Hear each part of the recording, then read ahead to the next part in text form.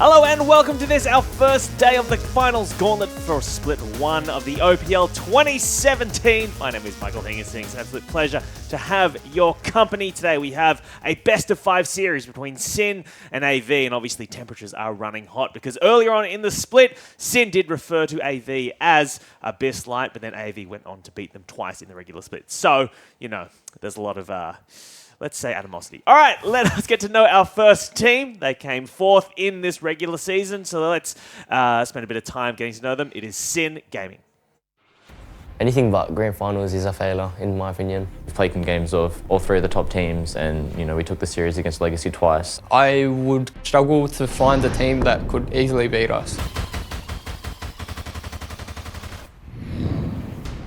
We lost to the teams that we're supposed to win against, and we beat the teams that we're supposed to lose against. So if we played to our potential in every match, we would definitely be top 2 or top 3 right now. I think going into the OPL split, Sin's always been the dark horse. We always end up, making up the top and taking games with those top teams, and no one expects us to. My best play of the split would just be getting the first bloods. I really enjoy getting first bloods. I don't know, it sets the tone for the game. First blood goes to Juice. First blood picked up by Juice. Bangs in for first blood. Best player of my split would probably have to be the set against Legacy. Is getting now very low. FBI will take some damage, and Tally now undergoing a big shockwave, and 2 people are already going down. My goodness, Ryoma, he is a monster. I think our toughest opponents in the gauntlet is Direwolves. Stylistically, I think they're probably our worst matchup. They just have really strong laning phase, and obviously Shurnfire is really good. The only weaknesses that Direwolves have is that they revolve around Shurnfire too much, their new jungler. And I feel like if Shurnfire has a bad game, that they can easily crumble. The key thing that for our team to win the split is not to fall behind in lane, play around objective, and listen to what Juve shot calling is. I put so many hours. I've moved all the way across the country just to do this, and it would mean the world to me. To take that cup, to take that trophy, that would be everything. When we play, we not only play for ourselves, we play for the fans too. We really appreciate the support. Well, shout out to any Sin fans who are watching. Hashtag IamOPL on social media if you want to get involved. But I should introduce our guests because we have a jam-packed 4-man panel today to guide you through these games. We're going to kick things off with, I would say, current team owner and washed-up pro, Arn Minkueltrian. We also are joined by former mid laner for both Tainted Minds and Legacy, Aaron Chuchus-Bland, and also our in-house OPL analyst, Nathan Mendrix-Mendez. How you all doing? You well today? Yeah, I'm good. Yeah? I'm really good. Yeah. And washed up, yes, but more like standing on the shore. I've been there for a while, okay? I woke up excited today. Normally I wake up and go, what's happening today? I was like, yes, playoffs! It's going to be good. This is probably the series that I'm looking forward to most. Ooh, all right. Well, let us get right into it by taking a look at the Sin guys getting ready right now in the OPL studios here at Riot Games. And, I mean, it was interesting in that video they were saying that Juves is doing all the shot calling. That's been no secret this year, but let's take a look at their lineup, shall we? Their top laner is Flares, the North American import. Their jungler is Juves, who we just spoke to there. The self-described First Blood King. Ryoma is their mid laner. He's recently come across as a chief sub the last couple of weeks. FBI is their AD carry. This is his rookie split. And finally, Rogue is their support player, saying he's moved across the country and he's very keen to take this cup because the winner, obviously, of this match will be going on to face Chiefs next week in the second round. Tomorrow, I should say, in the second round of the Gauntlet. But across the Rift, Sin's opponents are Avant, Garde. And let's take a look at these guys getting ready, shall we? And you can see their coach in the background, Pinch as well. Let's take a look at their lineup, shall we? Series is their top laner. It's a rookie split for him as well. Sybil is their jungler. He's come across from the Direwolves about a month ago now. Triple is their mid laner, sometimes known as Triple Cheese. Their AD carry is Blinky. He's the first half of the Bash Bros. And rounding out the biggest lane in Oceanic League of Legends, their support player, is Jake. He's also their captain. And look, let's take a look. We should get into these games as quickly as possible, but I want to get your guys' predictions before we head into them. So, Minky, let me start with you. Who is going to be winning this? Why and by what margin? I'm going AV 2-0. I mean, they're a good team. They have great teamwork. And they have a dog. All right. Well, it's a best of 5, so we'll see what happens. If they can take this 2-0, it's probably unlikely. Chuchus, what are your thoughts? I think that this is Sin's time. I think they've struggled. They've lost both their series to AV. I think they're coming in prepared. I'm really rooting for them. All right. And Mendrix, so we've got one on either side. Can you break this tie? Who's going to be winning this? I'm going to give it to Sin. I think they're going to come out hungrier from their loss last week. So with their fast tempo style and in your face, I reckon they'll be going well. 3-1, 3-2? 3-2. 3-2. All right. So a 5-match best of 5, 3-2. All right. Well, we are ready to get into our first match. So let us throw it now to your casters for today. It is Spawn and Fish. Thank you very much, Hingers. I'm Matthew Fish Stewart. Joining me is Jake Sponsibiri, and we're about to kick off the first match of the OPL Gauntlet for Split 1 of 2017. Yeah, exactly right. And this is huge because Avant versus Sin. Sin finishing higher on the ladder, taking those games off Legacy, which no one expected, being able to compete with Direwolves as well as the Chiefs. But going up against someone that they haven't managed to really perform well against Fish in Avant, who just seems to have their number. Maybe it's a mental obstacle, but one of these teams will face off against the Chiefs tomorrow. Potentially. I mean, the first time that Sin took on Avant, they called them Abyss Light going into the game, where they lost quite one-sidedly to Avant.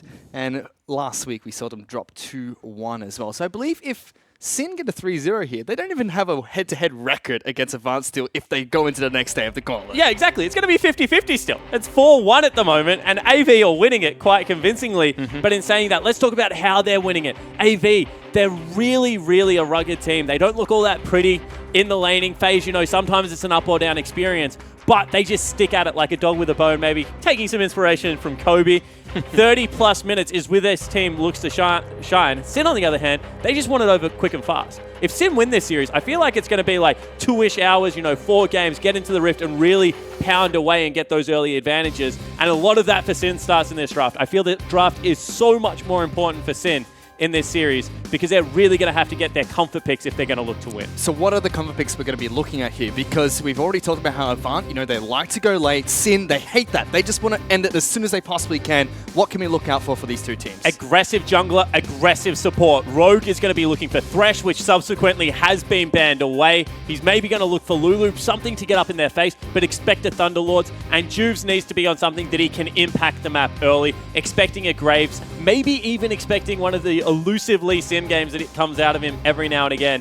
Because if Juves and Rogue aren't able to team up and shut down Sybil, Sybil's just shown that with time, he can team fight like the rest of the OPL junglers can and really put the screws into Juves. Well, let's see what picks Sin get later on in the Champions League draft here. On the side of Avant, we've talked about their coach before, Pinch, really good at drafting late-game team comps for Avant. That does mean, however, they have struggled historically in the early game as well as mid-game against teams with strong laning phases. Yeah, definitely. And you will see that manifest the most, I feel, in this best of 5 in the bottom lane. Blinky sometimes just gets thrown to the wolves, picking short range into long range of the FBI, maybe not giving him a good support matchup there for Jake to take. A lot of Karma, a lot of Nami coming out. So I think that FBI and Rogue, they're going to look to punish that to a big degree and really try and force them onto utility whilst they take some aggression. And they're not the lost in cupcake of the OPL. Neither have they Raze and Negium, but still FBI and Rogue, a very aggressive bottom lane that has been known to snowball ahead at times. For now, though, we have the first 6 bans coming through, as well as the first few picks for Avant and Sin Gaming. Thresh, Camille, and Shen are the bans coming out from Avant. Oriana, Rumble, and Syndra have been taken away by Sin. And this shows the mindsets of the team. Protect your rookie. Series up in the top lane has had a good split, but get away the Camille, get away with the Shen, make sure that he's on an even playing field at least. At the same time, on Sin's position, they've done the same to Ryoma. Triple really took it to him last week and had a fantastic set. Getting rid of the Syndra, getting rid of the Oriana, that's going to allow him to play the game on an even playing field. This, however, has put Sirius, a champion we've seen him have completely up and down performances. Jake also plays it. True. And with the Bond of Stone change that came in, we were expecting melee supports to have a little bit more prevalence. Now, is that likely into a Malzahar? Maybe not, but I feel that you don't blind pick something unless you can move it around slightly on Summoner's Rift. Well, let's see, because he has had fantastic performances on Nautilus and also really bad. Yeah. Never in between. So let's see how that one works out for Sirius. On the flip side, he's up against Flares, who's picked up his signature pick of Renekton. Like you mentioned, Malzahar support for Rogue. Now Avant looking for the next 2 picks. Already picked up a jungler for Sybil. It will be Elise, the former Direwolves jungler, now moving over towards Avant. And Lulu's available, which does absolutely fine into the Malzahar if they do want to go with it. I mean, the Harass takes down the Voidlings very well. You can pop the Spell Shield. However, it's going to be Varus, something that Blinky at the start of the season saw a lot of success on. Blade of the Ruined King builds, Essence Reaver builds into the Lethality build. This guy played all 3 of them, and I expect that to be something that he still feels very comfortable with. And you have to remember that was before Lethality buffs. Yep. So Blinky, you know, he kind of made these 3 builds his signature, and Varus is one of his most played champions, still played it through Lethality. Now that it's back to multiple different builds, he's very comfortable on the champion.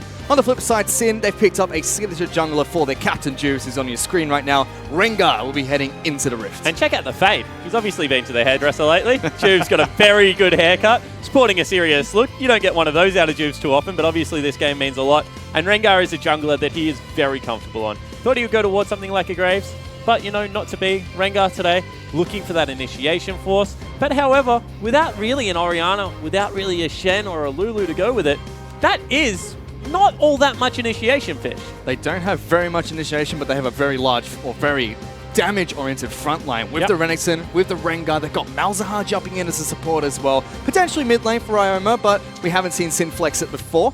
We have once. Oh, that's right. Yeah. When they had Wizard. Yeah, they flexed it against Legacy, the first victory against... and they were able to do very well with it. But that was Wizard, that wasn't Ryoma. Yep. So we'll see whether Ryoma, Tommy's learnt some tricks from Wizard, or whether this is just going to be standard support. I expect it to be standard support. So in the second ban rotation, Sin have decided to take away 2 supports. Tahm Kench and Lulu will hit the bench. We also have Vladimir taken away from Ryoma, as well as Ezreal being banned out by Avant Garde. Yeah, and that's exactly right. As soon as the Tahm Kench and the Lulu were banned, that should have been alarm bells for Ashe. I mean, I don't know where the Ezreal ban really comes from, because Ashe is shut down so heavily by both those champions. They obviously feel that they didn't have the initiation, as we were talking about, so get a little bit more into that bottom lane. Make sure you got the Ashe to start up the team fights. Make sure that Malzahar is there to be able to duck into Fog of War, you know, really pressure mid. So I like their draft so far. I think that the Ashe shores up a lot of those weaknesses.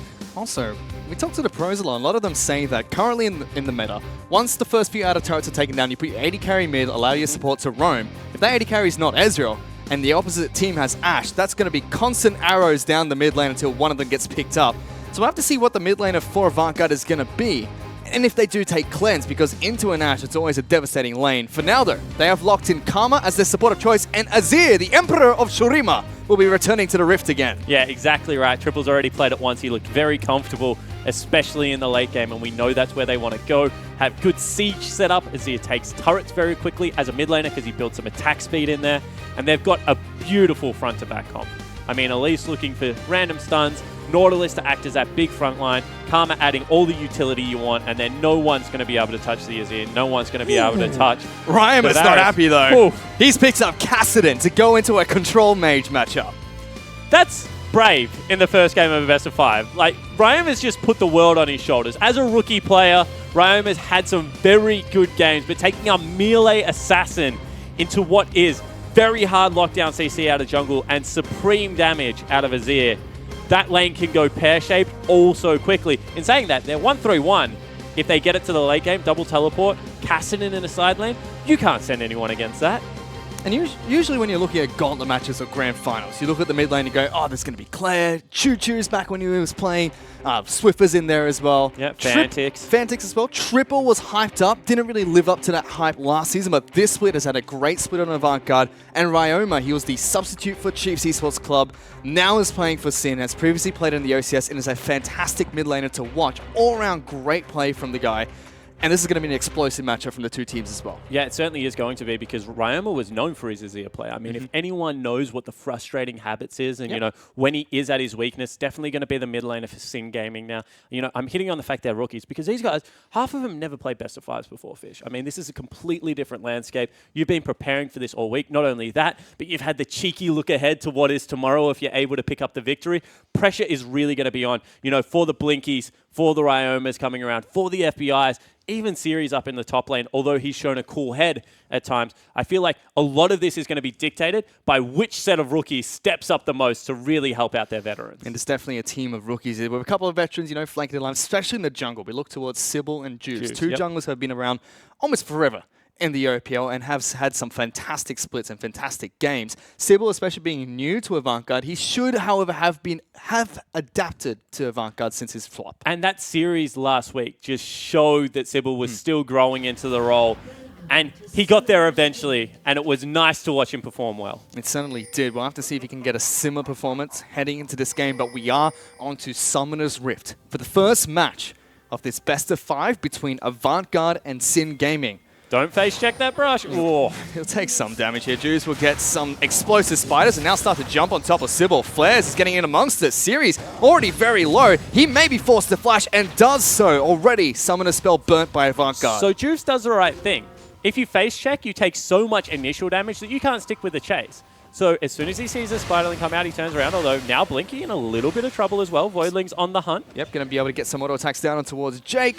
Sin and Rogue just poke them out of... Wow, that's already a mana potion. Sorry, already a health potion being used by Jake there. Yeah, it certainly is. I think one was used on the side of the AD carry as well. FBI. So I would rather trade FBI's potion for Jake's. That's a good trade, but Longsword starts across the board. Really the only meaningful thing burnt at the start of this game was the flash onto Series. That paints a huge target on his back. So we do get a very explosive start to this match between Avant Garde and Sin. Both junglers will be starting on their Raptor camp as well.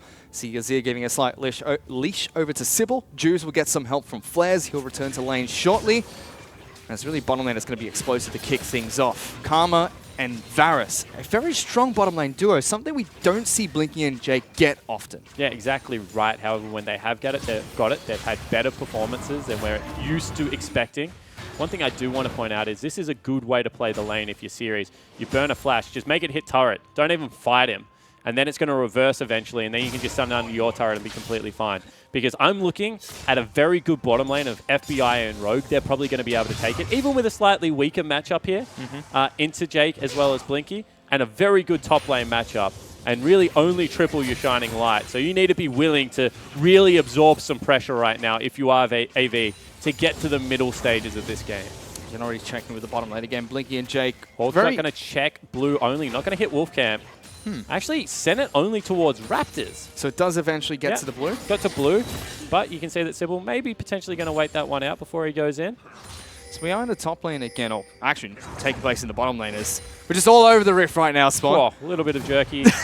Yep. So, series against Flares. You can see Flares being very aggressive here, jumping in on top of Nautilus, but this is almost the perfect matchup for Nautilus, because Renekton has to win early, and against a Nautilus, that's not easy. Yeah, it certainly isn't. So the reason we like Nautilus and Gragas at the moment as our two tanks is because they have wave clear fish, and that means you have options of being able to push out. You don't get stuck under your turret all that much. You can freeze up nicely, which is always a good thing. And as I said, as soon as Series started pushing that wave, I knew that he wasn't playing to win the lane anymore. He's just pushing to have it freeze in front of his turret, wait for that cooldown to come back available, and then, you know, maybe at level 6, look to team up with the Elise, but no longer an option to go aggressive without flash. Don't want to get camped out by Juice, so just manipulate the minions perfectly. And now Juice all of a sudden has to be active elsewhere. And I really like this draft coming up from Pinch. Not only does he have great late game, he's got Varus and Azir. And they've got Nautilus to back up the front line heading into the late game. But now he's got two lanes that are doing really well. Azir into Cassidy is looking great. Sybil is being aggressive in the jungle against Rengar. And they're only really sacking top lane, which is Nautilus, who's happy to do just that. Exactly, and a sack in this instance is legitimately like 1 CS at this stage of the game. He's going to go back early. He's going to get some recharges on his potions. Going to have some health probably coming in against Renekton because he is just so damn frustrating. Actually goes with armor. You know, interesting choice. I mean, he does get good health scaling off his W, so it's not all that bad. And Juves is under pressure because Sybil's higher level as well as counter jungling when he's on the gank heavy jungler. And this is what we saw from him the last time we saw Sin play against Avant Garde. Sybil was like, I'm going to farm. Juves, you do what you want. We're a late game team, you're not. Yep. If I farm more than you and you get nothing done, the onus is on you to start something. And so far, Juves has not been able to do just that, but still very early in the game for the Rengar. Potentially at level 6, once those ultimates are available, we could see Juves start to impact the map more, but Sybil definitely has the upper hand at the very start of this match. Yeah, definitely, and it's I think because he took a later shot, we only just saw that come through right now, was able to get deep vision down early off the trinket. And you can see the top lane, sure, it's in a world of hurt right now. You can see Series is literally just sacking his lane, but elsewhere, CS advantage in the mid lane, CS advantage greatly in the bottom lane, and AV looking quite comfortable. And that's not the narrative we expected. We expected Sin to really explode into this game, but a much more wary Sin this week. Now it's lots of question marks for Sin, because if they can't explode in this early game, it's going to be difficult for them later. Great W, and he took a turret shot there. He did. Flair's taking quite a bit of damage there from Series, holding onto the wave quite well, but this was still push in. So Sin, now we have to see, can they adapt to the late game? Because that's where Avant shine. Yeah, exactly right. And, you know, they've got a good comp there. No one's ever going to argue about the scaling of Kassadin. Nearly unparalleled still in League of Legends after all these years. Great. Great poke coming out from Rogue there. Yeah, really nicely done, but still potions available across the board, so not all that much going to come out of it. But this has been very interesting already. Rogue's going with Q-Max. You can see how much damage is just coming out of the silence at the moment, which is good, but does affect his mana pool. They need it back here, and they are 9 CS down, and I don't think anyone would have really tipped Blinky and Jake to be the winning lane going into this. No, I mean, Ashe Malzahar is still a great lane. Varus and Karma is just very oppressive though, and you can see Blinky trading quite well against FBI in this game. He's had a couple of shocking games where he just gets absolutely trades poorly, I should say. But this game doing a really good job. Jake also being very aggressive against Rogue. Every time he steps up, the Karma's always going forward. Yeah, actually using the shield nicely. You can see that the shield mitigates like, you know, 60% of the damage, and actually going to get some health back here. Power W, giving Jake some health back and tethering down Rogue. You see he steps up, gets as many auto attacks as possible. FBI is in some trouble. Early heal coming out from Blinky and Jake. Miscommunication there. I mean, when Jake was going forward, Blinky was going backwards. When Blinky started to step forward. Oh! They're jumping on top of Juice. Triple trying to get as much damage as possible. Juice does have his flash available. Sybil flashing forward for the Cocoon. Trades one with Juice, and now Kassadin's going in, but that might be a big mistake. Suddenly a teleport's coming in towards this river fight. Jake is joining in amongst it. Teleport has been cancelled. Sybil still wants to chase Ryoma, but not fast enough to hunt him down. Seems like Series actually cancelled that one with the Riptide, and now it's in the bottom of the river. Even Jake and Rogue want to get some of this action early on. However, Series did take a lot of his health for that, and Blinky wasn't able to make it to the fight, and now a big wave going to crash on a cannon wave as he has to go back to base. Actually, he calls down Sybil to try and farm this one out. I think you should hide in Fog of War, mate, because if they know that you're there, they're going to give you a little bit of trouble. Saving grace for Blinky, still level 5 for Ashe and Malzahar, so they don't have the Malzahar ultimate and lockdown, but dive top lane, Flares gets revenge from week 2 as he picks up first blood onto Series all by himself. Exactly right, and this is what we were talking about. He took so much damage stopping that teleport, as well as the fact that he burned ultimate. Series didn't even use Flash there, Fish. Probably could have got it out of Flares if he had wanted to trade Summoner spells, but instead just goes down, eats the first blood. Not a good feeling for, as I said, one of the rookies to have that happen to them, especially after how well the bottom side of the map is going. But Flares, the veteran from North America, this is why they bought him over. Yep. 20 CS and a first blood already. Very shaky start to the split for Flares, but he has stepped up towards the Gauntlet, and right there, picking up first blood against Series, who has currently the most solo kills in the OPL for this split, is a fantastic start for Sin. Exactly what they needed, because Nautilus was going to neutralize that lane eventually. This may have bought some time for Flares to increase that advantage. And it's not only the kill. I mean, the kill's great, 600 gold at the start of the game. You're not going to hurt him, he's an anti-mage. But it's also the fact that he denied that 10-ish CS right there, which means that, you know, you slow Nautilus down. If you're able to stay ahead of the curve, you got rid of so much of his experience already. I mean, it's level 6 to level 8. Now he's really in a world of hurt.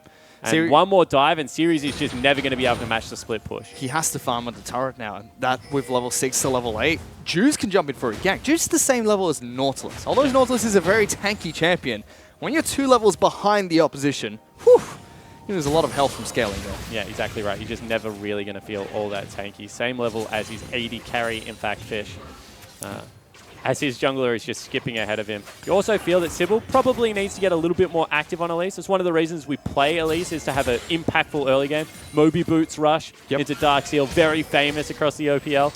He has, however, gone for his jungle item upgrade first, so Sybil does pack a punch. And Juice looking to be a little bit aggressive against this Elise. Good stun from Sybil, gets some burst damage, healed up by Juice, nice and easy. Now Ryoma jumping over the wall, some poke onto Triple. As well.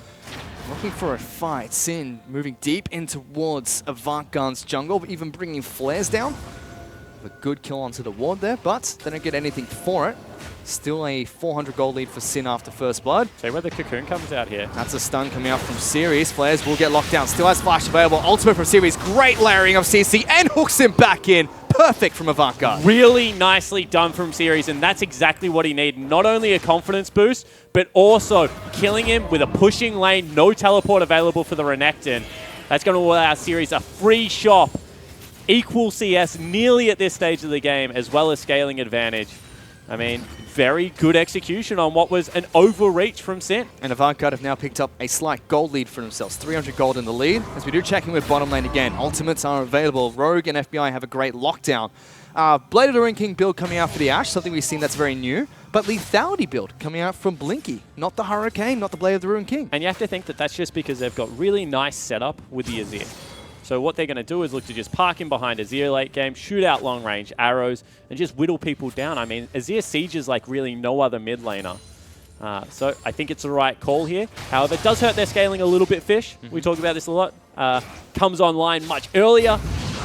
Ooh, that's a lot of damage. Yeah, big trade in the mid lane, but Elise looking for a gank in the bottom. They do have a control ward, so as soon as he pops that blast cone, flash engage here. No, actually, Blinky doesn't even have flash, so it's just going to have to be an ulti. Yeah, he's walking forward, throws it out. Is going to be able to lock down FBI. Rogue gets out of the tether. Double teleports coming down. Arrow, return from FBI. Flash forward for Rogue. Blinky is locked down. He's got a crocodile on top of him. He spins around and picks up the first kill. Series is forced to flash away as soon as he gets into the bottom lane. Aggressive play from Sin. Yeah, and that was just because Series didn't have ultimate. I mean, if you're a Nautilus at this stage of the game and you don't have ulti, what are you actually really teleporting for?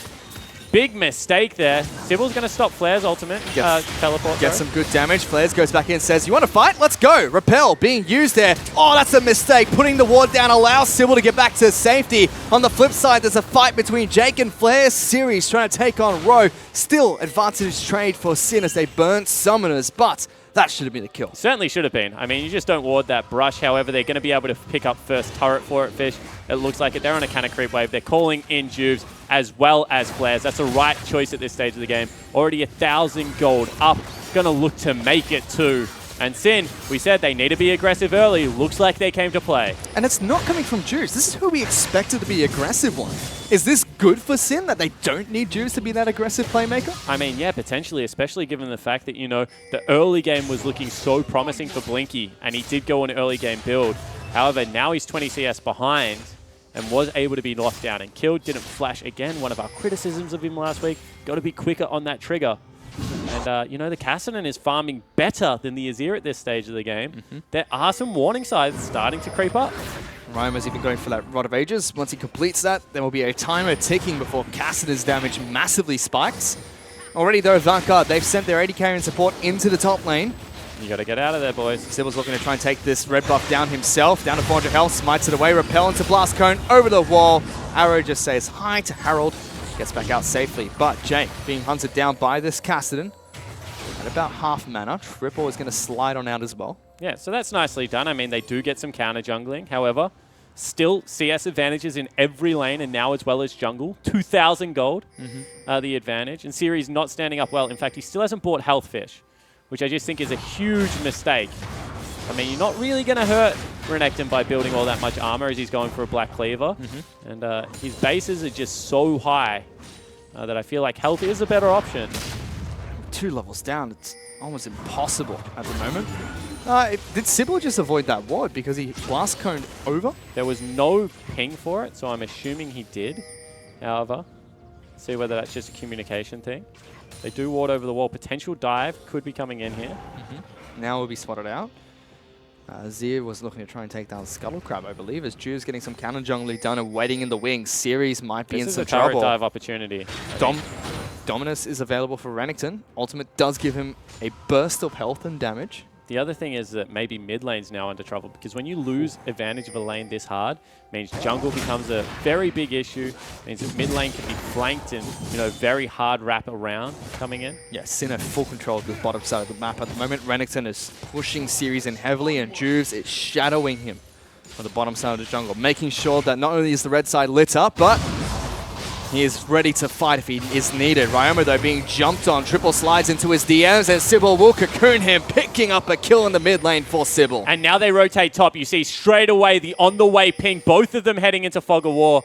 Of course, no boots yet picked up for the Azir means it's going to be a slow trek. So they spot them out. They walked over a control ward. Immediately, Malzahar and Ashe trying to run away, hugging the wall, trying to not be spotted out by Sybil. Cocoon will miss. Sin will pick up a dragon for this, but Avant should pick up their first turret of the game. Yeah, that's what it looks like. However, there still is an option to be able to put some pressure in the mid lane now with Renekton as well as Rengar. They're going to be able to take that one down very quickly, as well as a potential overstay top. So they do need to play their cards right here, AV. Just like they haven't overcommitted. Look at the map movement from Sin. They're moving Malzahar and Ashe into the mid lane. Only Series is going to be able to respond in time. Great map movements for both these teams, but it seems like Sin are just 2 steps ahead the entire way. Yeah, exactly right. So they didn't overcommit for it. They didn't even push the wave. They're going to let it bounce. But they still do only trade 1 turret for 1 turret. And they give up a dragon in the process. And we talk about it. I mean, mid lane turret, probably the most important turret on the map, Fish. So you're right, Sin still come out ahead of that one. But trading when you're behind isn't necessarily a bad thing. It's always good to trade from behind, and on top of that, Avant got a kill in the mid lane. Yep. So it's a slight trade in their favor. Gold-wise. Did go over to Sybil. But Sin reacting perfectly for the situation. We see a lot of bottom lane duos not have the wards to either spot out the mid lane and jungle rotation and hence die to a 4-man gank, or just thinking they can stay and fight with a teleport from their top laner, but very disciplined from FBI and Rogue as well as the rest of the Sin lineup. Yeah, they just got the heck out of dodge. And now it comes to, can you defend your side lanes? Because who goes and matches Kassadin? At this stage of the game, probably Nautilus, and he's built full armor.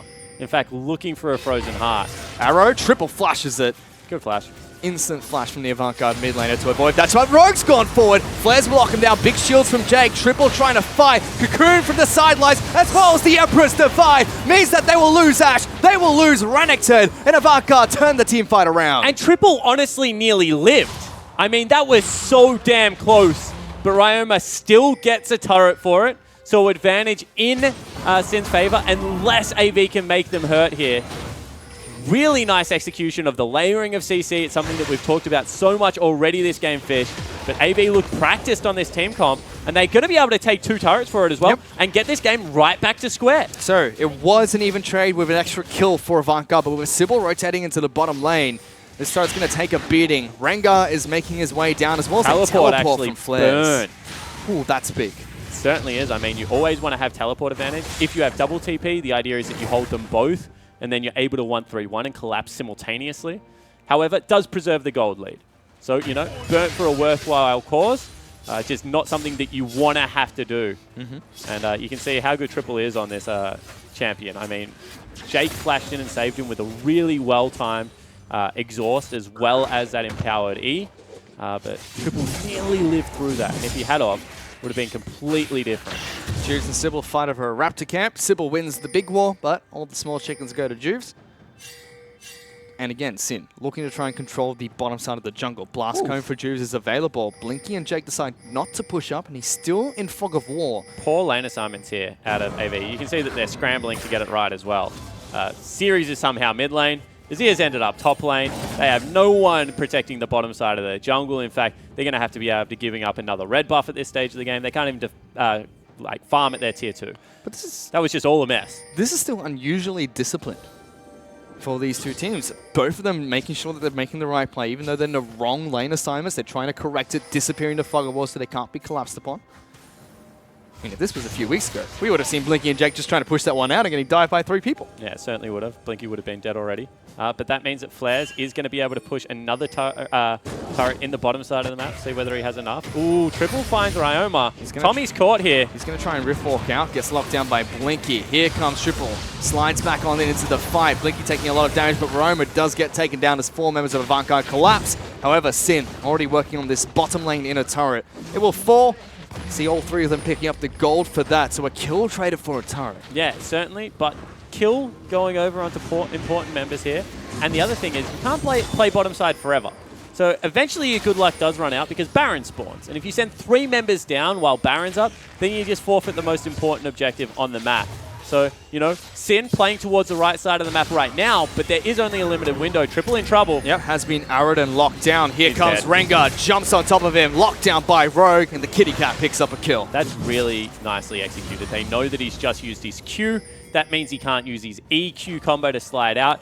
They burnt his flash previously, so FBI just lines him up, knocks him down, and great layering of CC. And a couple of splits ago, when Ash was in the meta, we used to saw mid laners who were mostly control mages, like Victor and Azir, pick up cleanse because of this reason. You can't stay mid 20 minutes into the game when there's an Ash on the other team. Or just take QSS as your second item. I mean, their kit does enough damage without it, really. So, yep, definitely agree. A little bit of an overlook here out of Triple. We'll have probably flash available by the time the next arrow is up. So should be able to flash the next one, but it's always going to be a threat when the late game hits. You see Ryoma is looking to try and pick up his Lich Bane. Cassidy is a painful assassin to deal with when he's ahead. He is currently 0-2, farming up well, but hasn't got the great start that he wants to snowball, but still going to be a force to be reckoned with, not only in split push, but in these fights as well. The other thing is, however, he has a Dark Seal. And Cassidy's really deceptive. All it needs is like that one team fight where you pick up a couple of kills, a couple of assists, Dark Seal's getting towards 6 stacks, and then you really hit hard. I mean, he scales so well with AP, as well as that mana that you pick up from the Roller and the Lich Bane. So I think he's gone the right build here. Think that the gamble will eventually pay off, because you know that eventually this game's devolving into team fight territory, and should be able to get it rolling. And still 21 minutes in. Not very explosive from these two teams. We expect this from Avant, but Sin have been very patient while holding on to the gold lead. It's close to, sorry, it's 2,000 gold in their favor, which is a decent lead to have. Certainly is, but we'll tell you after the game whether, you know, this is maybe Sin learning or Sin playing away from their strengths. Because, you know, there's always two sides to every story. Potentially they went into this one and said, you know, we want to be able to go with them late as well. That's why we've gone Cassidy, that's why we have a lot of pick. But at the same time, there's also the possibility, you know, that the players are feeling nervous. And Jubes has said he's never played with a roster this talented, Finn. And with that comes a little bit of extra responsibility. They do go for a dragon fight. Jubes will take the dragon for himself. Avant-Garde collapsed at the right time, but a good smite from Jubes secures it. But still, look where they're playing towards. All of a sudden, streaming up mid lane. Sin at the same time. They've got 2 teleports. Let's go into 1-3-1. Let's make them hurt around the map. And now what? Does a collapse come into that ward in the middle of the lane? Or do they just look to trade turrets again? But Azir has the turret up, so Avant-Garde, they can play around that temporary turret, denying the flank from Renekton, possibly. And they're going to be able to take down the mid lane inner turret. Ryoma's the only one that's a real threat pushing here, because that's an inner turret. How brave are you? As soon as series recalls, they can just call for double TP. Or do AV just want to stick with this one and look for the overall trade advantage? Redemption from Rogue gets true damage onto the minions. Here goes Juice looking for a fight. Good Emperor's Divide. The turret is very low. Ultimate from Series, but Avant-Garde are low themselves. Sin trying to take this one on. Series the first to fall. There's a Crocodile on the back lines trying to collapse to the rest of AB. FBI is flashing forward. Jake is trying to run away from Ryoma. A triple kill, a quadra kill being picked up by Ryoma, and they wipe the floor with Avant-Garde. They certainly do. In the first team fight, we said there's that hint of scaling, goes heavily in Sin's favor. Now they look towards Baron. AV rolled the dice. They played with the 1-3-1, and it certainly bit them in the ass. However, Ryoma sold his Dark Seal, which I'm just upset about. Because he got the Quadra. I told you it was coming, Ryoma. Hold on to the damn Dark Seal. Not going to get his 8 stacks, but still perfect for a Cassidy. 23 minutes into the game, picking up 4 kills. Already gone back to base, completed his boots, got a blasting one, and let's look at that fight again. So what they thought is they didn't think that they were going to recall as quickly as they did. So Triple uses the ult here on just Jubes.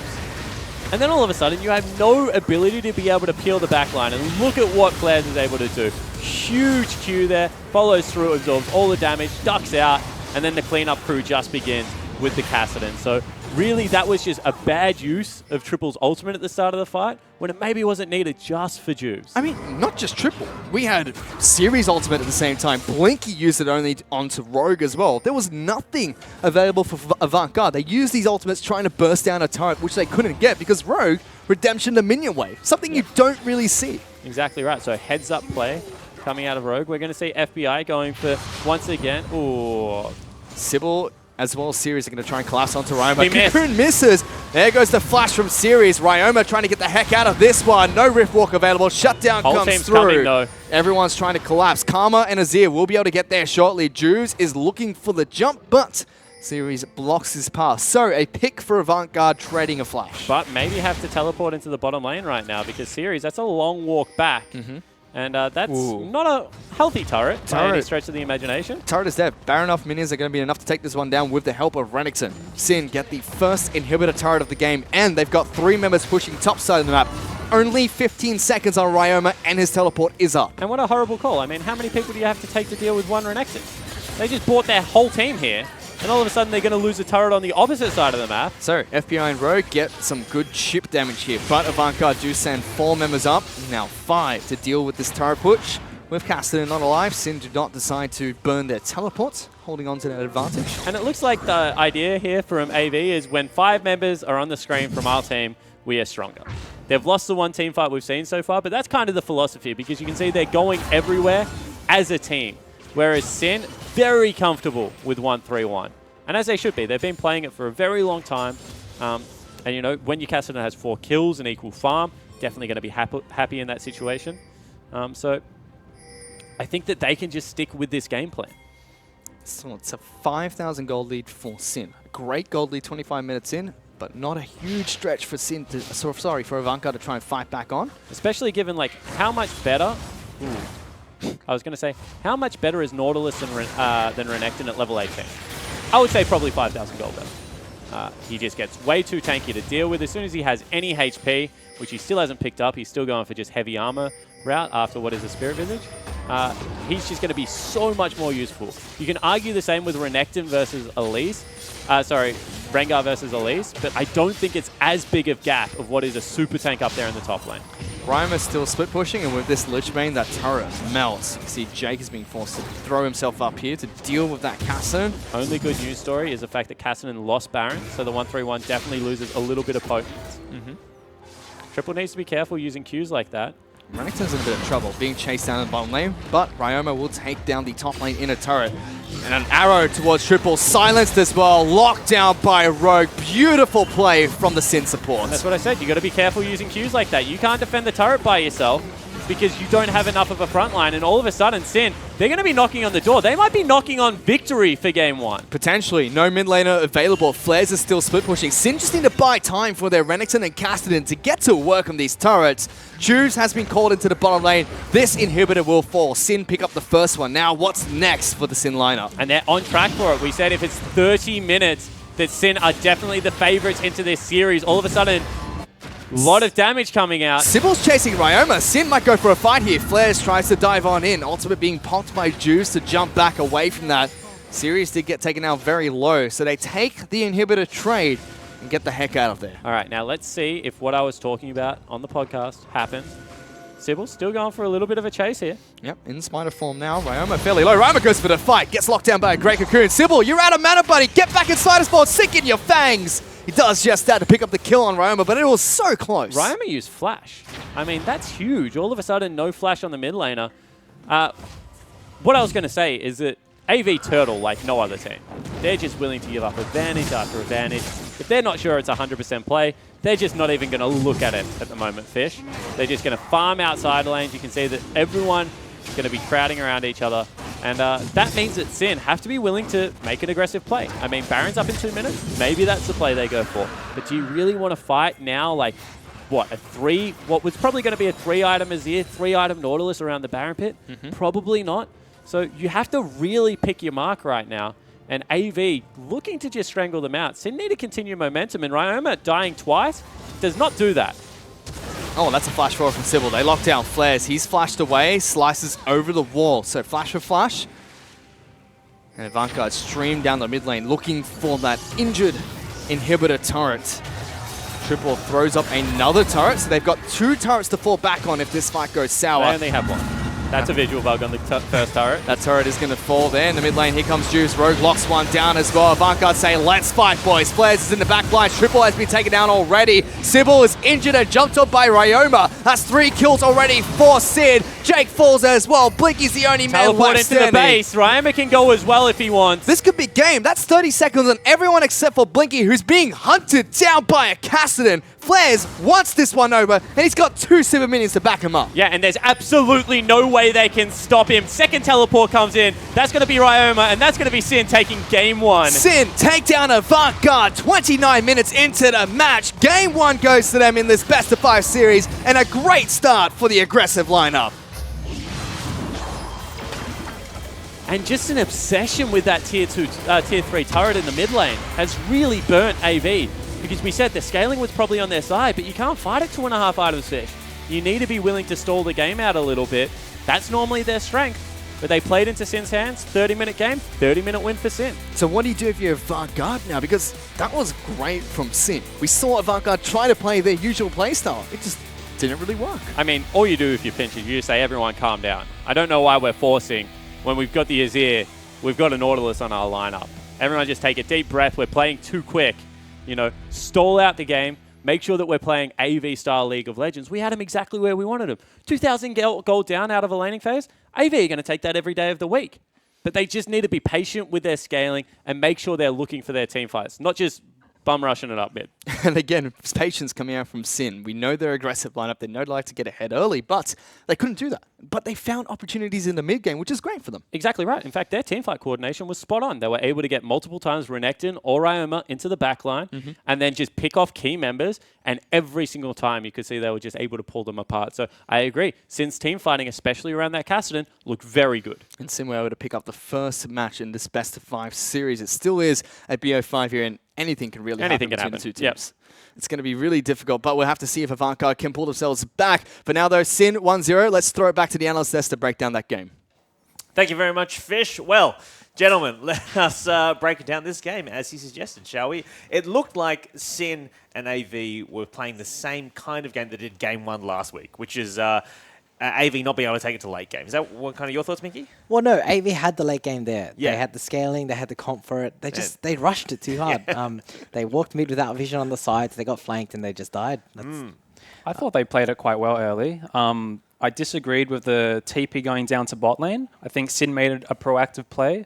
And they forced the TP down. They matched TPs and they ended up losing that trade. They burned 3 flashes. And I think they really had a good understanding going into the game that they wanted to scale. And through matching that teleport, I think it sort of gave Sin a bit more a step forward in trying to force a good early game. And what I really like about that teleport specifically was how they actually managed to use their team composition to really draw it home. It was the fact that it was an Ashe arrow into the Malzahar ultimate, and there really was no response, because the moment Flares jumped straight onto Blinky, he was dead. He was gone by all rights, and that point on they had to back away, even though they had the one-man advantage. All right, well, let's take a look at this draft, because a couple of interesting things happening here. In particular, Sin, they're banning out mids and tops, mid laners and top laners, because I think that's where they felt they were going to be able to kind of either take an advantage or prevent triple running over Ryoma like it's happened in the past, Mickey. Yeah, well, I mean, last week, Sin identified that, AV had a good way to stall and to beat them. So they're trying to stop Ryoma getting on those control mages, getting on those wave clear champions. And they put him on a weaker one. They put him on Azir, when traditionally Ori and Syndra are much better at that role. So, yeah, it's a good ban face from them.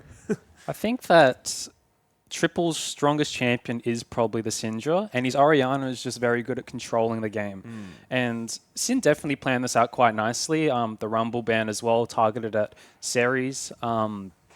I think the Kassadin pick was questionable, but I mean, it did prove out to be quite a good cleaning up. And yeah, I think it was a nice pocket pick to bring out in Game 1. I feel like they try to do it, sort of say, if we do force him onto the Azir, we've got to sort of answer to it. Because when he does decide to put up his Emperor's Divide, you can immediately go, no worries, I'm just going to Rift Walk over you and sort of bypass your main ultimate with mine. Yeah, traditionally, Kassadin's been quite a good laner into Azir. What about AV's bans? Because they've banned out Camille and Shen, but they let Flares get on that Renekton, and he kind of was styling all over Series early game. So, like, would you have swapped out any of those bans? Would you have rather seen Series on a tank like Shen if you're AV?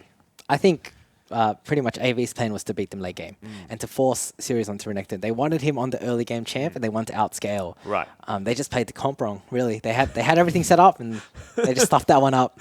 Yeah. I don't think the Renekton pick was too scary. I think AV wanted him to really pick it, and Nautilus does traditionally quite well if he gets through early levels. I think they just force too many early skirmishes and really let the Renekton flourish. It's that whole concept of lane priority. That's a big thing. Nautilus typically doesn't have it.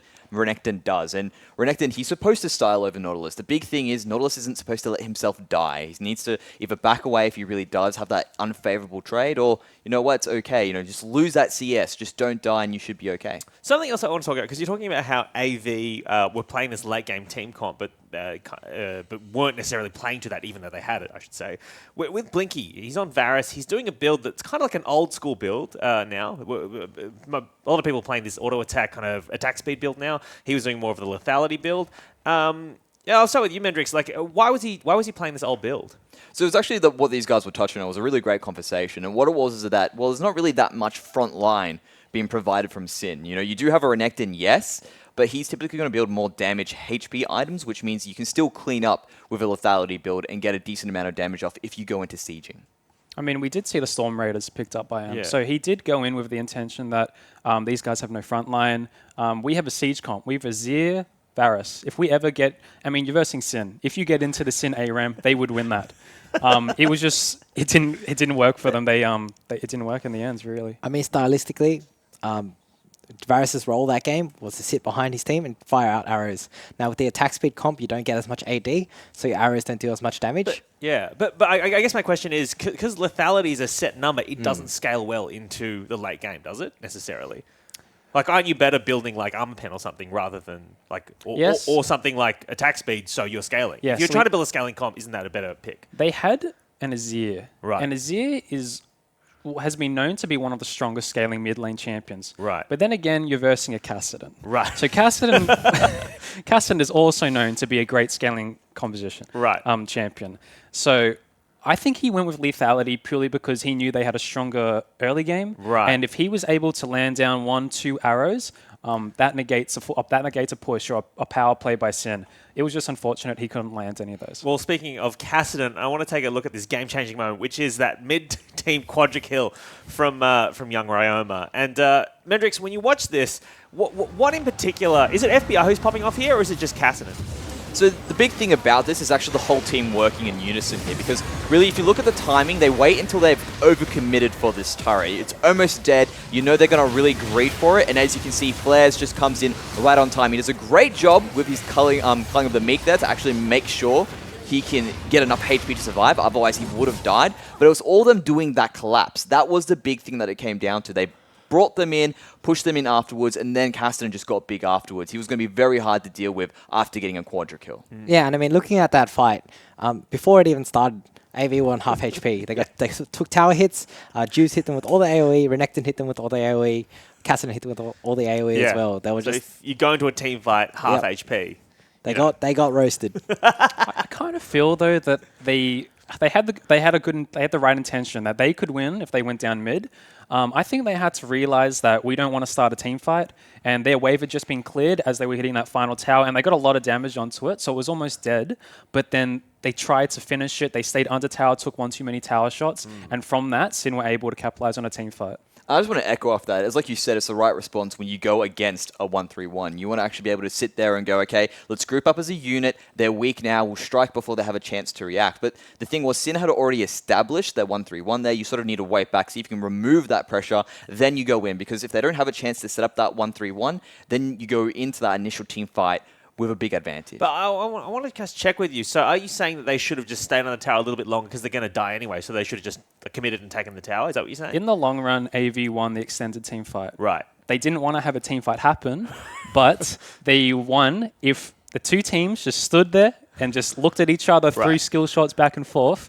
AV would eventually win. All right, well, that team fight did result in a Baron and also a quadra kill for Ryoma. So let's take a look at his Kassadin, because it was absolutely popping off in that game. And 6-4-2, 12.7k damage. Doesn't seem like a lot, but, I mean, it was quite a short game, Mendrix. What we have to take into account is that he's not really a poke champion. He's not going to sit back. Yeah, he's great at doing those initial trades, but he's not going to sit back and just whittle away at you. He wants to sit back, farm, and eventually, when it does get to that late game, that's when all his damage comes into play, and we saw it in those replays. I mean, Kassadin's effectiveness isn't really shown on the scoreboard. Sure. He put a lot of pressure on the side lanes. Yeah. He was constantly split pushing, and he was just pretty much putting the screws to AV. He forced them to go 5 mid. Talk to me about the damage to champ / gold earned ratio, because they're not often that close together, are they, these numbers? No, I think it's just a lucky correlation. It's pretty much the right on the dot there. I think by what, 0.1 there really is a difference, and it just comes down to timing with the game and the amount of damage you did put out, because Kassadin typically will begin to pop off towards that late game. He ultimately did his job as Kassadin. He cleans up that quadra kill. That's pretty much what you want from a Kassadin, so he did well. All right. Well, moving forward then, if you're AV, how do you reset going into this second game? Because they've got to think, look, we had this comp. We were expecting we could win late game, and then just didn't play to it. So is that the reset they do, Juju's? I think there's a tool that I did because I play on windowed mode, and you're able to actually note to yourself and make a notepad on the desktop stating your win condition. And I started in competitive. Do you in do this? competitive you can do this. They allow you to have a notepad. They open. allow you to have a notepad open, and I would actually suggest to them if you write down your win condition and you have that next to you, and you keep telling your team that win condition. Yeah, right. So you're literally saying they need to go directly back to basics, which is literally what is your win condition, play towards your win I'm condition. not kidding. They had it for the first 10 minutes, and then they lost it. Yeah, interesting. Minky, do you have any advice for AV? No, that's great. I mean, yeah, just reinforcing your win condition, staying on task, and just do it right this time. Mendrix, say something more Please. exciting. I don't want to be opening notepads. It goes back to what Spawn said. Have some patience. You know, you've got that winning team fight towards the late game. Just sit back. You know, if you do see an opportunity to take it, obviously go for the kills and obviously go for the team fights. But be patient. You will outscale them. You want those extended fights later, not sooner. All right, well, let's flip it then. Talk about Sin, because last week when they played AV, they took that first game and then just kind of crumbled in the second and third games. Now, this is the best of 5. I mean, what do they need to do to solidify this off the first back and not crumble again, Mendrix? So typically they are a momentum-based team, so I'd like them to just sort of take with this, continue to be psyched up, and just keep up that really quick tempo, because if they can force decisions like we had last game, you'll probably find that they'll make another mistake again for AV because they're being pushed into a corner, and then as you mentioned before, Minky, just put the screws in, just begin to just nail down into it. Choo-choos, what are you writing on Sin's notepad there? What's their... They definitely highlighted a lot of AV's weaknesses. And I think they know that going into this next couple of games. I just think they need to keep... If they can get strong early team comp kind of champions like Rengar, Renekton, I think this series should be pretty easy for them. Yeah? Minky, do you agree? Just kill everyone. That's Juice's thing. Give Juice the kill order. Go, mate. First blood. We can do move it. Along. Yep. I mean, bang, bang. What if they ban Rengar though? Right? Like, then what's he gonna do? He's got more. He's got more. He's got more, right? What? He's got more, right? No. Does he play Elise? Yeah, he does play Elise, Yeah, he's actually. played So Elise. that's something you can Elise, go for. Rengar, same thing. Same. Interesting. Some jungle insight there from a mid laner.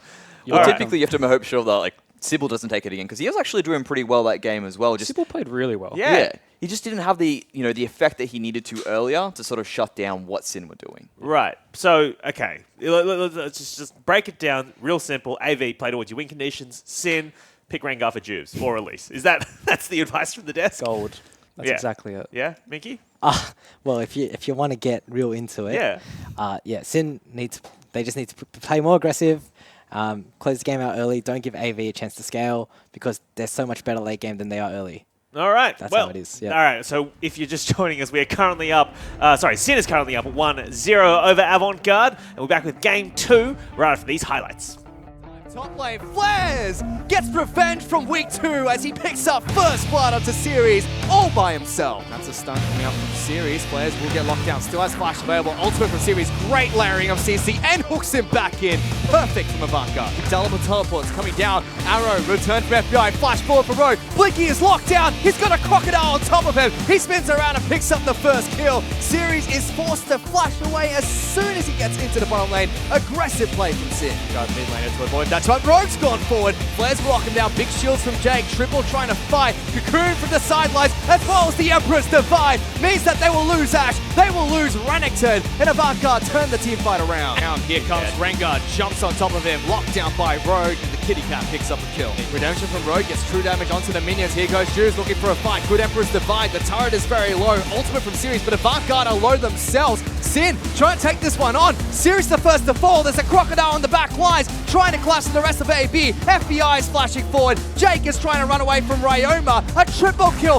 a quadra kill being picked up by Ryoma, and they wipe the floor with Avant Garde. Here comes Juice. Rogue locks one down as well. Avant Garde saying, let's fight, boys. Flares is in the back line. Triple has been taken down already. Sybil is injured and jumped on by Ryoma. That's 3 kills already for Sid. Jake falls as well. Blinky's the only man Teleport left into the standing. base. Ryoma can go as well if he wants. One. Sid take down Avant Garde 29 minutes into the match. Game 1 goes to them in this best of 5 series, and a great start for the aggressive lineup.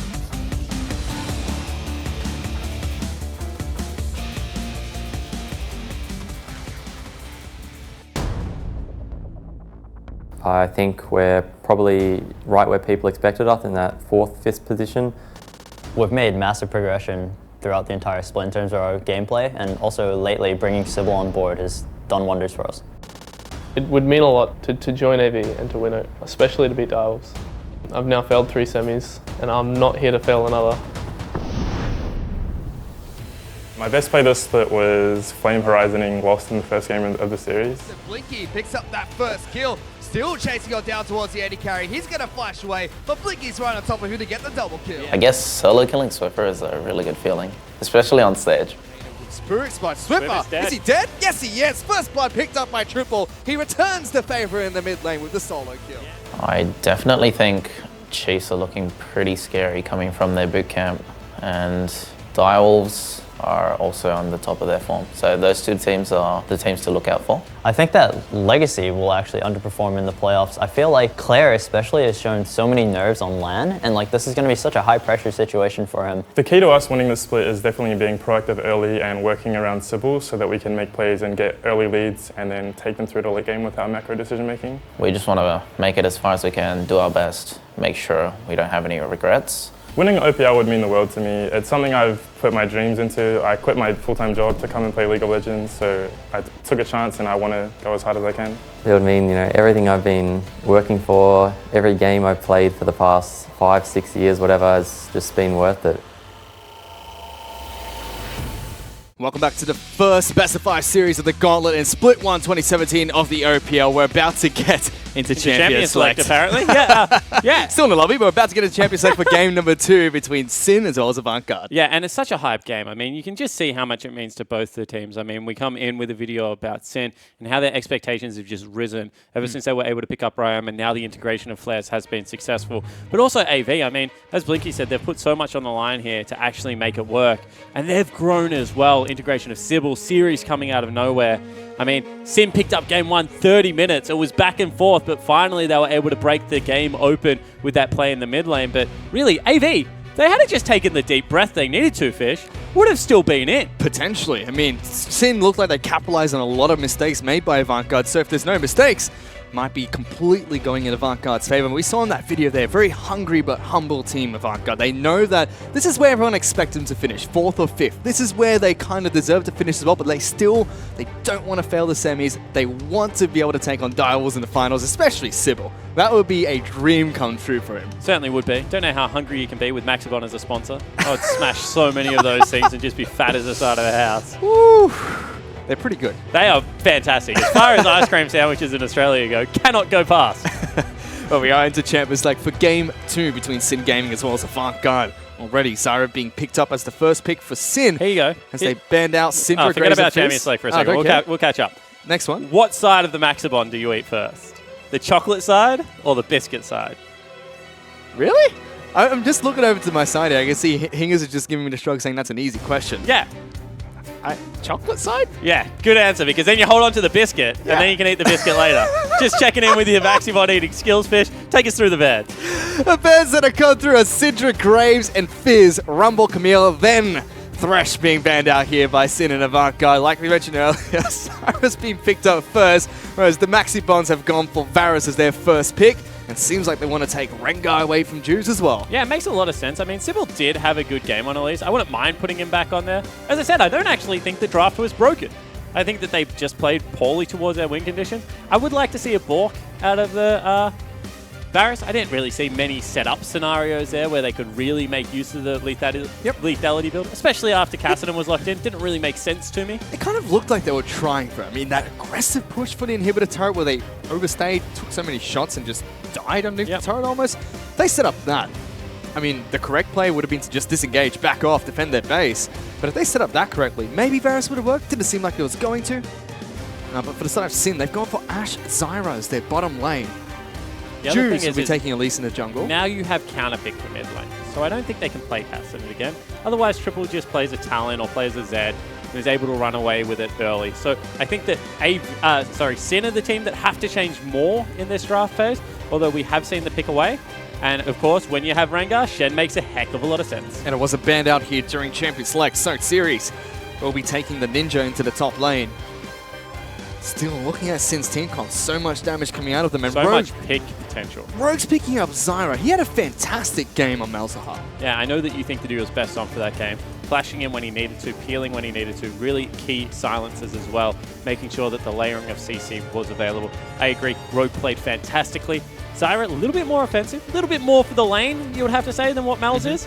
Mal's a little bit more known for the Moby Boots rush and roam around the map. However, we've seen that Rogue can make both styles work. He can. And Sin are putting a lot of pressure on bottom lane. Already, Ashe Zyra very strong, has a lot of synergy. They know that the AD carry is Varus, and already pinching the support pool, taking away Karma. As for the side of Avant Garde, they want to defend their Shen. Kennen as well as Fiora have been banned out, and Malzahar's the final ban from Sin. Yeah, I think that Lulu is a no-brainer here, however, because all of a sudden you got Rengar, Shen, Lulu. If you throw something like an Orianna on top of that, huge wombo combo potential with some good lockdown coming out of Blinky on the Varus. So I wouldn't be surprised if we saw Lulu locked in here. Also, you can just go towards something like a Nami if you want. Old school Jake champion. Take that into the bottom lane, ensure that you're topped off against all the aggression that's going to come out. And that's exactly what they're going to pick up. Nami has been locked in for Jake here. I love how Blinky says Nami. It's actually one of my favorite things in the world. Which does mean Avant Garde will have the counter pick of the mid lane, and Sin have to show their cards right now. Top lane as well as mid lane are the next picks that they have to pick up. Gragas is the first. That should be heading into the top lane for flares. And what's Ryoma going to pick? Talon blind into Avant Garde. Yeah, so another 1-3-1 comp coming up. I mean, Gragas just has so much priority and push until the Shen is able to get towards Tiamat. So I think that, you know, that lane going to be heavily in favor of flares at the start of the game. And then Talon just hardcore parkour over the walls, able to make a lot of things work. I don't think it is going to be Riven. Triple does play a little bit of it. But that is a brave pick in the mid lane. Orianna makes a heck of a lot more sense. Vladimir. Oh, Vladimir. That's locked in for Triple here. That's normally a Ryoma special. But Avant Garde have taken it here today. And for a team that wants to go late, who better than the Blood Mage himself? Exactly right. So now all of a sudden you are looking at scaling. Avant Garde, no proactive early game. Like, they just don't need it, Fish.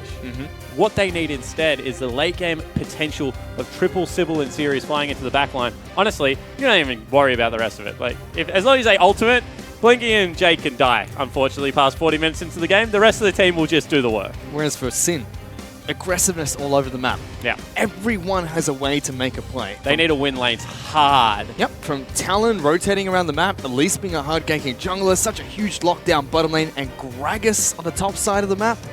Ooh, Sin's team comp looked like a disaster to deal with early. Yeah, exactly right. And couple all of that with Elise is what you really got to look at. Jube's probably going to be back to his proactive best at this stage, you know, picking up the Elise, taking it into Rengar, something that we're used to seeing farm up a Storm and scale a little bit better. I really do expect that, you know, hover around the Talon lane, nurse him through to get to level 6, then just shove out that wave, duo up and go into the enemy jungle, start picking up kills in the lanes. No one really does it better than Talon Elise. Magic damage, physical damage, great mobility between both of them.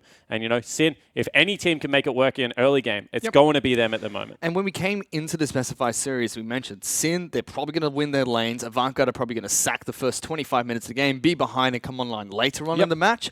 We didn't kind of see that much in the early game last game because Avant Garde had two really good lanes and a Nautilus to just kind of neutralize that top lane. This time, though, it is back to the exact storyline we mentioned. Sin have great lanes into Avant Garde. It certainly is. And Sin had a really good mid-game, which was what the difference was. Because normally we see early game is great, mid-game okay, and then late game falls apart a little bit. This time, they kind of ramped up the opposite way. They certainly have. And we're already back onto Summoner's Rift for the second match of the Specify series. But let's check in with Sin's coach, Bensel, who's standing by with Hingers.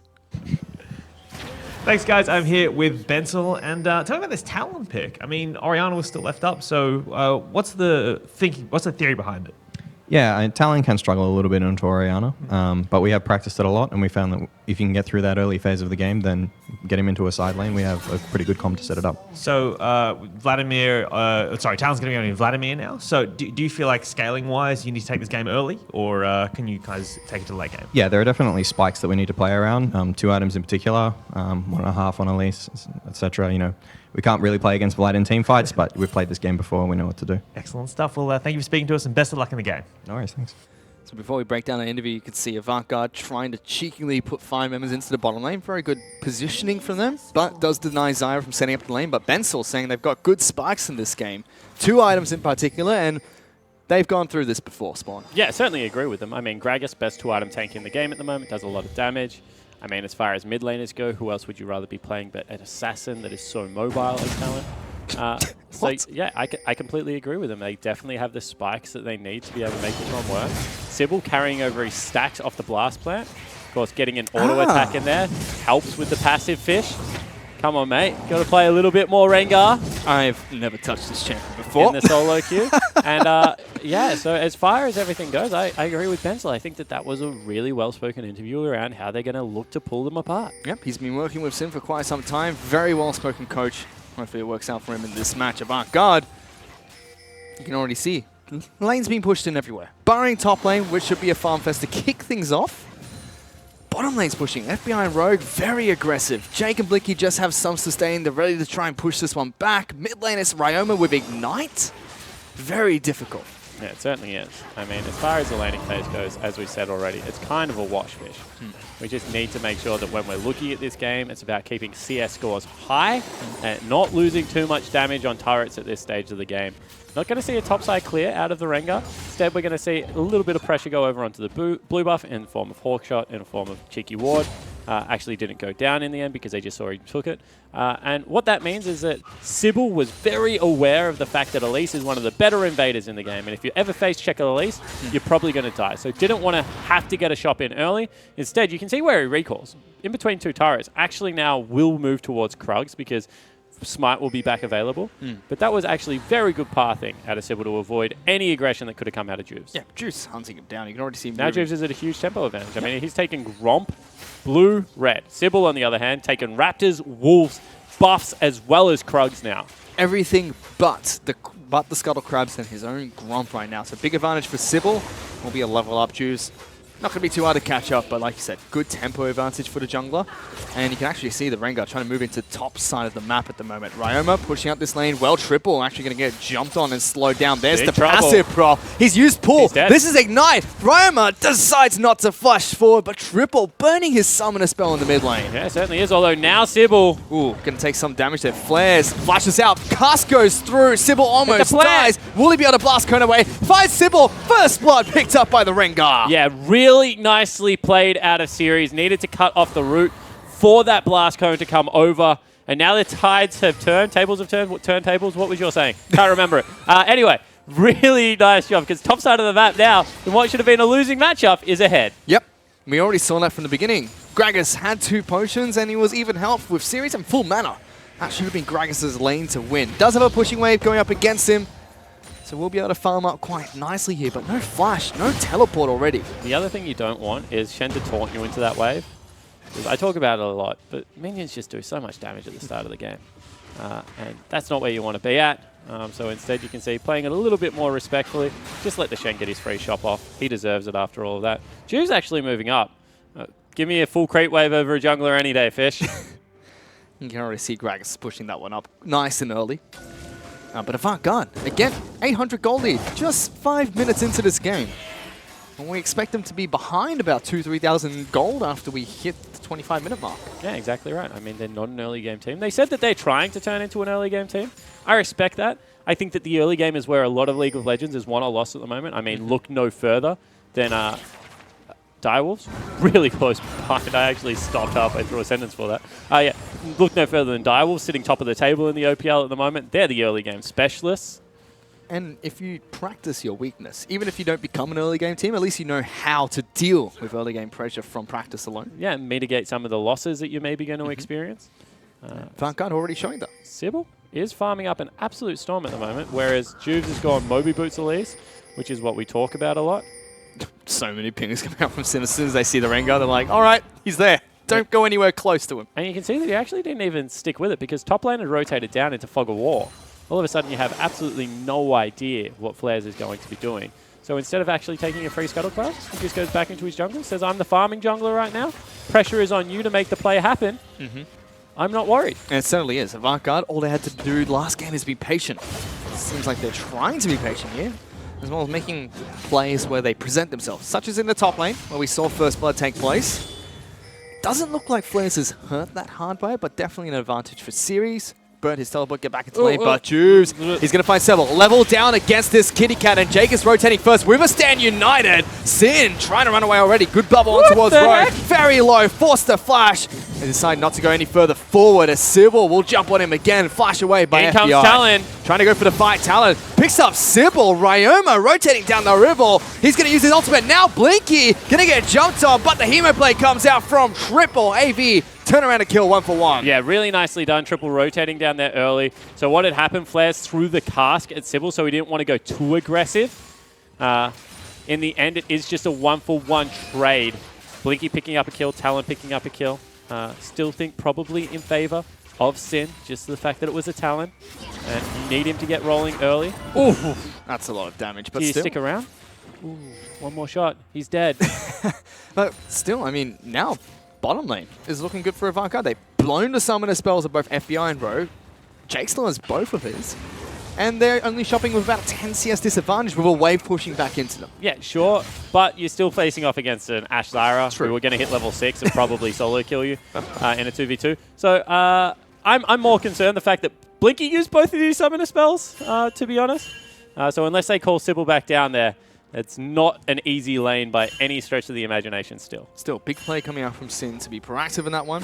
Juve's going to find Sybil. It's level 6 against level 5 again by Roma. Parkour over the wall. Juve's very low. Here comes Talon.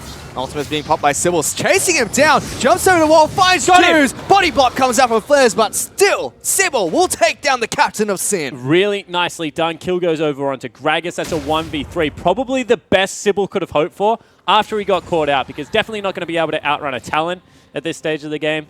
Ryoma is playing really well, by the way, leaving his lane but still farming incredibly potently. Oh, Triple does so much damage though, Fish. That's very aggressive. No ignite for Triple. Ryoma pops the ultimate, trying to go in. That's a Hemoplague. Not Hemoplague, sorry, a pull. Sanguine pull? At the exact right time there, denying the ultimate. Meanwhile, by the way, Blinky! The Bash Bros have picked up a kill. They're looking for 2. Rogue turns it around. Only just picked up ultimate. Jake flashes forward, looking for another one. Gets it. There is a teleport coming into the bottom lane. Jake with a bubble. Good body bop from Flares. Ultimate going to be denied as Jake knocks backwards, but still, there is a spider coming through. There is a tidal wave going out. The Nami is trying to survive, but can she? Jake's under a turret. Cocoon, Spiderling, slap from the Gragas picks up the kill, but Rengar's waiting.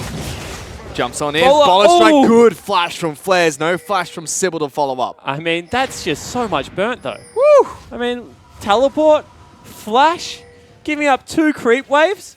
Is that even worth for a 2-for-2 trade? Oh, just aggressive from AV. Level 5 to level 6 Once there. again, though, great layering of CC. That's all it came down to. Blinky should have walked away from the plants much earlier, probably would have lived through that one. He actually was just getting hit by the plant over and over again. Jake should have taken aggro of that. But Jake's still able to get the 2-for-1. And then this is what I'm talking about. You burn teleport, you burn flash, huge creep wave now crashing. You don't have a teleport advantage. You're against a Shen. That's just... I think that's too much, almost, Fish. Avant-Garde hold on to 1,000 gold lead. Sin, they've got some time to make a play for themselves with Ashara now being picked up. But with Shen ult available, no ultimate available on Flares. He's not stopping a Stand United. No teleport of his own. There's no play available whatsoever anywhere on the map unless you gank Series lane. You can already see Sybil even moving down into the bottom lane. Avant-Garde comfortable at this stage of the game. They're not even behind Sin. This is perfect for their team comp and their lineup. And looking to try and right the wrongs they made in that last game. Sometimes I feel like I just talk directly to Blinky. He's going Bork. He's got the early advantage. He was like, I can't even auto-attack with the other build. Let's get me in there. Let's get me some attack speed. Certainly agree with his choice, Fish. Was pretty vocal about it. But yeah, now that he has got that little bit of a snowball going, I mean, Ultimate's back available. Shen Ultimate up. They can really hurt the bottom lane right now of Sin. You can see Sirius being aggressive against Flares. He's a level up on Shen. With a big item pickup in advantage, Ryoma and Triple going at it in the mid lane. Flash away from the Talon. Triple heals up quite nicely. Yeah, Triple actually flashed on his head. So, I mean, it's only fair that Ryoma got to flash the other way. Rengar. Bottom lane. That's the target. Spotted out by Ward. Jubes is on the really wrong side of the map. Ooh, Sybil's trying to go in. There is a very early... everything being thrown at Sybil early there. They won't want anything to do with this kitty cat. They certainly don't. I mean, meanwhile, however, Series is really overextended in the top lane. Flair's going for a fight, gets a big heal from his passive. Juve is moving up. Flash is available. Meanwhile, Rogue's taking out Sybil in the bottom lane. Series gonna get bopped in. Has to flash the fat part of the wall. Will be able to do so. The spider can't follow through. How did Sybil die? Rogue just killed Sybil. That's what I want to see. Yeah. How did Sybil actually die? Roma rotating up here. You're still not safe, Series. Keep running. No flash available, so he will run back, and there might be a turret picked up by Sin on the top side of the map. Yeah, exactly right. So what looked like it was going to be all AV now turns into a Sin advantage. He's just going to be able to teleport back, so they're probably not going to be able to pick up the turret.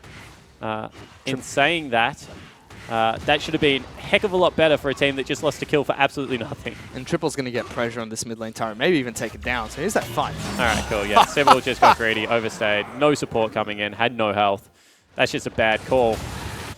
But in saying that, well executed on, and the capitalization was there out of Sin. So you got to take the hats off to them. They look like they're standing up under the pressure very well. They certainly are. They're still behind about 800 gold.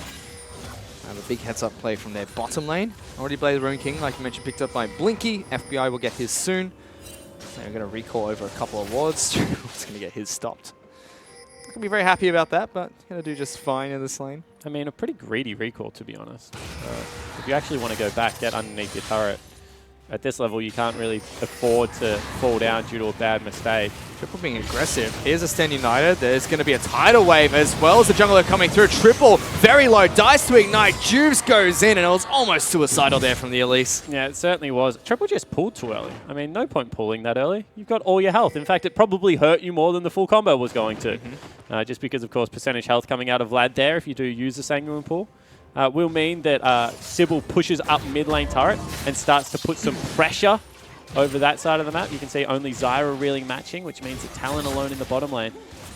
They're on the way pings into the bottom lane, and Sybil is making his way down. FBI, as well as Flares, looking to try and take down that top lane turret, targeting Series, who has no globals available. He's actually going to get him up, though. Bopped here. Ultimate knocks him back out of that dodge field. Will be slowed down. He says, all right, I've got to try and fight someone. Yeah. Ash is not the right target, and Sin get a really good pick onto the top lane of Avant. So 2 picks against the flow, and they're going to be able to pick up first. No, they didn't. 1 auto attack separated. That was the game back in Sin's hands if that went down. Instead, extra 400 gold goes across, and a big sigh of relief from AV solo lane, who's honestly made some pretty rookie errors. Yeah, you can even see flares through his head back when they didn't get that turret. Sin knew that that's what was going to put them over the line in this game. Teleport coming in out of flares for this one. Can you defend? That's a bubble onto flares. Locked down by the Blinky ultimate as well. He's got a flash body bomb out. Juve's in trouble. Has to use repel. Gets back down onto Sybil. Sinks his fangs in for some damage, but AV get the mid lane outer. Can Sin reply with top lane inner? Yeah, it looks like they can, but one more time. I just prefer mid lane turrets at this stage of the game, and now you got a long way to run back. And Sybil's hunting. The rest of Sin are like, we're on our way, guys. Just hold on tight. Rogue is going to be the first one to show, denying that Rengar. But AV, they did a do-si-do. They find Juice. He's going to be flashed on. Taken down by Sybil. Flares in trouble. Roma dashed in amongst her. Going to be able to parkour over this one, try and get back to safety. But Blinky flashing aggressively forward. Will buy some time for Avant. Roma's got nowhere to run. Will be able to parkour over into the base, but can he get the execute? Yeah, I mean, it doesn't look like they really care if he does. He's just wasted so much time. And I don't think that's enough time, Ryoma. Oh, it is. Good. So, well played out of Ryoma. Blinky did burn flash for it, so, you know, they get something, but still able to pick up all these big creep waves. 1 team fight out of AV. And their gold lead is starting to become really quite substantial at this stage of the game. Certainly, it's 2,000 gold up for Avant, who have a late game team comp. Juves, 45 CS down. Not a single kill picked up with those Moby boots either. Yeah, I mean, Sybil's putting on a clinic in the first 2 games. He really has showed up to play. You can see it's 1,500 gold the advantage for him. Ouch. Everywhere else is actually dead even fish. So that's legitimately the gold lead on the map. And that doesn't make Juves happy. Ryoma a little bit ahead in the mid lane. Shows how far behind Juves is at the moment. He's keeping up with levels. Catch-up mechanics working well for him. Blinking on the bottom side of the map now as Flares has been sent down there as well. But Flares really can't one-shot Blinky. Nope. So even though Blinky's giving like some really good respect here, just in case you know there's an Elise in the wings or something like that, if it comes to a straight up 1v1, Bork is king at this stage of the game. That's why everyone's rushing it. Such a good item. It looks like he's going towards Hurricane as well, or potentially Gwinsus, depending on what your flavor of the month is. Sybil, as well as Jake, might be in some trouble. Rogue and Drew's waiting the wings. They step too far forward. Ah, that's a plant being thrown out by Rogue straight into them. Meanwhile, Sybil is going to continue clearing up this river. Ocean Dragon is available. Roma wants a piece of this Shen. Yeah, it certainly does. I mean, I don't necessarily think Talon beats Shen, but let's have a look. He's got a long way to deal with. Series will just torn away and be like, all right, that's cool. You do you, buddy. And the pings are going out from Avant towards this Ocean Dragon. Yeah. Shen has stayed united. So AV technically have all 5 available for this. Roma still top side of the map. And Sin say, all right, we've got to push middle. But Flares is in trouble. No, I mean, Oh, not no, really. they He's collapse. backed away enough. They're just looking for a fight into Ocean Dragon. It looks to be the main aim here. Triple trying to get in amongst it. Good. Double stun coming out. Takes half his health and damage. Tries to heal up whatever he can. Sybil's been caught out slightly as well. You could tell that Triple wanted to flash there. That's why he was running forward with a charge. However, still doesn't have Zhonya's. So definitely the right call and to hold off on any really hasty engage. Instead, you need to be able to get a clean way in with your stand united, with your Rengar at this stage of the game until Triple gets towards, you know, that second, third item. And it feels like that was good movement coming out from Sin. Yep. They were able to push them off of the river, make sure they can't take Ocean Dragon, and reset the map. Well, step 1 against Shen is always pushing as deep as you can. Because what that means is then you can leave the creep wave. It's going to bounce back a pretty long way, and then you can catch it again. And that's exactly what Ryoma was able to do. Pushed him all the way to the base turrets, then came mid to check it out. And they really didn't lose anything for that little scuffle. Patience has paid off, though, because Avant now have a free call to go for Ocean Dragon and Series. He's out of there. They spot out. Drew's on the top side of the map. The only play they can make is to kill the Shen, and Series like, no, you're not going to be able to try. For the first time this game, however. Ryoma's top side of the map. No teleport on that guy, which means AV pick up a free dragon for themselves. Ocean Dragon has been taken down. Yeah, exactly right. So Dragon going to fall. Not really all that impactful for their squad. But we'll see whether, you know, 2 or 3 start stacking up, because that's when it really helps out people like the Varus if it gets to the late game compositions. But really, AV should be content with this early game. 2,000 gold with a Vladimir. I mean, that's A-OK. You're going to be able to dive into turrets. Sybil needs to go a little bit tankier, I think, in his build, but still has a Shen in his back pocket to be able to take with him when he goes on little trips around the map. So I think that they're pretty content with where they're going to be launching from for this mid-late game. Yeah, I mean, 2,000 gold up, 19 minutes in. AV must be happy with that. They probably would have expected to be 2,000 gold down. Yeah, and at the same time, I mean, we know that they're waiting for the 2-item mark here for Sin, but they are running out of time because Vladimir will get huge. Yeah, let's see if he goes for this fight. Ryoma gets a good crit with the point-blank Q. Pops his passive as well. I mean, but as long as Vladimir can do that, just trade a little bit, then walk back into the creep wave and become full health again. It's never going to be a winning trade in the long run. Unless he can really burst you down, it just doesn't work out. But you can see that they're happy with the Shen into the Talon, and they really do want to force a Vladimir into flares. I mean, Shen's got Ninja Tabby, Chain Vest, and a Dodge Zone. That should be very easy for Sirius to be able to avoid some of the damage from Ryoma. On top of that, there's no way for Talon to stop his ultimate. If Sirius wants to get the heck out of there, yeah, he takes half his health and damage, but he still joins the team fight. Arrow, missed. Flash forward from Rogue, body bump, knocking Blinky back. Will he die? No! Gets the heck out of there, and Sirius has joined the fight. What a play from Avant. What a really nice escape route out of Blinky. Flashes the wall into the pit because he knows no one can be coming from the top side of the map. Heads up play. Looks like Ryoma's gone aggressive onto the Shen at the moment. However, it doesn't really end up in all that much. Series just looks at him, says, get the heck out of my face, and walks away. And I think Sin there, you throw out the arrow. That misses. All right, stop.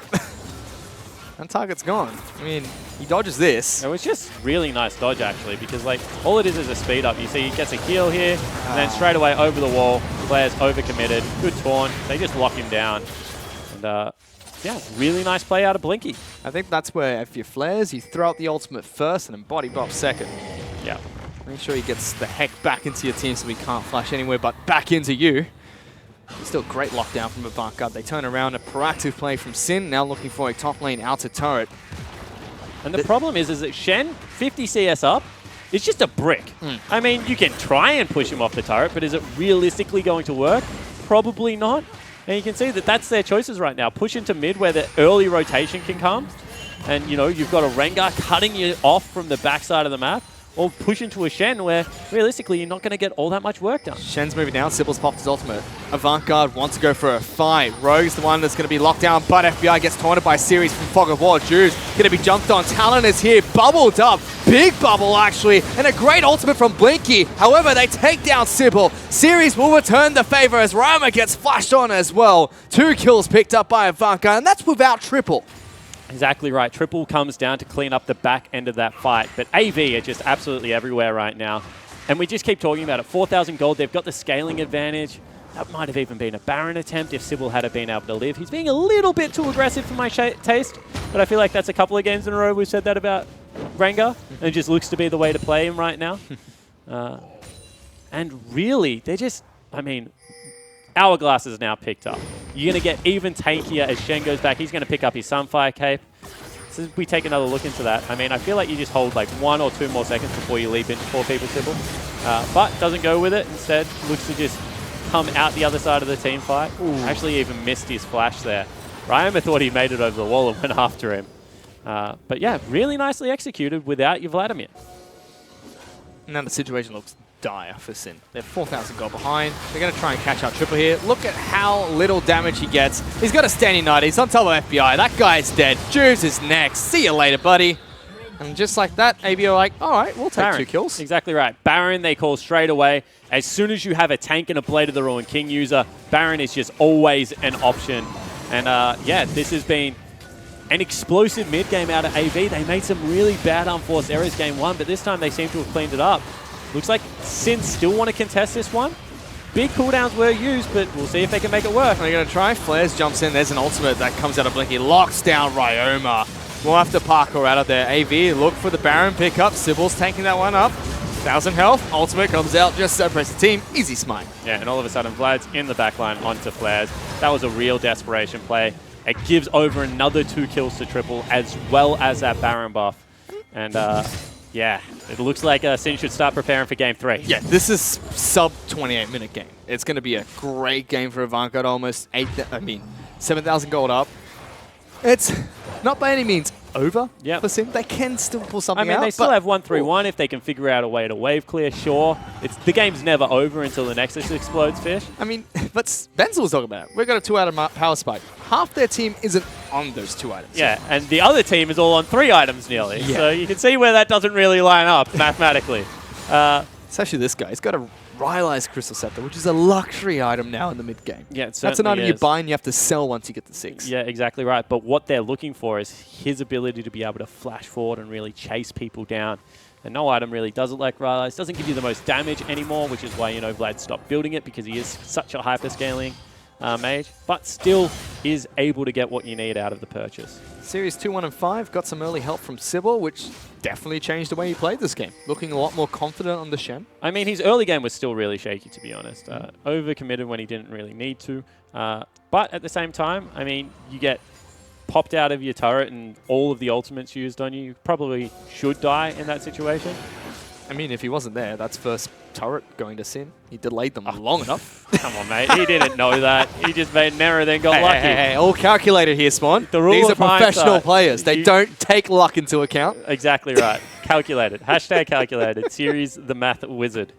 But yeah. He's on Tainted Minds. I mean, I'm going to continue pushing up this mid lane. And Series is still split pushing top side of the map. Even though Sin have a 1-3-1 possibility, Avant Garde are the ones executing it with this Baron buff. Yeah, exactly right. I mean, Shen and Vladimir, by no stretch of the imagination, are a bad 1-3-1 combo. But you can see that they're still managing to wave clear quite well. And they haven't really been able to break the line as yet, AV. So, got to go back to the drawing board because whatever you're doing right now is not working. Majority of your Baron's already gone. Let's see if they can pull it off. I mean, they could fall into the trap that Sin normally do, which is, oh, we can't find a way to break these bases. We're just going to slowly lose this lead we got. How about Triple's done a good job. He'll take down the first turret for them with the Baron buff up, which is bottom lane inner. And and a lot of pings going out towards mid lane in it as well as the 3 core members of the 1-3-1 looking for the fight. Instant QSS, or Mikhail's actually being used there onto Blinky. Yeah, He cops an arrow to the face. How dare you give the AD carry credit? That was all Jake. Just Blinky didn't even stop moving, mate. That was just beautiful to watch. What's a Captain Jack when, I mean, he doesn't even use it himself? I mean, they are the Bash Bros. Exactly Protecting right. one another. One brain. A Tidal Wave's now going to come out, splitting the wickets between FBI and Rogue, and that gives them enough time to try and push for this mid lane inner turret. Jake will take some damage, and Triple will get locked up, but easy pickup for Avant Garde. Yeah, and FBI should thank his lucky stars that Juice was there to throw out that bubble, otherwise Triple was deleting him off Summoner's Rift. And it will mean also an Infernal Drake goes over, so 10,000 goldfish, as well as Infernal pickup on a Vladimir. It's a scary prospect. I mean, they've done a decent enough job stalling this one out to 27 minutes. Yep. We said that that Baron should have probably spelled the end, but AV never want to really rush anything, like a good old Treant. Just going to be patient with what they have. It's not over till it's 35 minutes with AV, right? Exactly right. They're going to really take their time here. Infinity Edge already being picked up by Blinky as well. QSS picked up by FBI, so he's a damage item behind the Varus. Which is quite difficult when you're up against a Rengar or the Shen and Vladimir. Especially if it's a IE. I mean, that's a huge damage item. We're talking about one of the most expensive items in the game that give maximum DPS if you've already got a Zeal item. So that is a big deal. And not only that, I mean, we're talking about GA versus, you know, just components on the side of Flares. We're talking about another Haunting guy, so legitimately 3.5 items to 2.5 items for Ioma versus Triple. Everywhere across the board, just huge advantages. Everything seems like it's gone right here for Avant Garde as well. I mean, we thought this was the perfect storm for Sin. They've got the team comp they want. AV just went away till late game, and nothing happened early game for Sin. Avant Garde were like, well, if they're not going to make any plays, why don't we get ahead? Well, they tried to make one play, but in my opinion, it was a super greedy play. I mean, there's no reason to burn Flash and Teleport on Flares to pick up a kill on a support. I mean, if you duo lane loses in a 2v2 like that, you just have to let it go, and you have to be able to follow the Shen, because otherwise you get punished way too hard. That's what happened. So Sin really holding on here. They've lost 2 turrets from that Baron buff, and only 1 inner turret is left standing. Flare's hiding inside a bush here. Doesn't get anything for that. Throws out a barrel. They know they're both there. Body bopping. The Sybil says, don't get into my brush. This is mine.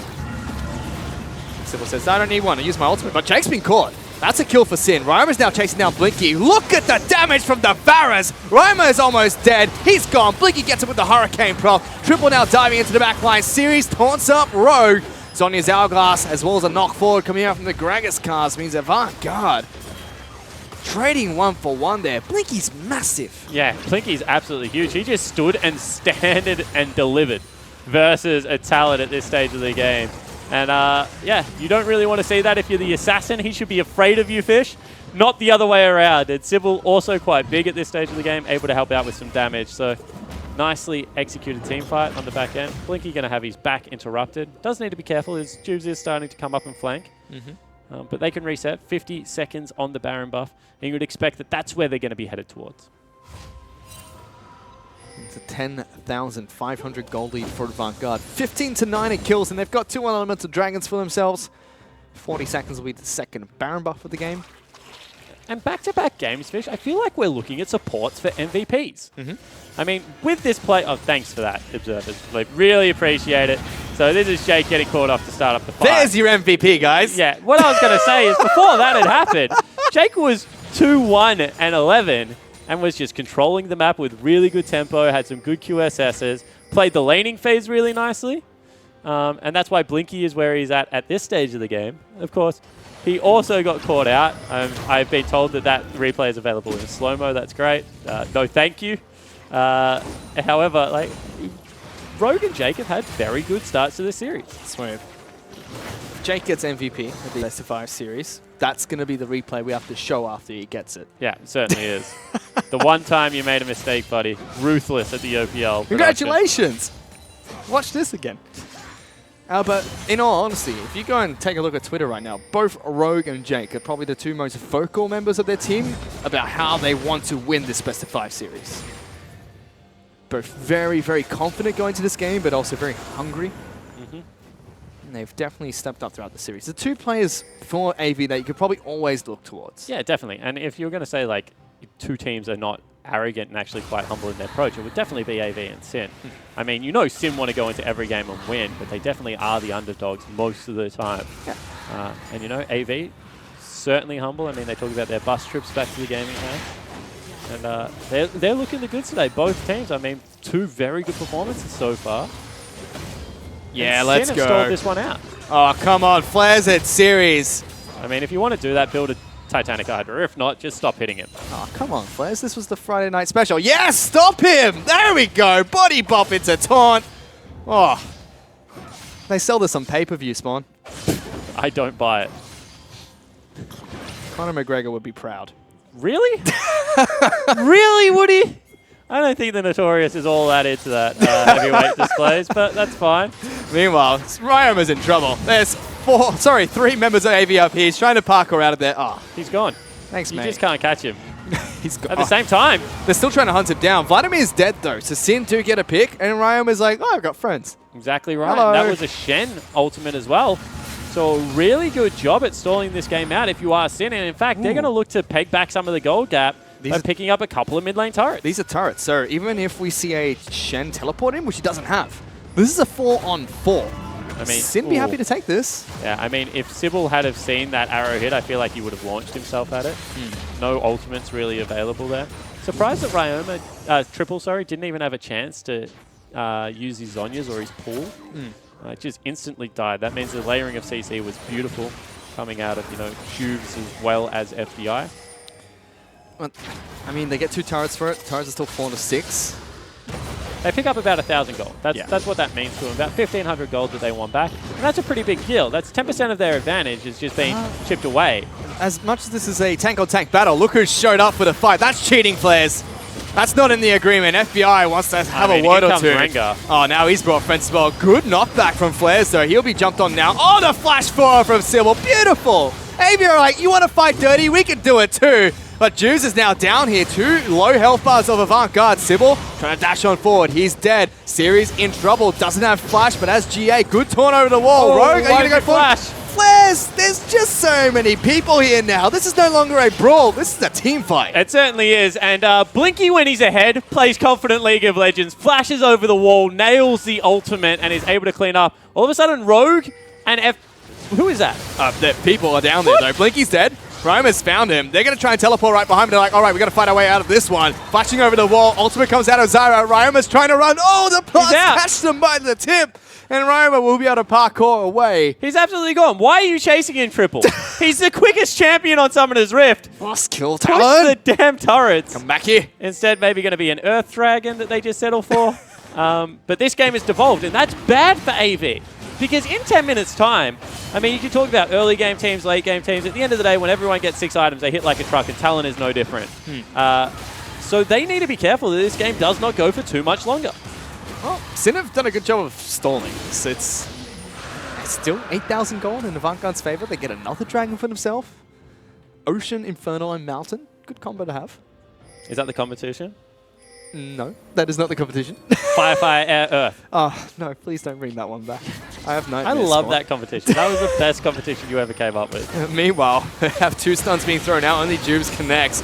Triple going to get locked down here by Flares. Ryma's joining the fight. Shen has joined the battle, throws down the dodge field, and Sin decided not to take this fight any further forward. Yeah, they have to disengage because Blinky was top lane cleaning up a massive minion wave that had started stacking up. However, that is Stand United. No teleport available. Probably erases Baron from contention for a little while. Flares in trouble. No flash available for the Gragas. He's running straight in towards Juice. I mean, Sybil gets a jump on towards the Gragas, trying to heal up as much as possible. Tidal Wave thrown out, but Blinky is not close enough to this fight yet. AV burn ultimates and don't get anything for it, except for some damage on the Fat Man. Yeah, exactly right. And he's just going to be able to heal back up. I mean, at this stage of the game, passive plus the Spirit Visage just means that Flares runs around, spams some abilities with 40% cooldown reduction is absolutely fine. Although it will mean that Baron has been started up and spotted. They do it quickly. However, I don't know if they do it safely. They're missing ultimates here. No Tidal Wave, no Stand United, no Sybil ult. Sin only missing the Ash Arrow, which is almost back up. I mean, I don't think it really matters. If you got Vladimir as well as something to hold them in place, I'll still take the Vladimir composition, thank you. But the problem is that Sybil was just missing so much health at the start of that fight. Big minion wave bottom as well, so it's up to AV to be proactive here. Sin trying to do what they can. Triple's been caught, takes some damage, body pop into Zhonya's. Bad Rest of AV now trying to rotate. Oh, Ryoma, what are you doing? That is the entire Avant team. They're not your friends. So Ryoma parkours over the wall, puts it on cooldown, and just wishes he could go back, Fish. Just says, take me back to the other side. I don't want to be here anymore. Interesting decision. You could see Locket was on point, didn't even need to burn the Mikhails. And now all of a sudden, without the fed mid laner, that will probably be Baron going over. Will that still be enough to win out the game? Don't know, because this is going for a very long time. Huge misplay coming out from Ryoma there. That was absolutely shocking to see. Triple has the flank here. Let's see if Sin actually trying to fight this one. There is the flank for Vladimir. AV can just turn around and go for it, and they do. They pull the trigger at 1,700 health. Juice tries to take it away. Nah, Sybil's not having any of that, and suddenly FBI is caught out all by himself. Triple and Sybil, the tag team duo, looking to hunt down flares. Will be able to dash him forward. Bowler strike as well, slowing him down. Rylai's doing in some work. Ignite for good measure. Oh, gets him with the bowler. Yeah, really nicely played. It's going down. It will be in time for Ioma to be back and available. No wave control at all. Top lane will slowly push in. Bottom lane pushing against right now, but I don't think it's going to matter. 30 seconds left on the AD carry as well as the top laner, and this should be AV pushing in for a Game 2 victory. Well, they still have 20 seconds on FBI and Juice. Probably not going to be enough time for Sin. You see Ryoma getting taunt flashed here by Series. Everything piled in on towards the Talon. Remember what happened a few minutes ago? Yeah, we're going to do it to you again. This time it's on our terms. Say Avant Garde, as both turrets are going to fall. Nexus is getting low, and AV will be able to tie up the series 1-1. And that's a confidence game out of AV because they dominated that from start to finish. Nothing really went wrong for them that game. Very, very clean play. And that was with a late game draft. I mean, little hints of, the Nami to help you through a laning phase, the Shen to just keep everyone globally safe. But realistically, Vlad, Varus, Rengar, you're not playing around in the early game with those guys. So they've got to be happy and Sin back to the drawing board because they may be over-invested into their lanes, tried to get something going there, picked 3 pushing lanes in an aggressive jungle.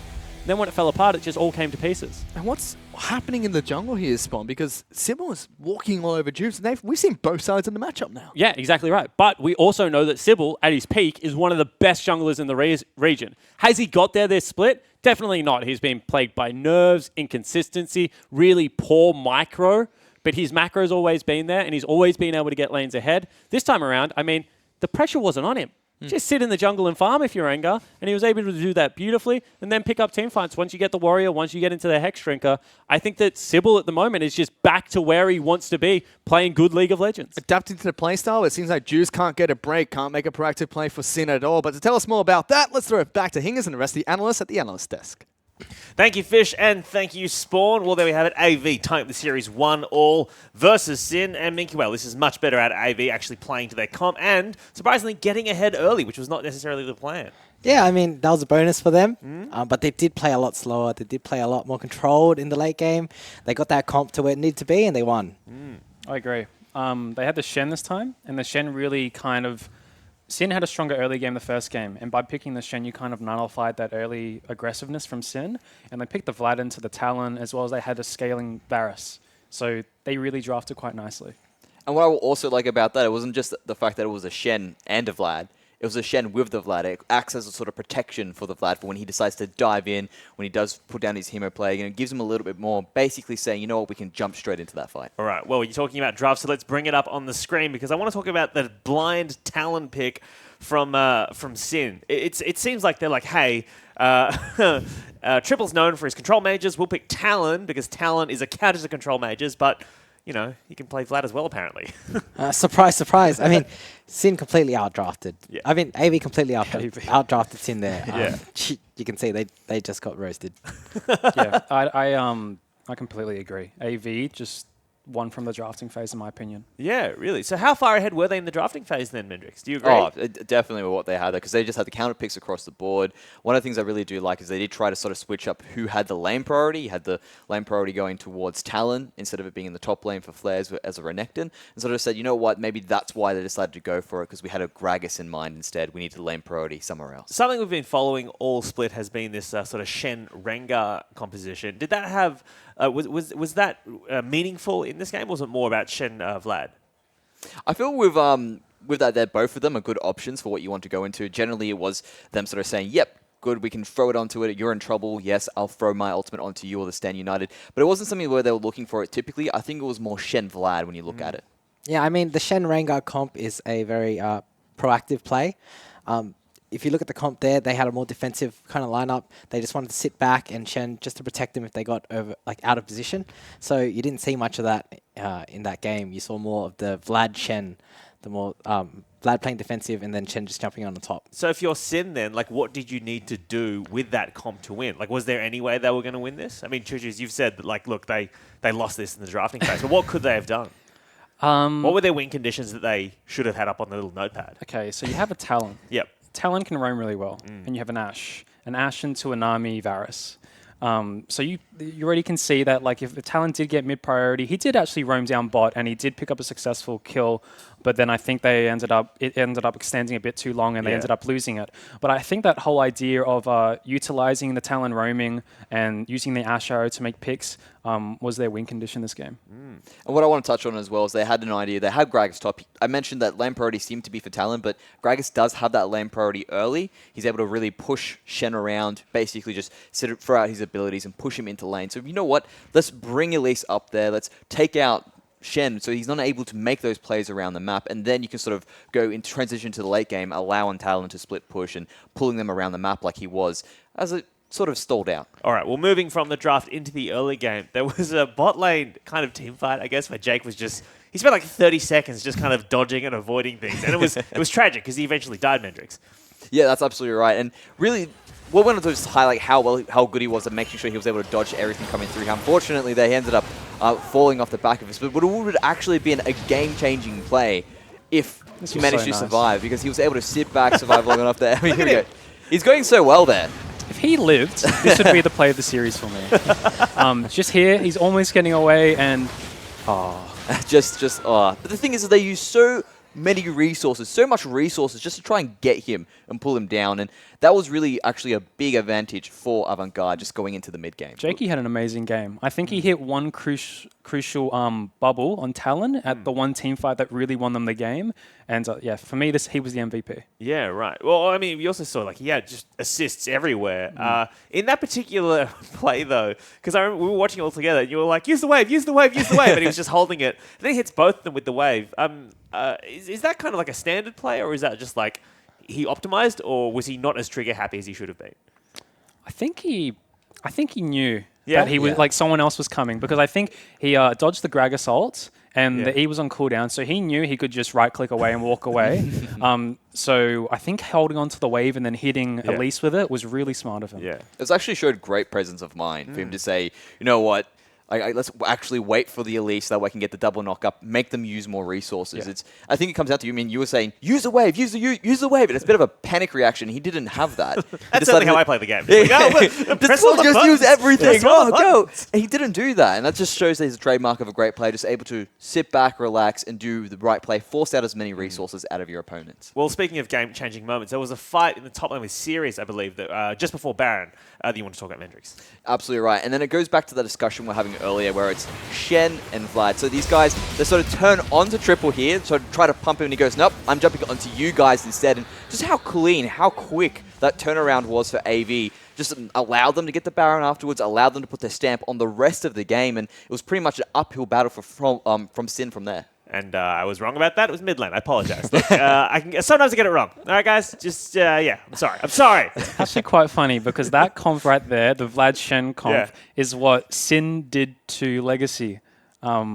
I think twice. And it sort of just showed how AV saw the strategy that Sin was doing and sort of picked it against them. Well, speaking of Vlad, I want to take a look closer at Triple's stats because in this game, I mean, look at that, 623, 23,000 damage to champions. And is this just he's playing into talent, it's a counter, or was he popping off as well? This is just Vlad. Yeah. I mean, if you Vlad get Vlad Chen with a good lead, you don't get shut down early. Look at this smug face. This is the things that Vlad do. I mean, he's hard to kill, he's really tanky, and he just does heaps of damage. So. And typically over time he does have a good damage ratio because he's a poke champion. He likes to sit there and whittle at you away, force you back out of lane, and then he's able to make his moves around the maps afterwards. So he did a great job to survive the early game because he is typically bullied in that early game. And I guess it comes down to the fact that it was that matchup going into Talon. I think you were telling me about it, Choo-Choos. Yeah, I think he played it all right. He started Dark Seal, and the only way he really lost that lane was early. So he did play a little bit on the danger zone, but I think he got through it all right. Actually, no, he did have to burn Flash. So he did live, and he had to burn Flash in the solo play, but he pulled it back. So with this Vlad play then, obviously Roma's shown some proficiency with it. Yeah.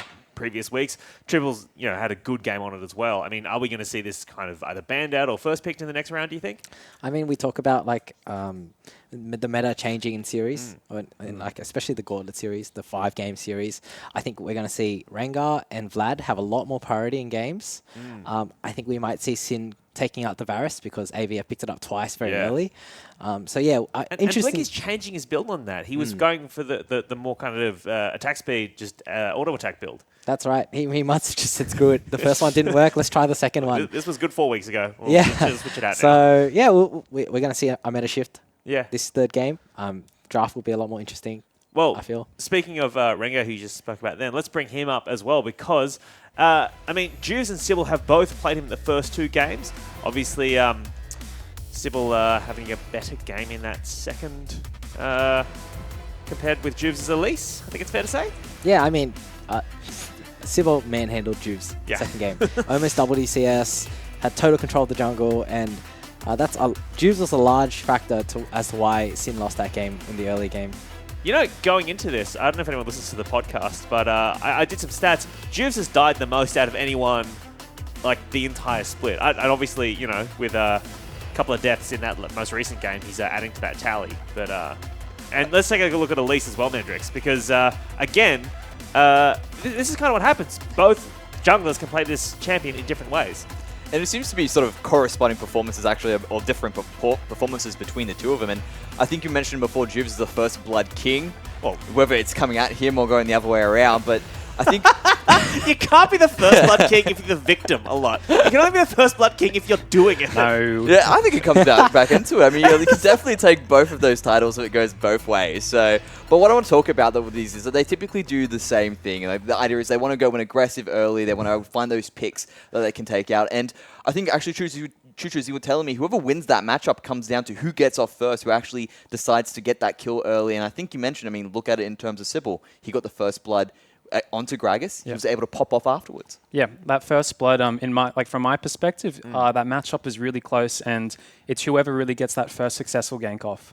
And I think Sybil on the Rengar that last game got a first blood onto Gragas and really just ran over the entire map. So we've seen a lot of priority put towards banning in top and mid, not necessarily in the jungle so much, but potentially that will evolve throughout the potentially reigning 3 games. But I want to talk about wins and losses now because, look, what are some wins that Sin can take away from Game 2? Because obviously in Game 1, they kind of just controlled and won. In Game 2, though, I mean, not a lot of positives because it was a clean game from AV. So they did have a moment of brilliance in the game where there was a point in time where AV overcommitted onto Triple in the top lane. And immediately they strike elsewhere on the map and said, yep, no worries, we're going to get a double kill off the back of that because all the resources were onto Triple. And afterwards, he just met up with them and he said, yep, no worries. And they get 2 turrets off the back of that. And it was a great way for them to continue stalling out the game. So if they're able to have more of those moments of brilliance when they're behind, that's a great win to take away from that game. Right. And for AV, obviously, what's a win from them, Nicky Well? Obviously playing to their strengths this time. Yeah, playing to their win condition, playing to their strategy. They looked a little bit more cleaner. They looked like they knew what they were doing, and they kind of stuck to the plan. I like to see that more. Them following the direction of their coach and the draft.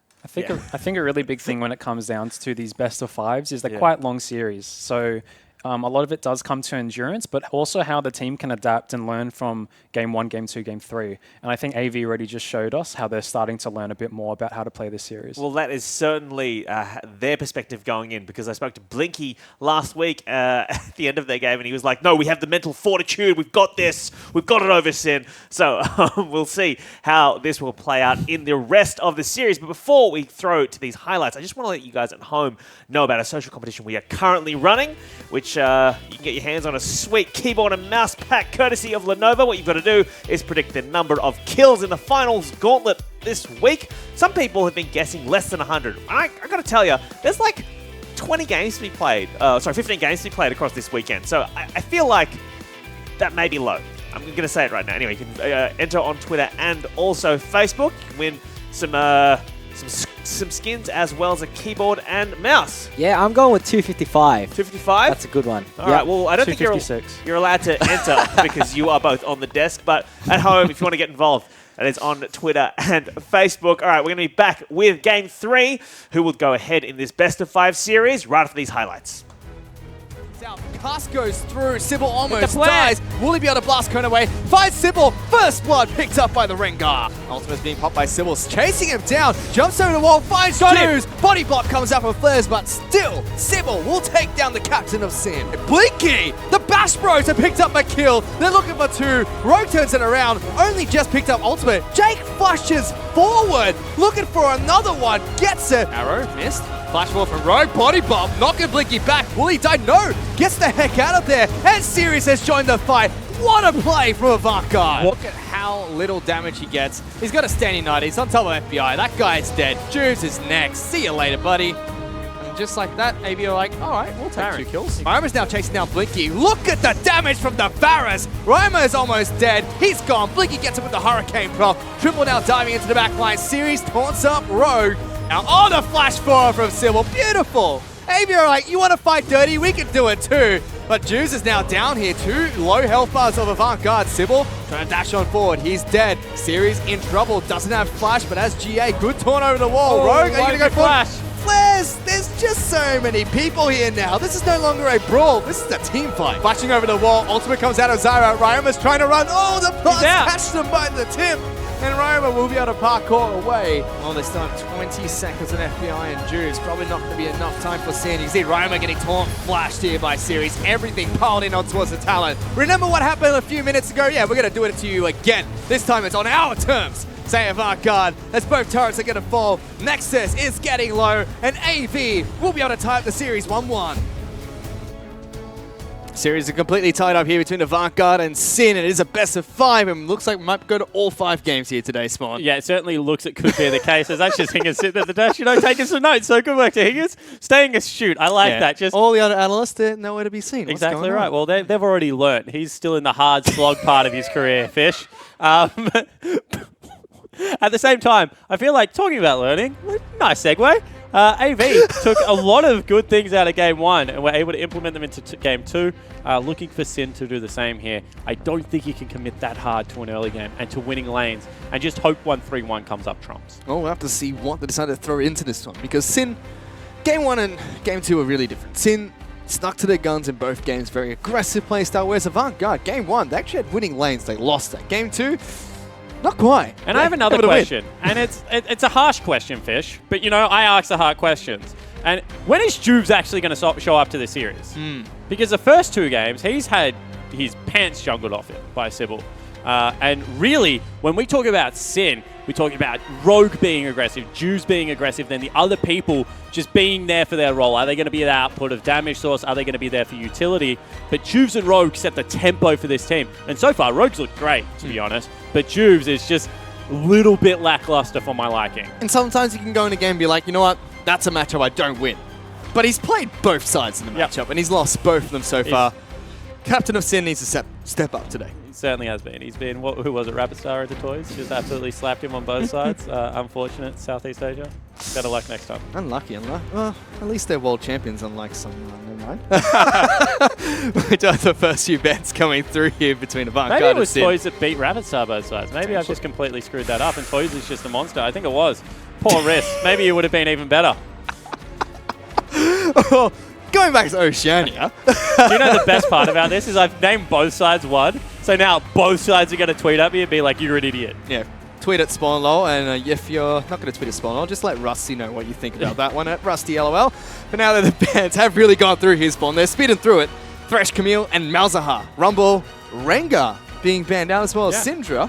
So we have Graze picked up first by Avant, Garde, and Jews will be taking Kha'Zix into the jungle. Yeah, so they get rid of Rengar, which is a lot of the team fight jungling. So at the same time, AV, like, we still want to be able to farm, we still want to be able to team fight. Ganking style didn't really work for us. At the same time, Juves takes something that can absolutely destroy any jungler if he gets a pounce. Interesting, because I feel like Kha'Zix is a little bit of Feast of Famine since the nerfs.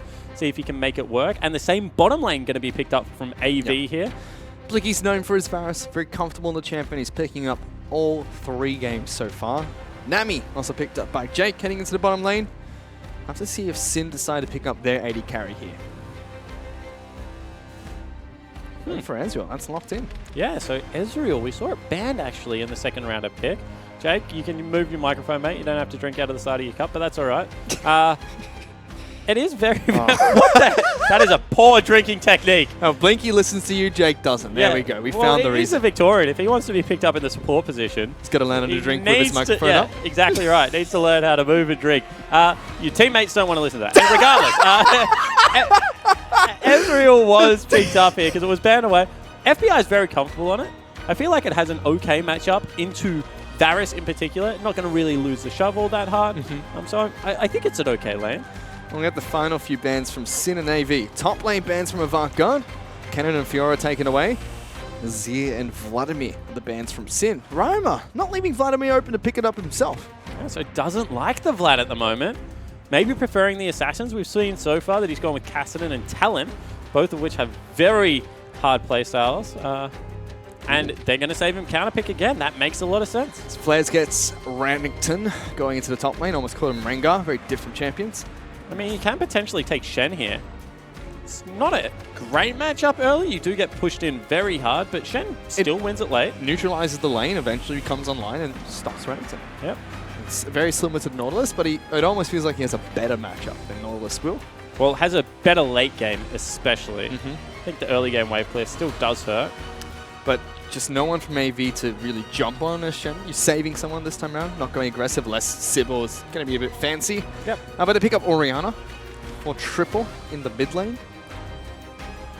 Maybe this was a call from Sin. If they pick Shen here, can't be proactive with it. Let's see if they decide to go for it. I mean, you can still be proactive for your first couple of ganks. I mean, you put it on to... Yeah, that's not going to happen. You put it onto the Graves, you know, he gets up nice and close and it gives him that extra tank stats. Jax would be so cool. Series is picking up Jax into Renekton. This is an old school matchup. Yeah, so Jax used to win this matchup after 2 items, after, you know, Trinity Force Gunblade, something like that.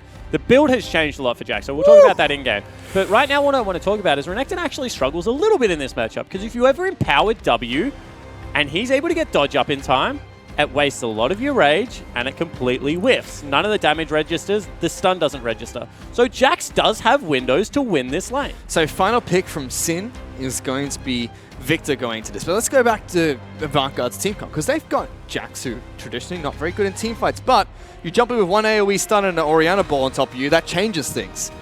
I mean, yes, traditionally Jax has done bad into this matchup, but now he does slightly better, but this matchup has always been exactly the same thing. Renekton has to put Jax in the bin. Yeah.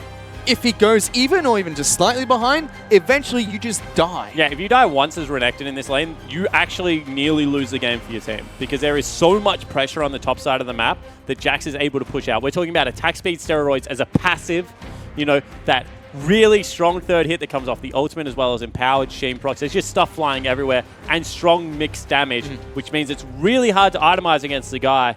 I think that this is a really bold pickup. I mean, when they picked up Tryndamere that time, Swiper said there's literally no reason to pick Tryndamere over Jax. Yep. Well, now we get the Jax. Yeah, we do get the Jax, and part of the reason why Renekton used to win that as well is his W used to go through Jax's stun. Yep. No longer does No that longer due to does the it. changes, and I'm really going to look towards junglers as well, because this is going to be explosive top lane matchup. Is the counter gank pressure from Sybil going to be effective, or is Juice going to be able to put the pressure he needs now? Yeah, exactly right, because Juves is going to have to get there first, because the problem with Graves is he never really commits to a gank. I mean, he always stays at kind of that maximum range, looking to get the shots in before he goes for the end of the line. Kha'Zix can't really mirror that pressure, so if he gets in there first, blows up the Jax, maybe they can turn it around, but I really do think the counter game pressure and the farming speed is just all in Sybil's favor, and top side of the map going to be super interesting, Fish. I mean, Renekton still wins the matchup, but I just don't know how much by. And as much as Mickey Well thinks this is the last game we're going to have today, it is a best of 5 here, guys. So, Avant Garde throwing out the Jax pick in game number 3. Just as they tied it up against Sin, we are back onto Summoner's Rift. But before the action takes place, let's check in with Hingers, who's standing by with one of the team's coaches. Thanks, guys. I'm here with Pinch. First of all, fantastic haircut. I appreciate you taking this hair game seriously. Second of all, talk to me about Jax. What's going on there? Look, we've had a lot of success with Jax in the past. Evan is a really good Jax player. He's been playing it for years. Played it on his uni team. Specifically into Renekton, or? It's a very good matchup into Renekton. The new patch makes it so that Jax's E can block Renekton W. You don't even land the stun anymore. So it's a really good matchup, yeah. Oh, well, I'm excited and I can't wait to see how it pans out. Thank you for speaking to us and best of luck in the game. No worries. Thank you. That's all we get, Spawn. We just get the Renekton Jax matchup. That's probably what we're going to talk about for most of this game. Exactly right. And the reason we're going to talk about it is exactly right, that interaction. Because whilst it no longer hits if you have your E up, if you don't have your E up, you die. So, you know, half of one, 6 of one, half a dozen of the other. Really going to be interesting. And they're sticking around to stop this Raptor camp start. Potentially going to have a red buff start, however. Ooh. They're going to spot them out with wards. Sin have their own wards, so they can react to this, but 3-member strong AV. Graves does really well in these situations. And pull the buff down. That's what you have to do. I mean, we'll see whether they do it. They leave it very stationary. Yeah, cool. There it is. Pull it down.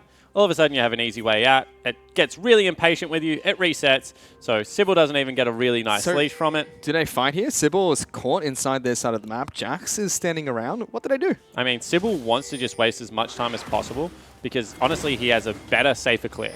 So, ooh, flares. Gets some damage on series. That's about it. Suddenly, Ryom has joined the fight as well. There's a stun, locking down flares. Level 1 fights. I mean, no overcommitment. That's actually really nicely done. Sybil now just looking for anything he can get, to be honest. No overcommitment, starts Raptors. Yeah. Well, the thing is like, this isn't an overcommitment for Graves because Graves doesn't take any damage, but this is now starting to become an overcommitment. They got even CS there. 1 extra for Juves. Does he get Big Raptor? And do they have enough time to pick up second Smite? I mean, Juves just has to leave that side of the jungle. He left. But so he's going to now. But like, what you can do is you can go to blue. You do it very quickly as a Kha'Zix, although he doesn't have level 2, so probably going to have to take Wolf Camp on the way. Then you can go straight to red, which you also do very quickly. It's just the big camps that Graves is going to be able to farm quicker because of all the AoE in his kit. So I don't think this is necessarily the horrible start, although this could be. Oh, Sirius getting some good damage there. Will be hunted down by a couple of range minions, but you can see he hits 2. He's happy with the position on the map right now. Corrupting potion start as well. He's going to be down in CS though. Flares picks this up nicely on the turret. Oh, he missed a cannon. You just hate to see it, but Flares is going to be dogged. Here's Sybil. Does he hit level 2? Flares needs 2. Does get it. And now he's going to say, let's fight. Series and Sybil taking the turret. First blood for Flares. Series is fighting in a minion wave against a red buff Renekton. Flares does it. Says, come at me, Avant Garde. Take me on any day. What a weird decision to dive a level 1 Renekton. That's just really poor play, and that's probably lost the top side of the map. Bottom side of the map in trouble as well.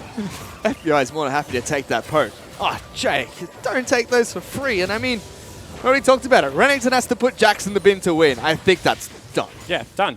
That lane's over. Yeah, it certainly is. I mean, red buff. Sure, he doesn't have flash available, but he's up 10 CS. He's going to get a free shot. Can even walk back to lane if he wants. I mean, you can't ask for anything else. He's been gifted a double kill. That's, yeah, as I said, crazy play out of AV. They had the scaling on their side, and they go for the cheese, and it does not work. Beautiful play from Flares. Just knew he had to hit level 2, and he's going to be okay. Did exactly that. Got the rage as well. I mean, and now he has tabbies. Talking about shutting down an early game auto attacker. There's just absolutely no way Series puts any damage onto him that will actually register. He went back and got a control ward for comparison. That's 1100 gold versus 75 gold. So, as much as Flares now has a lot of control top lane, I really want to see what Juice is going to do now. He has a winning lane. Does he focus on the other lanes, try to get people ahead, or just sit top and make Series life hell? Yeah, exactly right. I mean, you can dive that over and over again, realistically, if you want to. There's enough armor now picked up onto the Renekton. Oh, that's difficult. Blinky. They get locked down, taking so much damage. Jake's got to try and body block some of these Mystic shots. No more wards available. Sorry, potions. Yeah, and the thing is that you shouldn't have to body block them. They should just not be getting hit by so many free ones. At the same time, they still have a Nami. She's going to be able to heal up. Has wind speakers because she understands this is a hard lane. So it didn't take anything like the Thunderlords to have any aggression. So I think this is still salvageable. You're not going to win hard on CS or anything anymore, but you should be able to at least stick around in the lane until Juve shows up. Oh, hello, Triple. You look very juicy for a Kha'Zix gank. But they are slowly cutting him off. He's gone over the wall straight into him. Oh, hello, Sybil. I heard you don't have flash. Come back here. Last cone, we're getting back to safety. Series spins around in a couple of circles, gives us a twirl. Well, Series really wanted that fight because if he can get double buffs and a kill back, all of a sudden the lane is okay. Right now, he's just gone back to base. He's down 6 CS. Wave's about to crash into him. He has to burn teleport. Wave, lane not okay. I mean, he got a 440 gold purchase. That's it. He is struggling hard, Fish. And around the map, I mean, nowhere is really winning at this stage. Ooh, he's 1,000 gold behind Flares at the start of this match. And when you only have 1,000 gold is a lot. Yep. Oh, not good. I mean, even 20 minutes in, you're 1,000 gold behind your opponent? Yeah, good luck. Right now, that's just a disaster. You can see Flares just farming off the turret. Happy with the current position. That will push back towards him. Blinky in big trouble. Oh, and he's ignited. Flashed on as well. Rogue will probably fall here. But that's an 80 carry kill, pushing a wave in. Traded for Jake picking up a kill. Exactly right. Real benefactor here, though. Sybil. Walks into the lane. He's going to be able to clear that out. Oh, you're in dive range. He's level 6. He's going to jump in. Dominus, stun on towards the dodge. Will he be able to pick up the kill? Flares takes another turret shot and lives with less than 50 health. Really nicely played out a series there. He got the E out in time. He baited in the rest of the dive. Problem is I don't actually know if he can continue to sit in the lane. Lane will push back to Flares. He's got teleport available. Not going to hit level 6 off this wave, it doesn't look like. So best he could have played it. And what does he get? Like a shop and slight reprieve. Flares is sticking around. So let's see what he does here. He does have some rage available. That's ticking away. It's a ward down. Series to put his own control ward, and Series is being sneaky. If he gets the dodge here, that's a dead Renekton. Why'd you hit that? Oh, he's going for it still. Flares has been locked down. Does have a stun up. Gonna go back in. Oh, he turns around and gets it. And Flares is giggling his head off.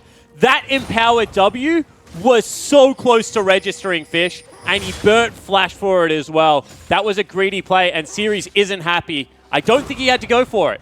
Look at where Sybil's sitting right now. He made his way up. The moment you auto-attack that ward, you call off that play. You've been spotted. Instead, it's going to be the fact that another wave is being pushed into your turret. And you've got it 3-0 Renekton. Yeah. Who's about to shop. Exactly Just right. And he can BF teleport back if he wants to. I mean, he's just so massive. Just get a BF sword. I mean, Tiamat's better than BF sword, and Cleaver's better than Tiamat. Just so get a BF sword. Why? Flex on him. We're on bottom lane. Jake. Man, if you want to flex on him, go the Zhonya. Oh, yeah. That's good. Golden Croc. Come on, Wizard Lizard. We've seen that before. That's a tally. Darian that did it before him. True. Sin now. Going to continue pushing up this bottom lane. Blinky and Jake, level 5 to level 6. Oh, and to make matters worse, Juice is actually heading top. He's got wards everywhere, so Series will spot him out. But he jumped in. That's a mistake. Dominus being popped. Flares is out of stun range as well, and suddenly Kha'Zix is here too. No flash veil. Pops the ultimate. Not going to do anything. You're dead. Why are you jumping in? I mean, even 1-on-1, that just sounds silly. Yeah, I mean, it's just, you have no flash, you have no escape. You're now down 30 CS. You're going to lose the first turret for your team. I mean, there is a case that Sin can make here to leave this turret up and just continue the pain. Because Series has had an awful game. And again, Series is either up or he's down. Yep. Reoccurring in the OPL. Rogue going to be spotted out here by Sybil. A little bit late there, but it's going to be first turret picked up by Sin. 3,000 gold there. Sybil now being jumped on by Aroma. That's an ultimate. The Chaos Storm is going to deal so much damage. Gravity Field stuns him just on the edge. And now Flares wants some juicy robotic mid laners. Slice going to come out, gets on top of him, stuns him up with the Empowered W, but not going to go any further forward. But Juice is waiting in the wing. Still on the wing. Here he comes. Hello. Not going to be able to push it out fast enough. Juice jumps in. There's a Shockwave, flashes away from it. Not able to take him down. I mean, Juice just showing that he can flash a Shockwave there. Triple is able to live. Still with his flash available. Did have to burn heal to try and save Sybil. But you feel that it's just desperation in the air right now. Oh, that was a mistake from Flares, but Sirius is level 6. Yeah. I mean, he's just so weak at this stage of the game. There's no other way to put it. He has to shop again, probably. Because can you really go contest that wave? Uh-oh. I don't think so. Juves is in behind the duo lane of AV. Now that bottom lane turret's nearly down. I mean, there's just not a win in sight for AV. Good poke from Blinky. Knocks Rogue down to half health. But still, they are 10 CS behind this lane. Pushing in. That turret's going to fall eventually. This needs to be a 60-minute marathon for AV to get their way back into it. Or a bizarre team fight that, like, Siri somehow cleans up a triple kill on the back end. The problem is, Sirius now has a team fight. And even though Renekton's not great with team fights later, Rogue can deal a lot of damage there. He's going to fall to Blinky over the wall. So good trade for the two teams as Sybil has found dupes. Yeah. So maybe the bottom side of the map is where they win it through. All of a sudden, you've even upped the kill on the AD carry. You've got the zone away here. No smite available, so this is going to be the showdown. Gets it. Yeah, Sybil nicely done. Safe. And yeah, maybe you just leave Jax to farm top side of the map. Juves actually started up blue without Victor anywhere near him. Yeah, just died. Isn't that where you just say goodbye blue? Maybe. Maybe not. Maybe you contest it and die. Depends who you ask. I'm not going to ask Juves. Yep. Maybe smart move. I don't know what you want from me. I'm not playing the game. You're the smart guy. I'm not very smart at this game. It's fun. Sybil's going to use that time to take down Infernal Dragon as 3 members of AV want flares. Yeah, but can they actually get him? Probably not. So the Crocodile will escape today, and he's actually just going to keep putting pressure down there. They're going to lose bottom lane turret off the back end of that roam. They do get the Infernal Drake for it, so sticking to the late game scaling game plan. But this, still isn't pretty. I mean, they've clawed back into the game with Blinky. That's good. FBI is going Bork first. On Ezreal. Hello. Yeah. I'm awake now. What?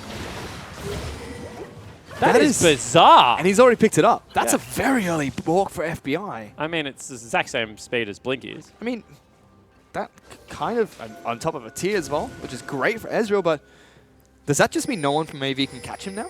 Yeah, potentially. I mean, I feel like Trinity Force is better for kiting. Hello, here we go. That's a Kha'Zix. They do a lot of damage. Now there's going to be lots of lasers being thrown up by Aroma. Blinky misses his ultimate. If that ultimate hits, I actually think Sybil can nearly blow him up because whilst Kha'Zix sure does a lot of damage, Sybil is there and Blinky does a heck of a lot as well.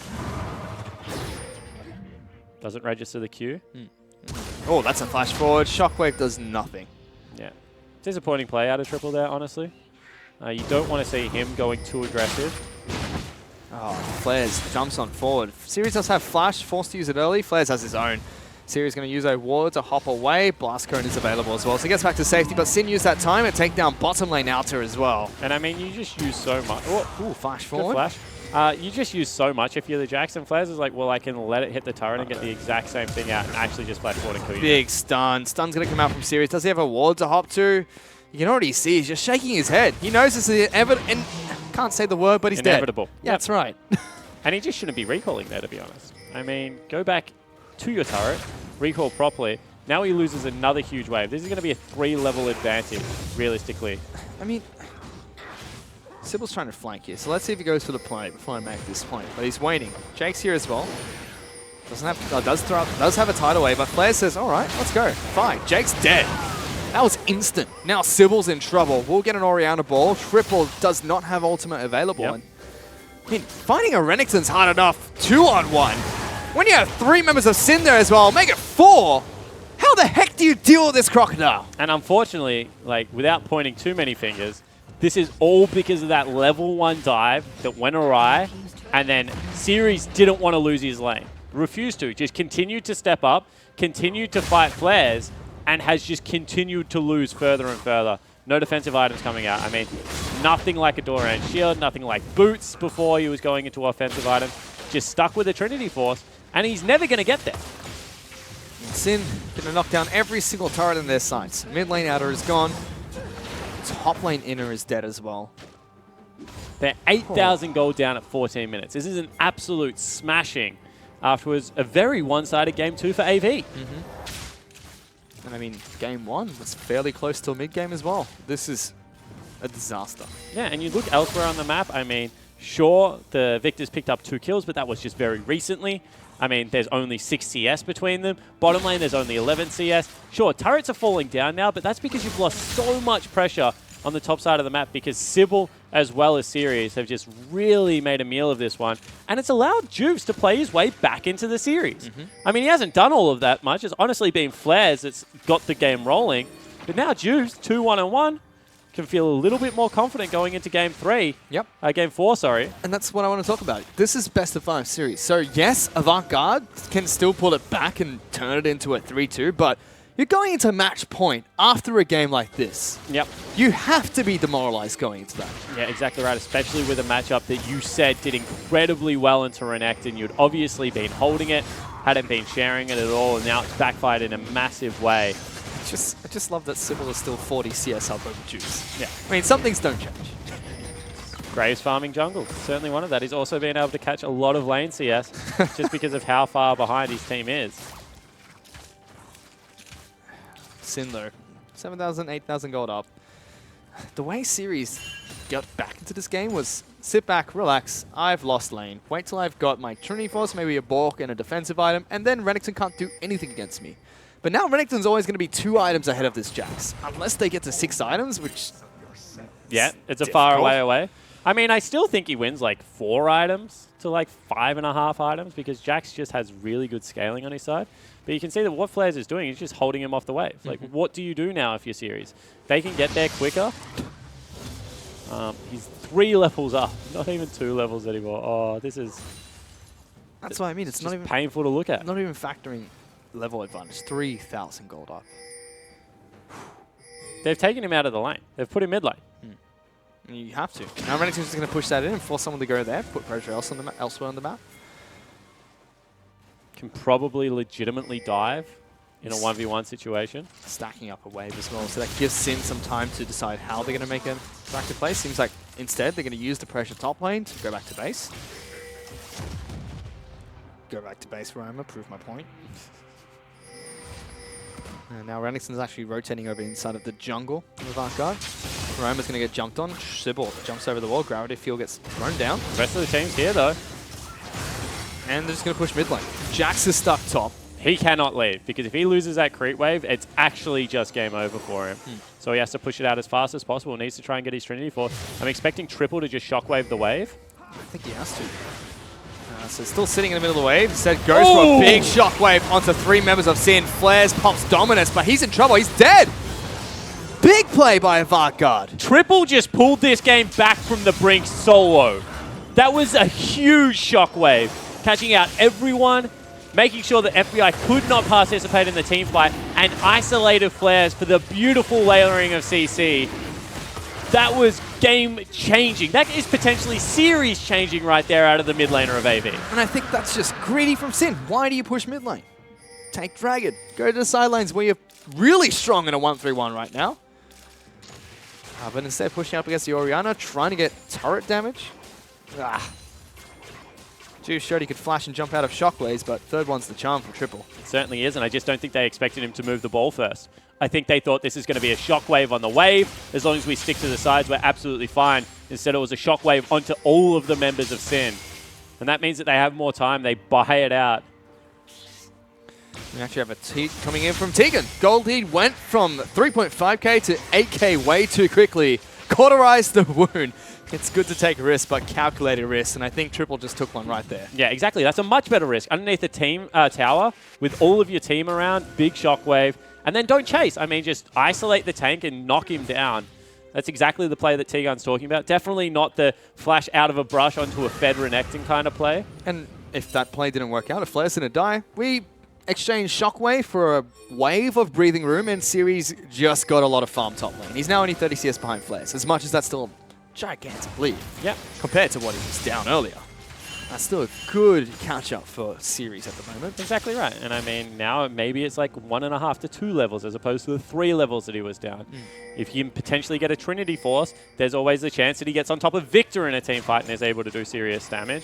I mean, there are still ways for Jax to be useful. Ball delivery system, if he gets a tank item going.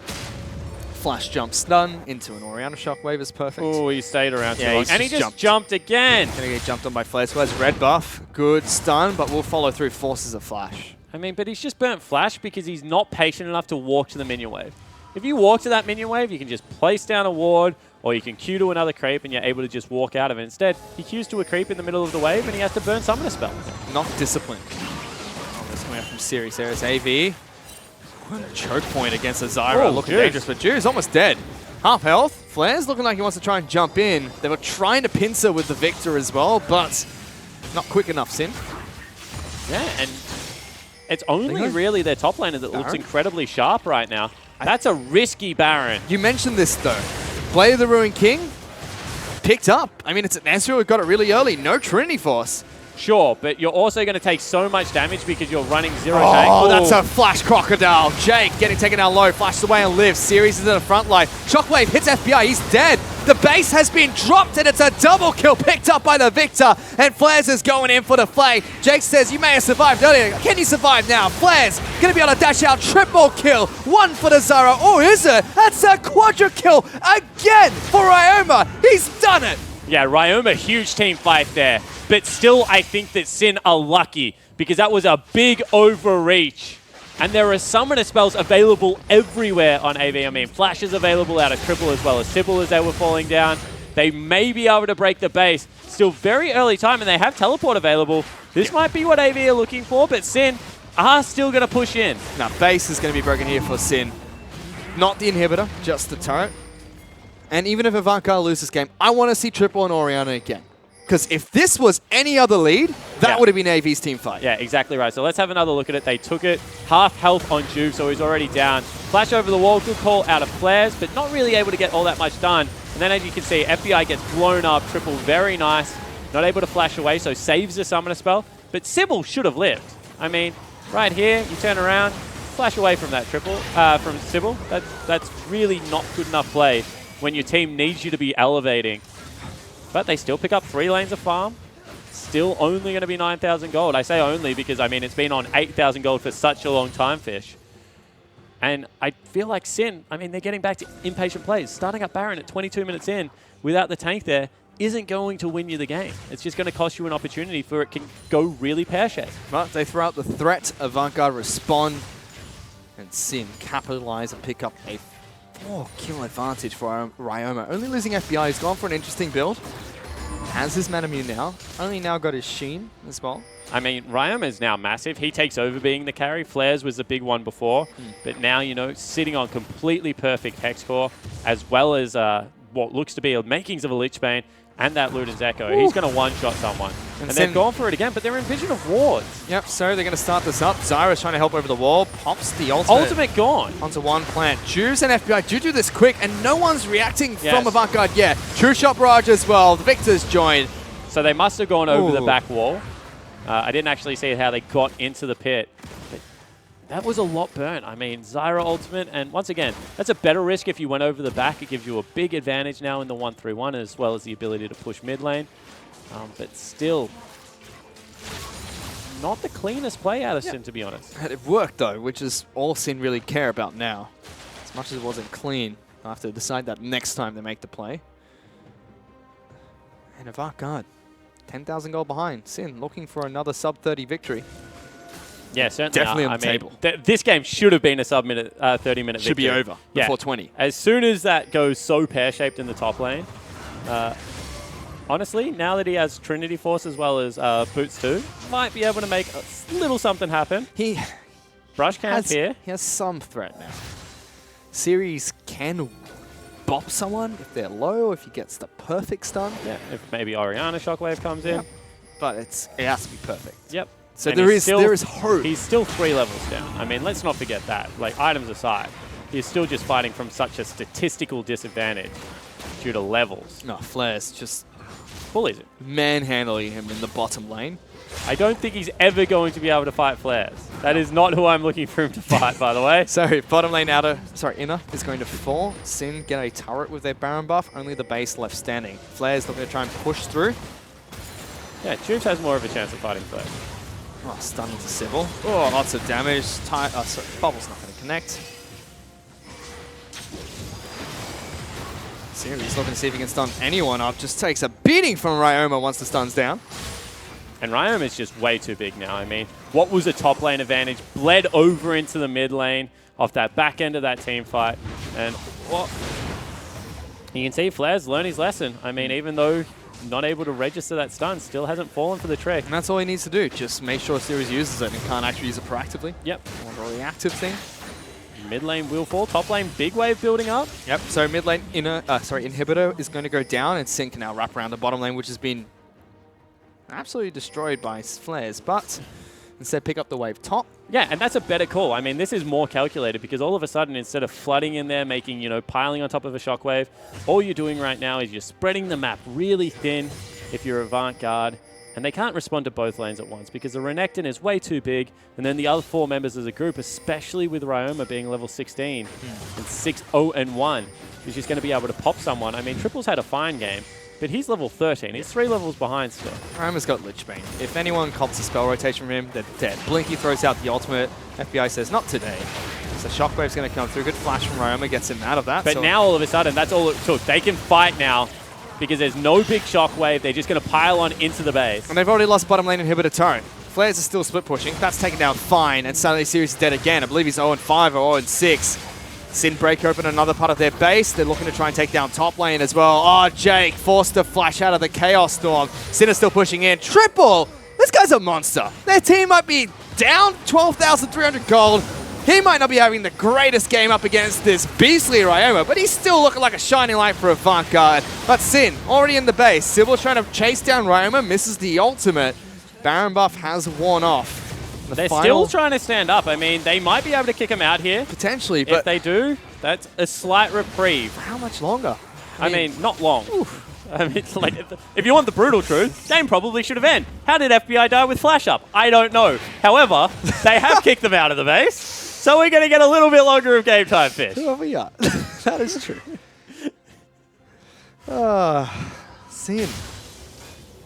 27 minutes in. Still having difficult to close out this game in typical Sin fashion. When the ARAM don't work, what do we do? And I mean, in typical AV fashion, they just won't die. I mean, any other team is like, all right, GG, go next. We've still got a couple of, we've still got, one game left in this series at least. I wish I could listen to their team comms because I have to believe someone has at least said in this game once or twice. It's all right, we're scaling, boys. We're scaling? I don't know if they are scaling. I don't know. Scaling towards what? A 30-minute defeat. It's like being homeless and just singing that millionaire song by the guy that was in what Gym Class Heroes. Yeah, now that's brutal. Yeah. Well, it is. They're not scaling anywhere. They're 13,000 gold down, 28 minutes in. Unless this game goes for 40 minutes. He's 4,000 gold behind by himself. Unless this game goes for 45 minutes, 50 minutes. There's just no way that series is useful.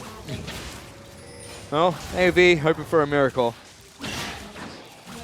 Maybe not today. Against Sin instead. Look to push for the final inhibitor. FBI's top side of the map. Looking to try and get that inhibitor for himself. The rest of the team. You have Flash just holding up mid lane. Series like, I've got some farm bottom lane. Problem is, he's that far behind that he doesn't clear the creeps fast enough to actually be relevant anywhere else on the map. Pushing, guys. He certainly is pushing. Maybe he can get back, get himself completed item. I was going to say, you could go for a flank here, but he's not going for a flank. That is not the right call. Here we go. He's actually teleporting into the backline. Flair's been locked down. Drew's taking quite a bit of damage. Flair's forced to flash. Series on top of Ryoma. Sybil's taking down Flares. It is a 4-on-5 for what it's worth, but FBI will get some revenge. Series is sticking to him like glue. Ryoma's just too fed at this point in time. Triple is the next time. Kills FBI again. He's out for blood. Triple gets 3 kills onto FBI. Coincidence? I think not. As Sin knock on the Nexus. It's going to fall. They're going to take this to game number 4. As Sin are now 2-1 up in this best of 5 series. All right, so Sin able to absolutely smash AV off the back of a bad dive. But still, the end of the game didn't look great. I mean, Series was nearly able to 1v1 the Fed Victor at the last team fight. I mean, there is still shaky signs there for both sides. I don't think you'll look at that and think, yeah, we've got this on a silver platter, guys. There are still some big questions. And just like Waldo, if you could find Blinky, please hashtag where's Blinky. Let us know on Twitter. There he is on your screen right there. He's still not very happy with that performance, but... Well, they had bottom lane going actually pretty well that game. They were chunked out very early, but then they had Nami. They picked up a return kill. They picked up first Dragon on the bottom side of the map. Things were actually starting to look good for the Varus Nami combo. But top side of the map, you have to lose that lane gracefully after you give up 2 kills and a red buff. There's no way you go back into that lane and you compete for it. And Series tried and got absolutely bodied for his efforts. Yeah, so very, very early double kill for Renekton seals the deal for Sin almost as they pick up that game quite convincingly. But for now, let's go back to the analyst desk to break down that game. Thank you, Vish. Thank you, Spawn. Well, there we have it. Sin pulling ahead 2-1 over AV in that game. And I want to talk about top lane, first of all, with your initial reactions. And Minky, obviously, you're a Shyvana main on top only. So tell us, how does Jax actually play into Renekton? Not well. Like, Jax is the worst matchup you could possibly pick into Renekton. As a Jax, you need to be close. You need to do, like... You need to be fighting constantly. It's just no. Any counterpoints from the rest of the table there? He has a lot of experience in that, so I can't say anything. Getting bodied as Jack. Yes. He's got a lot of experience. And I've been a side next to him, so... I mean, it does come down to it, that concept of you're going to get bodied if you do play Jax, and it's all right. It's actually okay. As long as you're not giving up a double kill that early into the game. So that's the big thing to take from it. Generally, you drop about 30 CS behind, and then you're sort of sitting there in this bad spot for a while, but you get to about level 12, and you seem to be okay about that. I think Choo-Choo's one of the Here's the thing. I don't think it's fair to, say Series I was a terrible pick. I mean, he was 2-0 at 2 minutes. Yeah. He had a really rough game. But... yeah, as Minky stated, I don't think that's a good matchup. Right. Yeah. I mean, from my years of experience in top lane, there's one rule against Renekton. Pick something with more scales. So, Shyvana. All right, Just do it. Stop memeing. Let's take a look at this draft, shall we? Obviously, the big talking point is Jax v Renekton, but I also want to talk about the fact that AV have been really prioritizing this Thresh ban. Do you think Rogue is a huge threat on Thresh? Is that, do you think it's warranted? Definitely, Yeah? by far. Okay. From first-hand experience, the guy's amazing on Thresh. He was picked up because he was a Thresh one trick, and that ban is definitely worth it. All right. They've also been focusing a lot on the Camille ban, so that kind of brings us to top lane. Mendrix, would you rather see flares on Renekton or Camille? I mean, after that performance, I'd probably, if I was Series, I'd want to see him on Camille. I think I just want to not deal with Renekton at all after that point in time. But Camille just brings a completely different sort of feel to the game. She is a bit of a lame bully, but she scales better into the late game. Yeah, I mean, AV are trying to avoid not getting into that late game versus late game scenario. Sure. They're forcing Sin into that early game. I also feel like Series just can't play Camille. They're banned at both sides. So, yeah, just take it off the table completely. Right, okay. Well, let's talk about the rest of the draft then. For AV, Mendrix, what were their win conditions and why didn't it kind of come together in this game, aside from the top lane? Well, again, it comes to scaling across the board. I mean, they've got Orianna. Orianna does really well in those team fights. You do have very decent scaling with Varus as well. So really, it's going to come down to them getting to that late game team fight and actually letting Jax pop off. I mean, you mentioned, apart from top lane, he still plays a vital role in their whole team composition. Right. For Sin then, Choo-Choos, what were they trying to achieve and were they able to do it? What I'm saying is, did they win in the way you would expect from their comp? I don't think they outscaled. Right. I think Graves farms a lot faster. I think him diving top at level 2 kind of stopped that whole flow of hard farming as Graves. But they did have the Victor and Ezreal, which do quite well into Jax and Orianna ball because you're too far away for that range to really hit you. So I thought it was a smart draft by them, but it was just unfortunate, really. All right, well, we've been talking a lot about how Renekton got so far ahead so early on in the game. Let's take a look at this replay, Mendrix, because like you said, like Choo-Choo said, it may not be fair to judge the Jax pick because of this. I mean, what can we really say? This is where it all went wrong, really. I mean, the fact that they went for that dive there, I mean, what I like about Flares, what he's actually decided to do, even though he's going into a favorable matchup, he's got a Doran shield. That plays a really big role in that dive, because all of a sudden, there's 8 damage coming from the both of them that's being negated. Even though he was level 1, he was really quick to also level up his W, which allowed him to jump straight onto Graves afterwards and get that kill. And it pretty much was game from there. He had such a big sort of influence on the map afterwards, getting the first tower and then following through towards mid lane. Yeah, I mean, Series and Sybil were just too eager to get that advantage at top. They had the comp, they had the plan. It was, again, they just had to play slow, they had to play safe. Sybil had the huge advantage by taking red buff, and then he just threw it all away. And it does go back down to what we were saying, as a lesson from the last game. You have to be patient. You have to, if you're going to go for that gank, yeah, that's fine, but wait until it's at a point where it's favorable for you to go for it. Well, let's focus in on Series a little bit, because we've talked a bit about him this entire split. We've been following his path. This is his rookie split. And Mickey, I want to get your opinion on this, because you're obviously a wizened old man who washed up pro. But the guy Spawn was talking about in the cast, right? He didn't buy a Doran shield, no defensive items, going up against that Renekton, trying to go toe-to-toe. I mean, do you feel like that was the right call? Or are we seeing kind of splits in his kind of mental fortitude, as Blinky would refer to it? I mean, there's a lot of different ways he could have played that. Right. He chose to go with what he knows best, what is most familiar to him, and that's the split push Jax build. Yeah. Get 2 damage items, just keep going top, and outscale the Renekton. Yeah. There was a possibility for him to change to a more defensive build, but at the same time, I don't know if that would have helped either, because he was already 0-3. I think it's the wrong decision. I think you need to just sort of say, okay, he's got a double kill now. He already does well into me. I need to play defensively and make sure he just can't absolutely overrun the game like he did. And if you're able just to hold him for an extra 10 minutes, you've pretty much done your job. You actually get to the point where you can fight him, because you do just naturally outscale him. So it's just a matter of holding on and being able to take the fight later. Right. Well, Chuchus, I want to get your opinion on this. This is a team fight from the jungle, which we saw, which kind of led... AV was just overextending, and it kind of led to the first Baron, I believe. Yeah, so I think, this is the team fight where Flares jumps over the wall and really, I guess, just puts in too much damage. And over the wall here, there's a Victor ult, which Ceres jumps into, and that goes a double kill, and this ends up being a quadra kill for Victor. And what this comes down to is AV's overreaching in this point in the game. It's just saying, they're feeling good after the previous team fight they managed to have, that big shockwave that Triple managed to pull out there. It was really strong coming off that specifically. And then afterwards they go, okay, you know what? We can actually be a little bit more aggressive. We can push into this. And once they managed to do that, well, Flares, he's a big crocodile, jumps into the middle of the team fight, does a good job to hold everyone down.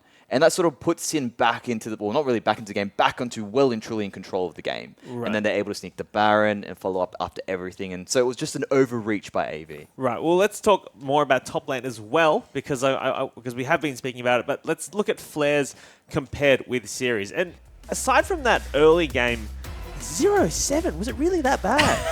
That's brutal. Yeah, it was like you said, it was a bit of a bodying coming through. And it does come down to him sort of saying, I want to continue being aggressive. I want to contractually fight. There was one point in time when I saw him actually go in for an aggressive move against him, and it made sense. You were up and you had the mana to do it. You had a little bit of extra HP, but when you got a Ninja Tabby and a Doran's shield versus just a Doran's blade, it's never really going to end well, and that really sort of solidified the rest of the lane for Flares. I'd also just like to add how well Flares plays this Renekton. He's always... Game 1, I think, where he played Renekton, he was in a very good flanking position, and this game, same thing again at the Blue Pit. This guy knows really well how to impact the most as Renekton. So, aside from Shyvana, what else do you want to see out of Flares? Out of Series into this Renekton. Thank you. I think they just need to ban Renekton. Yeah. If they want to play Jax, if he's comfortable in Jax, put him in a Jax versus Fiora matchup, a Jax versus Camille matchup. Get rid of that Renekton. He's played it twice already, so just put him on a less comfortable pick. Try to get him out of the zone. Meanwhile, if you're Sin then, and you get banned out of Renekton, do you then have to try and counterban something like the Varus? Because Blinky's been really kind of leaning into that this game. I feel, to a degree, you don't need to ban the Varus, because as you mentioned, he has been doing well on it, but it all comes down to, your overall plan. So if you're going to have lane priority somewhere else on the map, and you're fine with Varus popping off a little bit, if it means that you're going to be able to take control from somewhere else, then that's absolutely okay, because sometimes you do need to sack another lane in order to really make your overarching game plan work. Can I get your idea on this as well? Because I know we talked about it, I think, last time we saw these guys play. But the Varus build that Blinky is doing, right, has the Hurricane in it. And I think, were we talking about it's Hurricane versus Ginsu's? And you were saying like Hurricane and Spawn were saying Ginsu's? No, I think Spawn was saying, I can't remember what specifically Spawn was saying, but he was saying Hurricane something you don't need to build on Varus for that conversation. And the reason for that is because he naturally has a lot of wave clear already, so it's a bit of a dead item to go onto. So you're better off, going for perhaps a Phantom Dancer instead, or perhaps going for that Ginsu's if it ends up being something that you want to go for, because you get more out of it rather than the Hurricane. Right, okay. Sorry. I just thought of that then, and I was like, I wanted to make sure. I think the Hurricane's actually quite nice on Varus because it does apply your blights, your W, to multiple champions, and then you can obviously pop a knee and then get rid of all of it. I hate to be putting words in Spawn's mouth, but I believe he was saying, look, if you're in range to put multiple multiple blights on multiple champions, you're dead as Varus, right? Like, if you're able to get that close to get That's not true. No, I disagree with you, Spawn. All right, well, no, this is via me, so I may be getting it wrong. I do apologize. All right, let's take a look at the wins and losses as well. So let's. Oh, sorry. What? No. I misinterpreted what my producer was telling me. He's telling me he's asking me to dig in with you. So explain to me. The so obviously Varus is a champion that has to die. Yeah. Because he's 80 carry. So when everyone's going to run and try to kill the 80 carry, he all has to do is pretty much just get as much damage out as he can. So when everyone's running at him, he has, if he has a good support or a good Orianna who can peel him, he'll be able to apply Blight onto several people. So if you do think that if he is in a position where he is applying his Runaan's Hurricane to several people, traditionally that's what's normally going to happen because everyone's going to run at you. Minky, you're nodding your head there. I mean, Guinsu's Rage Blade just sounds like something out of Ultimate Bravery. I don't think it should be built. I agree with Choo-Choo's. Hurricanes is probably the most legitimate build. All right. Everyone does it, and it just works. Okay. Okay, just to say, Ginsu's was just an item that was being thrown out there. It's not Ginsu's is a specific item you would go for, but we're just saying, but maybe you can go for something other than Hurricane. You can go for perhaps like a Phantom Dancer instead, because the big thing is that what you have is, yes, like you said, yes, he needs to pull out more damage, or he needs to put that damage out, but he can probably do more if he's got a Phantom Dancer to reduce that incoming damage coming into him at 12%. That's the argument we're getting into. Yes, but no. All right. Well, I'll let Spawn defend his own position when he gets on the cast, because I feel like I don't want to be putting words in his mouth. Let's move on to wins and losses. So for AV, what is the shining light they can take away from that game, aside from I guess some of the stuff Triple was doing? Go back to scaling. Don't tower dive at level 2. Really just the second game they played really well. Absolutely. They picked a scaling comp. They drafted amazingly. I would really like them to. I'd really like them to prioritize on another strong mid laner. Right. I really like the Vlad. The Vlad got banned to that last game. But Orianna is a strong mid laner, but when Victor comes, it sort of just turns into a farm lane. But I really think they should prioritize picking a stronger mid laner. So what? Just before we move on, what mid laner would you suggest? Vladimir, I know he's... I know Triple's a really good Katarina player, and I thought he should have played Katarina against Talon, but he played Vlad and did amazingly. But I know that he has a deeper champion pool, and I'd really like to see that. All right, Nico. Yep. I think Sybil should keep pressuring Juves. I think Juves is cracking. You think he's cracking? Yep. He's got a new haircut.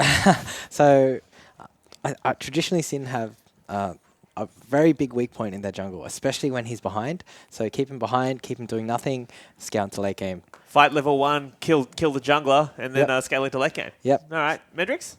I think looking at both of it does come down to, like you said, play to your strengths. If you're going to go late scaling, don't go for those early big dives. And if you're going to be Sin, you need to make sure that you really do put your foot down when you get those advantages like Flares did. So these guys, it's tempo versus scaling towards the late game. These guys really need to double down and play their game. All right, well, currently the series is 2-1 in favor of Sin, but do not go anywhere because we will be back with Game 4 right after these highlights.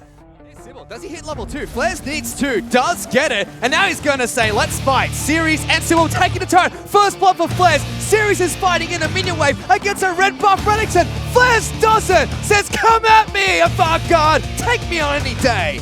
He's going to jump in. Dominus, stun on towards the dodge. Will he be able to pick up the kill? Flares takes another turret shot and lives with less than 50 health. Oh, he's going for it still. Flares been locked down. Does have a stun up. Gonna go back in. Oh, he turns around and gets it. Goes for a big shockwave onto 3 members of Sin. Flares pops Dominus, but he's in trouble. He's dead. Big play by Avant. Because you're running 0 Oh, that's a flash crocodile. Jake getting taken out low, flashed away and lives. Series to the front line. Shockwave hits FBI, he's dead. The base has been dropped and it's a double kill picked up by the Victor. And Flares is going in for the play. Jake says you may have survived earlier. Can you survive now? Flares gonna be able to dash out, triple kill. 1 for the Zara. Oh, is it? That's a quadra kill again for Ryoma. He's done it. Triple. This guy's a monster. Their team might be down 12,300 gold. He might not be having the greatest game up against this beastly Ryoma, but he's still looking like a shining light for Avant. But Sin, already in the base. Sybil trying to chase down Ryoma, misses the ultimate. Sybil's taking out Flares. It is a 4-on-5 for what it's worth, but FBI will get some revenge. Series is sticking to him like glue. Ryoma's just too fed at this point in time. Triple is the next time. Kills FBI again. He's out for blood. Triple gets 3 kills onto FBI. Coincidence? I think not. As Sin knock on the Nexus. It's gonna fall. They're gonna take this to game number 4. As Sin are now 2-1 in this best of 5 series. Shots fired have been fired here by Sin as they're now 2-1 in the best of 5 series. It's match point. And you know what, Swan? They might be able to go to distance and take this to a 3-1. Yeah, it certainly looks to be the case. I mean, if anyone can ride that momentum of such a decisive victory in our third game, it will be that Sin lineup. We've already said it. They are the tempo kings. When they get their backs up, when Juves is confidence, they play like a different beast. However, you always have to say that Avant, if a team is going to come back, if they do respect their mental fortitude, it is that squad. So, you know, series definitely not over. Also want to hit on what the desk was saying. Don't go Hurricane. Don't go Ginsu. Just build a damn Phantom Dancer. If everyone's rushing at you, get a survivability item. Phantom Dancer does so well. Leads you into Infinity Edge third item. Hawk, Phantom Dancer, IE. Case solved. Best build, apparently. That's what you should be picking up as an AD carry. You see Hinger's off to the side of the screen just laughing his head off. He's having a great time. Get back with the rest of the analysts. Go learn. Oh, look at that mouse pad. Such an adorable mouse pad. He was just showing it off to the referees. He was like, look at this cat. You know, I got this cat too. I should give him one of my mouse pads. It is actually cats versus dog. I didn't even think of that storyline going into it. How did we not? Rogue the Catman versus Jake the Dogman. Oh, Kobe. The script wrote itself, and we've legitimately been talking about League of Legends for the last 3 hours. Oh, we need to get a new script writer. Damn. Someone needs to, you know, plot out these games a little bit better. Oh. Oh, that's a Fizz game. Fizz game. Ban. What? Game. Fizz game. I said the wrong word. Yep. Ban. Good. You just repeated game 3 times randomly. Syndra, Graves, and Fizz are going to be the bans on the side of Sin. That's right. As well as Rumble, Camille, and Thresh. And you see, the reason why they ban out these champions, because I have no idea. Spawn, you're the smart one here. Why did they ban these champions? I don't know. I mean, AV have stuck with the same 3 bans all series long. It seems that Sin are going to be the more flexible of the 2. They didn't like the Graves last game, so they take Rengar and ban it away, and that is going to force Sybil onto something like an Elise or a Lee Sin. Haven't seen his Lee Sin yet this series. I hate the fact that that's the name of their top laner, because I always look at it and think of another word really quickly. But I think that Lee Sin definitely could be something that helps him out in the early game and then gives him a little bit of panache in the late. For now, Vanguard have locked in Shen in the top lane. No more Jax shenanigans. See Flares smile a little bit. But Sin will be picking up Rengar for Juves. And Rogue taking Malzahar again. With Ezreal in the bottom lane. Yeah, and I think that Triple will play Orianna here. Because Shen, Lee Sin, Ori has a very similar flavor to what you're expecting. I mean, potentially he can also just blind pick Vlad and then ban away the Orianna as well as Victor. But yeah, that's much more standard. Cool has been locked in here for Sybil. That'll be going to the jungle. That's, of course, the sound that Lee Sin makes when he ults, apparently. Really? Isn't that what you were going for? I hope that's what you were going for. Yes, I thought it was obvious that we did not have to explain it. Some people play with sounds off. I don't know. Why would you do that? Okay. The first ban coming up from Avant is going to be Kennen. Sin actually banning out Azir. They don't want Triple to play that champion anymore. Yeah, I mean, he's a very good control mage player. Azir has such good late game scaling and it shoves him off the back line. I do think Orianna is a better suit to this particular composition, but if there is a champion that you can legitimately 1v9 on, it is going to be that Azir. Final ban from Vanguard again. Fiora, same bans every single time. I mean, they obviously have a game plan. They're polished on it. They want to be able to execute. I expect that they have to play tank this time unless they're willing to blind pick Ori, which you certainly can. I mean, in the current meta, it's viable. And with Series having such a shocking game in game number 3, would it be a bad thing to leave the young man last pick? I feel like... Or they can take the Renekton themselves. Oh, they're AF Shen. Why am I even talking about top lane? They have a Nami. Yeah, that makes a lot of sense. No, Nami's been picked again by Blinky for Jake. I have a feeling Sin's going to play a tank top, though. You know, into the Shen. They already banned out Fizz. Kind of shows that Flares wants to play that tank. But Ryoma should be getting another Victor game. Yep. Had a very good Victor game in game number 3. Not going to be playing Vayne. Stop flashing that pick. FBI apparently just really wants to play Vayne. So Fish has a swig of his water bottle. That was that noise. Oh, Gangplank! Ooh, that's not a tank. No, that's going into the top lane as well. He wants to eat some oranges so he can be K. Let's see what Avant card pick up as their final pick. Well, we triples pick in the mid lane against a Victor, but Gangplank, we haven't seen this guy in a while. Certainly haven't. I think it was week 4. Tally picked it up the last time. So Tally's played, I think, 2 or 3 games of it. However, hasn't really got the best place in the current meta. Doesn't have a bad matchup into Shen. Scales very well, matches some of the global pressure. However, is a little bit of a sitting duck because he does push the lane quite naturally when he's looking for harass. And, you know, there's always a possibility of Lee Sin to be able to get up there early. Even Flair's coming up with the finger guns there. They just love the finger guns, that team. But still, haven't seen Gangplank in a while. Going to be excited to watch him in the top lane. Always a difficult matchup for any tank, really, because you're just going to sit there and take parlays to the face. I mean, it's not all that bad, really.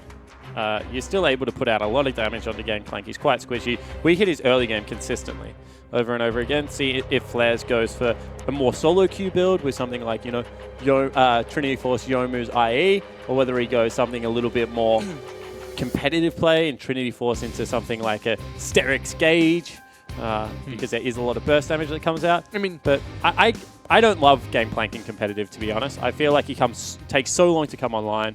He doesn't output that much damage without that many items. And if you ever put him in a long lane, does tend to struggle. So we'll see if it does work out. It's a risky pick for what is a clinching game here for Sin. Shows something new for their team that they're going to be going up against tomorrow, which is the Chiefs, if they are able to make it work. But it is a big risk for me. I mean, if it is a pocket pick or something they've been experimenting with and they want to try and surprise Avant with, it's a great game to do so, because if it doesn't work out here, they still have the fallback of Game 5. Yeah, that's technically true. You don't lose the series if the Gangplank doesn't work. However, you go into a Game 5, which is a very high-pressure situation. They're not thinking about that. They're thinking about just closing this one out right now, moving on to the Chiefs tomorrow. You don't want to go to 5 games versus AV, then 5 games versus the Chiefs, then 5 games versus Legacy. You want to get out as soon as possible. I mean, these guys need to sleep still, Fish. I mean, come on. They have the momentum of winning, so, you know, if you want to go all 5 games, that preps you up for the Direwolves almost in the grand finals. But we're back on the Summoners Rift for the 4th match of the day between Sin and Avant Garde. And, I mean, AV completely threw away that last game, but as we mentioned, Triple. He had a good game in Oriana. Actually killed FBI 3 times. Yeah, were some bright spots, and we can see that they're actually kind of swapping sides of Summoner's Rift. So if they come out in the wrong spot here, AV, could be a little bit of trouble. Please no level 1 fights, please. I mean, you hate to see a game decided off it, but with Shen, the taunt is always going to be there. Mustn't have taken it, must have taken Q. They are also very difficult to cast because they just look like a bunch of 4-year-olds running around the Rift, throwing blocks at each other. It's the best way to play League of Legends. Oh, goodness. Please no. I play Rusty enough. Oh! Oh! Oh, cool. He's not even on the broadcast to defend himself. That's all right. Someone will tweet at him. They always do. Now you can see already Rogue and FBI playing very aggressively up in the lane here. Varus, as well as the Nami, going to sit back, deny as much poke as possible. And it seems like both junglers... Actually, no. We'll have Lee Sin starting at Raptor Camp with a leash from Triple on Oriana. Yep. Rengar will be starting at Blue Buff to kick things off. And this is something you can do as Lee Sin. You're able to get a little bit of damage out from the mid laner and then clean up Raptor Camp quite okay. It's not as healthy as you want it to be, but it's still possible. And you can see he gets a shield level 2 and then he'll start healing himself back up. So Lee Sin's fine with this kind of start. He jungles quite healthily, regularly, so he's not going to lose all that much, but he's just never going to be as quick as Rengar. Let's see if Sybil can continue the proactive play we've seen from him so far. He's either out-ganking Juves and still farming evenly, or out-farming Juves by a lot. By a tremendous amount. I mean, last game, Sybil were up 8,000 gold. Sybil was only down 400 against Juves because he had 85 farm to 40. Yeah, exactly right. He is playing quite well at the moment. As you can see, it's a Windspeaker's Nami again versus Thunderlord. Oh, this is a lot of damage. Big taunt. Flares is just a sitting duck here. Throws down a barrel, says, I've got to fight back somehow. Going to miss all of them and throw the third one the wrong way. So Series actually gets level 2 first and wins the trade. Does burn a potion, but I don't think he actually needed 2 fish, which could come back to hurt him because that lane can become difficult, as we've already mentioned. And Sybil going for a risky invade here. Doesn't have Smite up. So Rengar went Raptors, Wolves, Blue, Wolves, Raptors. Went home, so not the traditional side clear. Sybil has sight of his red buff now. If Juice goes straight for this, he can potentially He can turn around. Yeah, he can turn around and come back. He is going to. Juice trying to leash it. Sybil's rotating. Pulling in Nami's towards coming. Nami. Malzah's coming as well. There's the Q taken by Sybil, and Juice is in trouble. Healed up by Nami as well. Ignite is ticking, flashed away. Rogue will silence them to stop that. But Juice manhandled in the jungle 4 games in a row. Yeah, exactly right. So really nice invade. However, that does mean that Blinky is just chugging all of his pots. And Sybil's trying to make a Rogue's gank. He's got his shield back up though, but FBI will dodge that bubble. Lives, has to heal through the piercing arrows. Really close there in the bottom lane. Sybil made that work so well. He was just out of reach of the turret. They're able to get everything back that Blinky had lost because he was running 3 pots. And all of a sudden, FBI is going to have to do something similar. And he's lost his summoner spells. Series teleporting back up into the lane. Instantly taunts flares. Still trading with this gameplay. Yeah, trading very well, to be honest. And you can see GP has still not yet to shop. Wants his Sheen as his first purchase. Looks like he has it now. So we'll be able to teleport back. And you can see Series just wants to use his body to deny a little bit of farm. But lane's returning to normal. And you have to say that Sybil, pretty good at first proactive plays around Summoner's Rift again. Yep. Kicks Juice out of the jungle. 3 buffs him. He's going to have an experience advantage, even though Juice does have a slight farm advantage. But also, Summoner Spell's burn at the bottom lane. Rogue is the only one with a Summoner Spell up. Flash, but still AV burn everything as well, except for Jake's Flash. Yeah.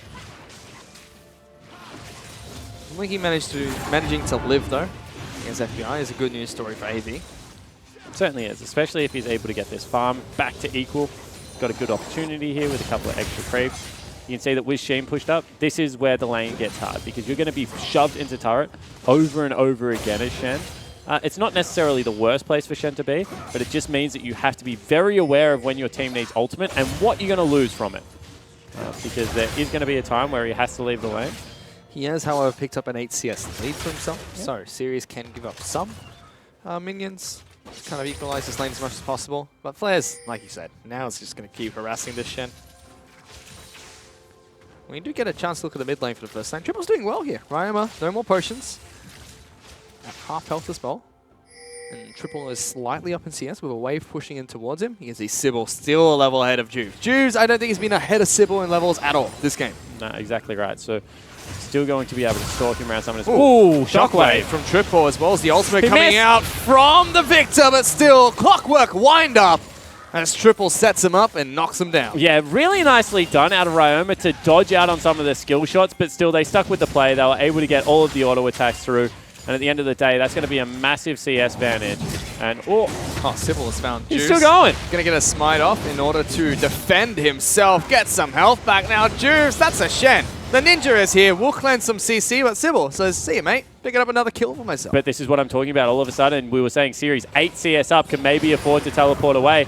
Can he really? Because now he's massively down. That's a huge creep wave that is crashing into the turret. So still lost a lot from going for that kill. Sure, Sybil extends his lead over Juice, but you really need to be proactive as Lee Sin to make these leads count. And what does Sin do now? Even bottom lane is ahead by Jake as well as Blinky. I mean, this is why they brought Flares over. He's having a good game on the GP. He was their North American import. And you can see Series now starting to chase him out a little bit. Still has ultimate as well as flash. I mean, there's no way you really catch Gangplank. Yeah, and that's Standing United has already been burnt there by Series, so Flares has nothing to worry about pushing this lane. Both teleports are down. Series actually, his teleport will be up first, so good global pressure for Avant. Yeah, certainly is. I mean, Gangplank ulti early actually matches a lot of teleport pressure, because especially with Thunderlords, just puts out so much damage. And you can see that Flares is confident in this matchup. Didn't even go for Grasp, which is generally what you see Gangplanks take in really shoddy matchups. Just look at the jungle level, so level 4 on Juice, level 6 on Sybil. Yeah. That is not pretty. And Sybil is now ahead in CS. He got a few early ganks going, so it's down. I mean, when he was on the Direwolves, he was already looking like a great jump. Now that he's on AV, he had a couple of games to adjust, but he's looking fantastic again. Yeah, it certainly is. I mean, the last 2 series is where he's really stepped up. He had a couple of shockers on AV as well that we can't sweep under the rug too furiously, although I'm sure he wish we would. But I completely agree with you. When he's on his game, he certainly looks to be par with a lot of the junglers, if not better, in the OPL. And today, he seems to just be Juves' better. Has been able to perform on similar champions just to a higher standard. So, not to take anything away from Juves. I mean, there's a lot of pressure on the captain coming into this game. Ramus is falling down the CS in the mid lane. 10 CS He's being invaded again, and they're calling actually over the Victor to help him out with this one. That's a good call. I mean, if you're Ryoma, you have to help your captain out. You have to be able to get over there and really make sure he's not going to be pressured. You can see Juves is playing it well. Backs right away, makes up both levels by the time that Sybil has hit level 7. So Sybil probably going to be 1 level above him still, but it's not as big a hole as it was a couple of minutes ago. Double wards being placed down over towards the Krug camp by Sin's bottom lane, expecting a dive to come through potentially. It is a level 6 Nami, small as a Pharos. FBI does hit 6-2, so farms up this lane quite effectively. But again, Blinky fires a couple of warning shots. Blinky and Jake, despite missing their abilities there, still doing well, and Sybil's This hunting. is a great camp. Ooh, I was going to say, maybe can even go for a flash kick underneath the turret. Doesn't have flash available, so that's going to be impossible. Good wards by Juves, defensive wards, but still going to keep him safe nonetheless, and he's going to pick up some more farm. A level down against Lee Sin. Has Rengar not doing great here, Juves? No, certainly not doing great, but I think the situation could have been worse. I mean, they couldn't have warded up his jungle as well. They've secured him, Krugs again. That's so much golden experience at this stage of the game. You can see it pushes him equal in CS at this stage. And now they're going to be able to get him a couple of wards over the back and, you know, just help him continue to clear out and regain control of the bottom side of the jungle. And if it wasn't for Rogue and FBI dropping those wards, then all of a sudden potentially you're being caught out at your Krugs, and the game looks a whole lot worse. But what's going wrong for Juice? Because it just seems like Sybil is reading him like a book. Yeah, Sybil just keeps finding him in the camps. That's all it really is. And then he has a quicker smite finger and is able to get it going. Flares, a little bit of trouble here. Series trading well. Dodge field does end. Flares does have a slight CS advantage, but that's going to go away soon. Sybil finds Juice again, tags him with a Sonic Wave, kicks him back for full execute damage. Good healer coming by Juice. Wall jump from Sybil, he still sees him. The camouflage is there, almost gets the execute, but good flash from Juice. Perfect flash to get out from Juice. Generally, Lee Sin will follow you if you flash that way, but times it perfectly. You can see that Sybil, not really all that happy, thought he had a kill there. Still forces him out of the jungle and is able to regain control. And Series actually looking for the solo kill. Oh, Flare's forced to flash away. He's going underneath the turret. Is this a 1-for-1? Oh, the shield's not going to be enough. But still Series flexing his muscles at the top lane. Exactly right. Ryoma in some trouble. Has to dodge the Sonic Wave. Gravity Field slows down Sybil. Can he get away from it? Flashes out. Good play from Ryoma, but still big gank in the mid lane again. Yeah, it certainly is. He gets both summoner spells as well as the ability to stick around for another wave, which is going to give like a 30 CS lead for Triple right now. That's just absolutely massive. Even pressuring the turret. Gangplank ultimate is going to come through. Juice wants to try and fight there, but a bit difficult. Teleport being used by Series to get back to the top lane, but there's a fight. Bottom, Jake taking the brunt of the damage. Rogue flashes forward. There's the Standing Knight and heal. Rogue says, I got to get the heck out of here. Here they come. Gangplank's going to cancel his teleport and continue walking up to the top lane. But that's massive. Look at the creep wave top lane that now Series loses. Sybil behind the turret. Don't know if he can make anything happen here. And Rogue and FBI start to be careful walking with the minion wave. Sybil shows, tags him, got him, goes. There's a silence going through. FBI will dodge the top of the dodge zone. It's going to be enough for Sybil. Just kicks him in the face. Picks up a kill. So they stick with the play. I thought that Sybil going by himself, I mean, you know, with the silence, with Ezreal going to be able to put out that much damage, but Siri sticks around, sacks top lane. Pretty much, Fish. I mean, he's missed out on 20 CS out there because he was equal before the kill. Woo, but able to get 2 kills and a turret is definitely worth. Just high risk, high reward. AV now 3,000 gold in the lead. Potentially just 2k if Flares can take down the top lane turret. It's just a matter of time. Nami's trying to race up there. Going to take a little bit too long.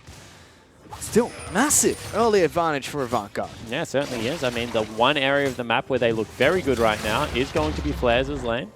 1-1-0, up 14 CS, as well as taking a turret for yourself. Certainly pretty good on Gangplank, who has a pretty shocking early game at the moment. And I mean, unlike last game, Avant Garde, Flares can wait. He is okay with just sitting back and farming, because he is Gangplank. Exactly right. I mean, Jax should have been okay with just sitting back and farming, because he's Jax, which has an equally strong late game.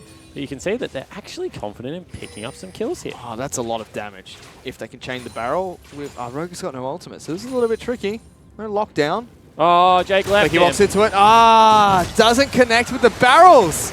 Flares is still chasing. Looking for damage on the Blinky. Eats some oranges. It's being kited around. Sybil's in there. Jubes is dead. Flares is next. What is Sin doing? Rogue is a huge target as now as the Lee Sin just chases him down. Hits him with everything. Bubble doesn't connect. Sybil's locked down for a bit longer. Kicked away. Might live. Jumps onto a ward. And the tidal wave from Evan Jake. Flow, just beautiful out of Jake. Sybil is 5-0-2 and an absolute monster this game. What was that? Now there's a fight mid lane. Come on, guys. You need to stop. Gravity Field flashed away by Triple. Clockwork wind-up gets the kill. And a 1v1 is never pretty, but Control Mage versus Control Mage, that one has to feel bad. What the heck is going on? I mean, lots of fighting, and AV every single time is just coming out ahead. That's 5,000 gold up. But it was such a silly attempt from Sin top lane. They set it up and missed everything. Yeah, I mean... Why is the barrel there? They didn't hit the... Why is that barrel there? He's just trying to throw it forward, mate. Why are you there, Jubes? Oh, he's dead. No. He's only worth 110 gold. I mean... I understand, Fish. Looks to be a little bit haphazard play. Looks to be a blue side curse right now. Potentially.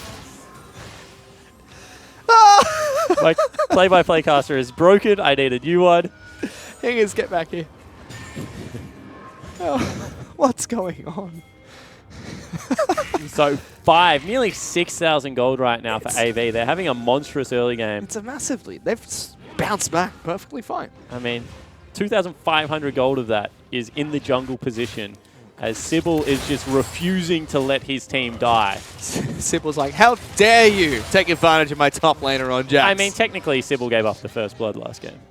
So I don't know whether you can say take advantage of my top laner. So then it's... How dare you take advantage of me? It's more like, this is my revenge. Yes, I screwed up last game. I'm sorry, here to make Series. it better. Yes. I'm sorry. Here, have a free win on me.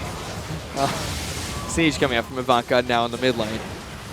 As waves will be cleared nice and easy by Ryoma. He does have enough ability power to clear those ones out, but 40 CS advantage for Triple. 3 kills for the man with 3 digits as well. Especially for a solo kill as Orianna. Those feel good. When you're able to pick up solo kills on Control Mages, really can't overstate how good mid laners feel when they're able to pick that up. So Triple would definitely be rolling with it. And this is what I said. League of Legends is a momentum game, and it is a game of the mind a lot of the time as well. You do not want to lose this game in this fashion if you are Sin, because you're about to go into a decider if that is the case. Flares, unfortunately, just doesn't look like he can chain a combo together at the moment. No, but he does have Jubes this time around. There is flash available for Series. No one is up here. He is all alone. There's the good boulder strike. Player still missing a barrel, even though he's locked down by a Rengar. And Sirius like, all right, I can fight. Come back here, you Gangplank. I want to take a piece of you with me. Doesn't end up getting away from so close. But it was very, very close. She was even forced to use the ultimate there in that engage. That's not a pretty sight. Yeah, Sirius did use Flash, however, so Summoner Spell burnt up there when he maybe should have just tried his best to get the kill without using Summoners. I mean, Sirius, like, he's a young player. He's played up and down this set, but there is so much that he can go back and watch with Pinch, and Pinch can just explain, you know? Yeah. When you're 2v1, you've got no turret behind you and no one's coming to help, maybe don't burn Flash. Might need it for the next team fight. But really, he has had a pretty good series when you look at it holistically. Don't kill the good tentacle. That is one of the best Gangplank skins as well, by the way. That and Sultan. Who doesn't want to be a Sultan pirate? That's the bomb. Don't agree? Never dreamt of being a Sultan pirate? No, when I used to play my support, used to play support GP and only use Sultan gameplay. Yeah, it's great. Oh. Meanwhile, Ryoma still pushing out this mid lane, still behind 40 CS here against Triple, who, I mean, this is why I said last game, even though they won very convincingly, Sin, feels like Orianna's a decent band to throw at Avant currently. And again, time and time again, Triple showing why. By the way, if Blinky builds a Phantom Dancer this game, I'm officially somehow talking to him telepathically. Well, that's all I'm going to say. Let's see. Because he started off with recurve bow the last couple of games, Fish, so I don't mean to alarm you, but it could be the case. Potentially. We never know. Well, what? We're going to know in about 4 minutes. You and Blinky might have a telepathic communication. If so, I'm calling League Ops. So Avant sitting on a nice 6,500 gold lead. We have the same build from FBI again. He's gone Blade of the Ruined King into Manamune. Yeah, actually, you know, I don't love it, but I can understand the reasoning for it because lifesteal during laning phase is much better. Oh, whoa! You're in the base, Sybil. You're bringing Shen with you. Are you sure you want to do this? No. That's FBI. Gonna get a piece out of Sybil. He gets everything to live, but suddenly Rogue's over the wall. Big shockwave! Oh my goodness! Avant, you don't deserve to win that team fight, but somehow you're still able to do so. Oh, and they're still not done yet. Juice is in trouble. He's gonna be able to dodge that taunt, but he's trying to knife cat his way out of it. Will be able to heal back up some health, and Avant still take down the bottom lane inner turret. And Triple is just firing on all cylinders at the moment, able to pick up a beautiful shockwave. As you said, maybe a little bit too deep, but what impressed me was the coordination. It was a flash over the wall, Nami flashed forward to heal him. All of a sudden, Blinky was there for a heal as well. So you might say over-aggressive, but at least that's a team all on the same page, playing around their jungler. And a couple of R's didn't register there. I mean, he had the first one as Ezreal went on the wall. Let's take a look at it. Animation didn't go through. R animation didn't go through. So he just wanted to kick someone, and no one would stay there and be kicked flash. All of a sudden, heal comes out, heal again, as well as the ball, dodges around, he got and everything. then just huge shockwave. I mean, but it's worth it because they trade 2 for 1. They get a lot out of Juice here as well, and they pick up a turret. And while sure, Flares is farming, we know that's their win condition right now. But AV aren't playing towards that side of the map. And he went Hurricane. Ah, sad day. Unlucky. I mean, the reason I like Hurricane isn't even for team fights, as like the guys on the desk were talking about, although I do understand their rationale and I agree with it. I just think the wave clear is like really key when you're not going for an AD heavy build on Varus. So if you're ever going to park in mid, it's definitely still a lot of validity behind building Hurricane just because you're able to farm up much quicker than you would be able to without it. We get the Manamune picked up again by FBI. We talked a little bit about the build earlier. He's done it 2 games in a row, so it seems like what he wants to be picking up in Ezreal. Trinity Force has a 3rd item. Yeah, Lifesteal is really good for laning phase, is what I was going to say, so I understand where it comes from. I just think the Trinity Force into Manamune into Trinity Force Spike is much higher than anything you're going to get out of a Bork. But it might be horses for courses. And it feels like his best item power spike when he has all 3 pieces of that build. But that was always the case, but you're still good at 2. Maybe he's good at 2 at the moment, and we just haven't seen him play from an even footing to be able to prove it. Yeah. Avant going to try and push their advantage and get some chip damage on this top lane in the turret. Gangplank still trying to deal with Shen in the bottom lane. But he's got Ninja Tabby, the buildings of Arando and Zoman, and a Sunfire Cave. Sirius doesn't care. No, Sirius is very tanky at the moment, but the other thing is you have to watch, is he actually forcing flares off funnel? And the answer to that is no. So there still is that window that Gangplank is going to continue to scale up. I mean, no one does quite as well as like 50% crit Gangplank. So a little bit of panic. Oh, that's a big shockwave again. 2 members of Sync caught in it. Rogue just gets obliterated. Jake will pay for this with his life. It's a good gravity field as well as ultimate from the Gangplank coming through. Support for support, but Triple is playing out of his mind. It certainly is, but that was still a shutdown. I mean, Jake got shut down by the Gangplank, the person we was still just talking about. So breathing room right now, maybe even a mid lane turret going to be opened up. Avant will get top lane. Inner. Sybil's waiting in the wings. FBI knows that he can't push up. Or can he? Juves is here. Sybil's going to jump in. Tags Juves. Kicks him back. This should be a double. Even Blinky's flying on forward. Sybil's a monster. This is a man possessed, but the Voiling's going to get some nom-nom damage with Ignite. Ticking for Rogue. He tries to get out. Gangplank jumps in. Gives him a good old parlay. And there's some warning signs. Gangplank's just picked back-to-back shutdowns up. And as we keep mentioning, Gangplank late game is an absolute mammoth. Yep. I mean, he's up 1,000 gold against his lane opponent in a game where his team is 8,000 gold down, Fish. Yep. I don't know if that speaks really good about Gangplank or about how bad the rest of Sin are currently doing in this game. I mean, sure, they're not having the best performance, but I feel like if you're 8,000 gold down in any game, 7-ish at the moment, then it's going to be hard to build an advantage. But, you know, with the passive of being able to extra gold, and as well as those doubloons, he's continued to scaling up. He's pretty much with the clock at the moment. And FBI is continuing to just try and scratch together an item build. So this game, even though we feel like we should be talking about, you know, going towards Game 5, I feel like there is a legitimate win condition on the map for Sin. There is. Get the Gangplank going. And got Victor. He's got his Looted Neko as well as the perfect Hex score. He's fine. He's going to deal damage. Once he gets that Lich Bane, the third Empire Spike, Power Spike's going to be good. The only real concern for me is Juves. He just took blue buff as well. So he's rattled. He's doing the right thing, though. He's got his Warrior's Enchantment, arguably the best jungle item for Rengar to pick up, and he's not doing well. So he's going, you know what, I'm picking up my Ninja Tabbies, and I'm going Dead Man's Plate. Exactly right. And that's what you should do when you fall behind. You know, don't exacerbate the problem by flashing on top of Renekton's and getting solo killed. Instead, just build pure tank. Shout out to Series. Who's having a much better game this time around. He is. He's playing well. He's got his Random's Omen, another Chain Vest. His Rogue's dead. See you, mate. Yeah, unfortunately.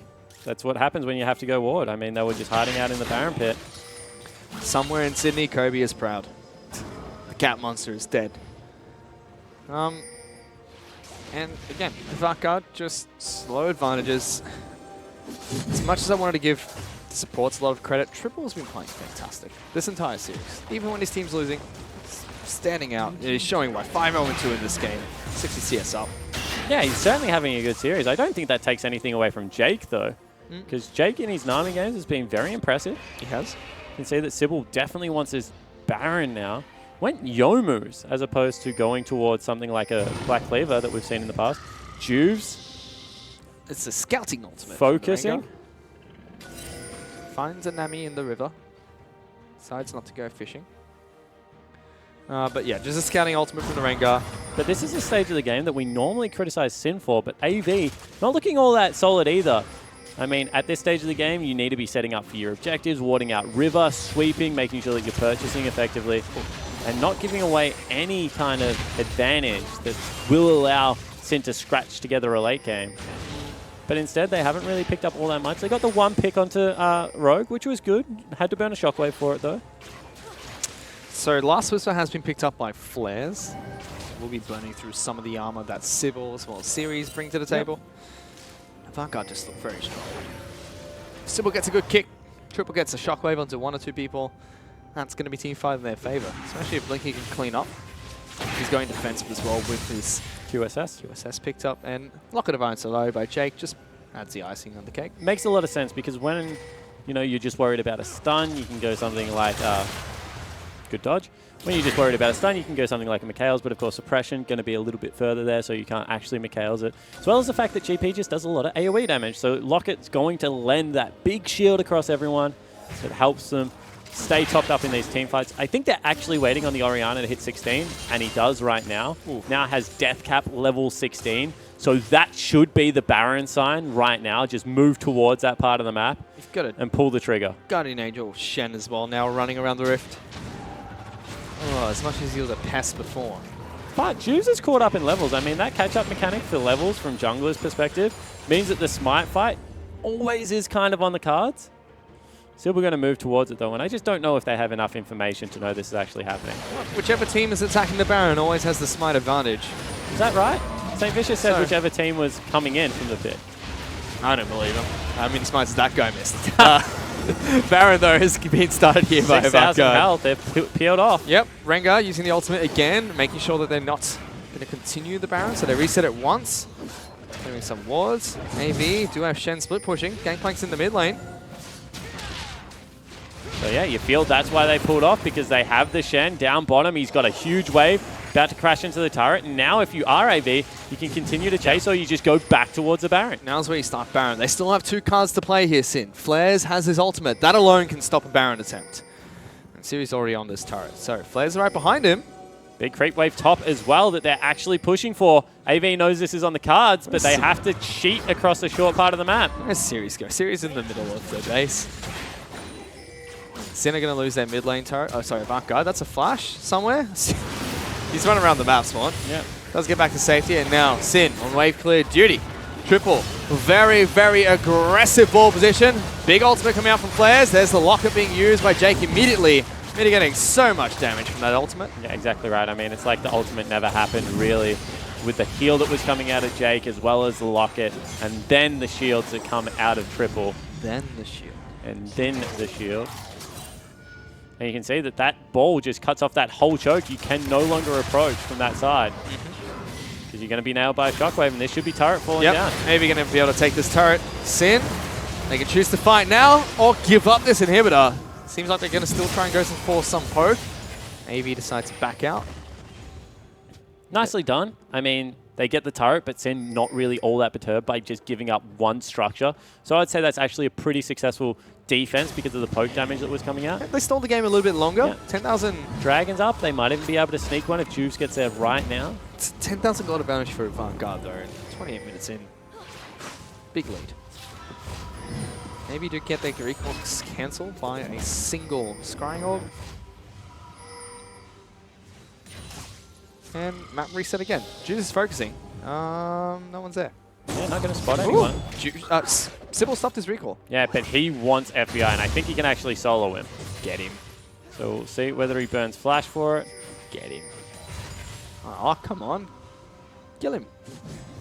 Just, you know, walk out there, kick him in the face, and he's dead.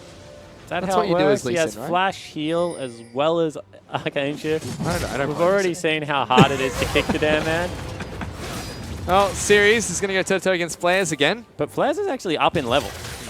Up in CS, up in levels, up in items. I mean, Flares is having a really good game on Gangplank. He is? That's a very weird spot. I've never seen the fruit there before.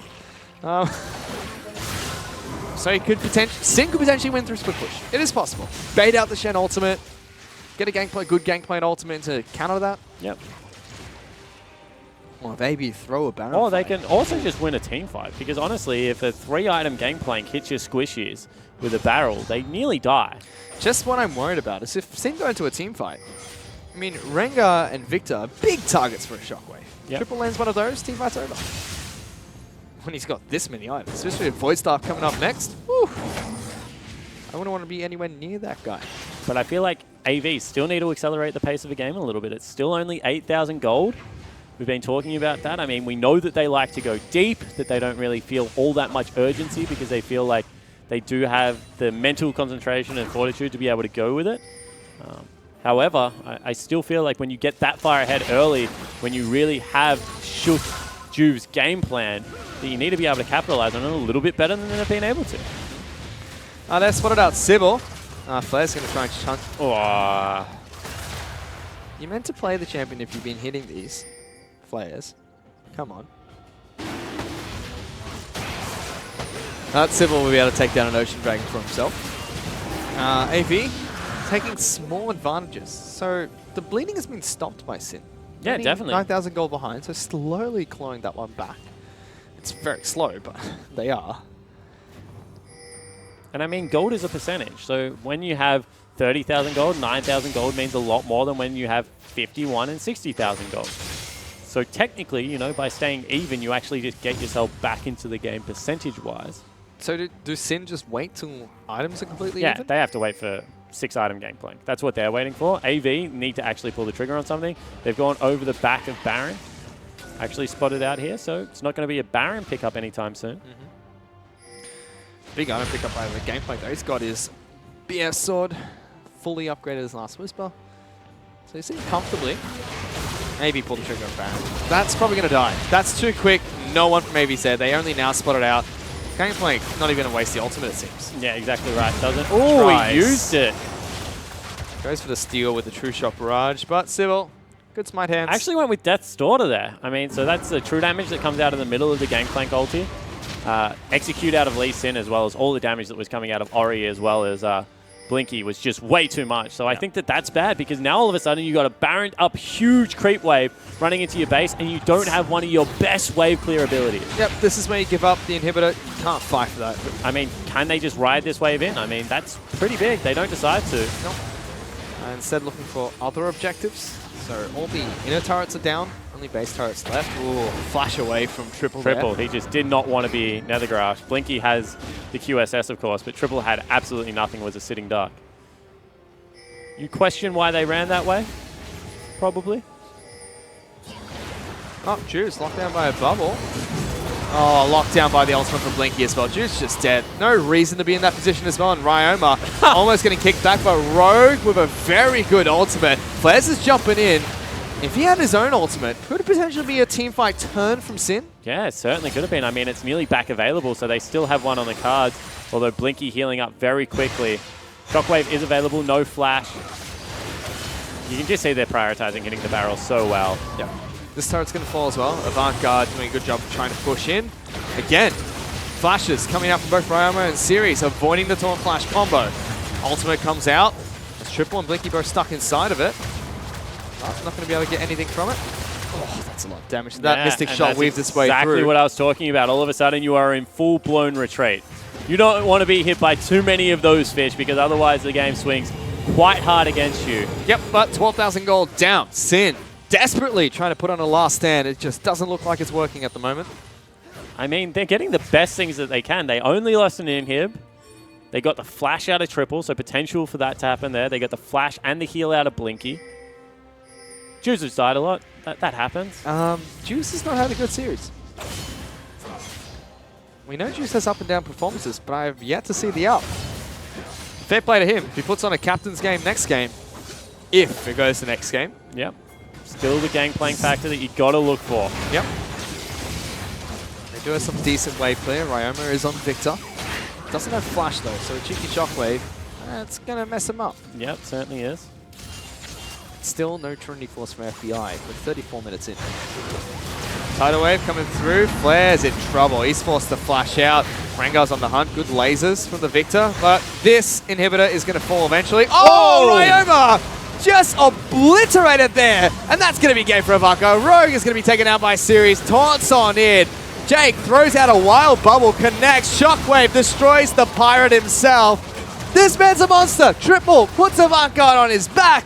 And it's going to be going to game number 5. Bring out the Dodo Sin. Bring out the Silver Scrapes. We have a series in our hand. Yeah, we certainly do. AV hit back hard. And it was through their mid lane. A triple.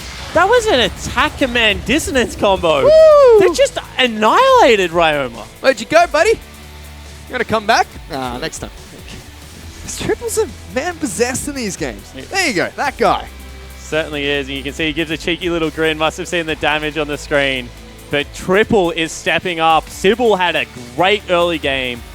And that man on your screen, Juice, I mean, he's done so much work this season. You would hate to see him go out like this. Yep. He's had terrific jungle performances, but today just cannot get a foothold into the game at all. Nope. Seems like Sybil is just all over his jungle and denying every possibility for Juves to get into the series. It just seems like there's no way for this man to fight back. And speaking of Sybil, his performance is night and day from when he first joined AV. 100%. I mean, that was a good Lee Sin game. I think you genuinely have to look to ban that away if you want to take the Rengar matchup now, because you just know he's so comfortable playing it. And unfortunately for Juves, I mean, he's just...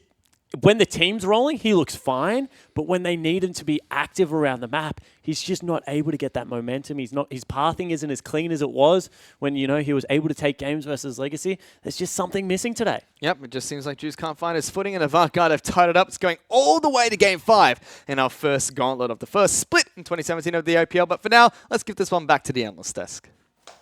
Thank you, Vish. Thank you, Spawn. Well, turns out we're going to Game 5, ladies and gentlemen. That's my Atlas impression. Hey, it's pretty good. It's pretty good. Starts with the hair, learns to the voice. Anyway, let's talk about our initial impressions from this game. Much better from AV compared with Game 3. And Minky, let me start with you. Is it all just about Sybil coming online? I mean, yeah, like, it was the same matchup in mid. Sybil just controlled the jungle, and there was just so much pressure, and, you know, Triple Cheese destroyed Ryoma in mid. Yeah. Yeah, I was kind of curious as to how that happened because there was the same matchup and Roma did do very well in the Victor versus Ori matchup, but this time Triple completely destroyed him and maybe he just had a good game, but then again Sybil ensured that he was able to play that quite aggressive playstyle. Well, it all comes down to the fact that Triple had a lot of help from Sybil. That's initially what it was. I mean, if you look at all the early kills that went straight towards Triple, it was off the back of Sybil coming in for a gank, putting pressure on, blowing flashes, just putting that pressure out there. So when you look at this as a template to go into Game 5 then, I mean, none of us know, right? I mean, before we go into picks and bans, let me just get your quick thoughts. Who's going to win Game 5? AV. AV going to win Game 5. All right. Juju's? Oh, this is really hard. I want Sin to win, so I'll say Sin. Okay. Magix? Okay, so in terms of what I initially said... No, just give us the answer. Okay, we'll come back to analysis. I think AV's going to win. All right. Okay. All right. Well, let's go. Okay. So now that I've got you guys locked in, that is the lens through which we can look at the analysis of this game. Let's take a look at the picks, bans, the draft. And I want to talk about this Gangplank Shen matchup. We've been following top throughout this series, and Juju, you were explaining to me that Gangplank it just destroys Shen. Yeah. So traditionally, Gangplank will have a free lane against Shen. If Shen's only real form of trading is through taunting, which Gangplank can cleanse, as well proc his passive, which gives him movement speed to get out of the auto attacks that Shen really needs to get in to get good trading. And then again, Gangplank just farms from afar, can scale really well because Shen will really struggle to get any form of damage onto the Gangplank. And then one of the big things that Shen also provides is the fact that he has like global pressure. And you know what?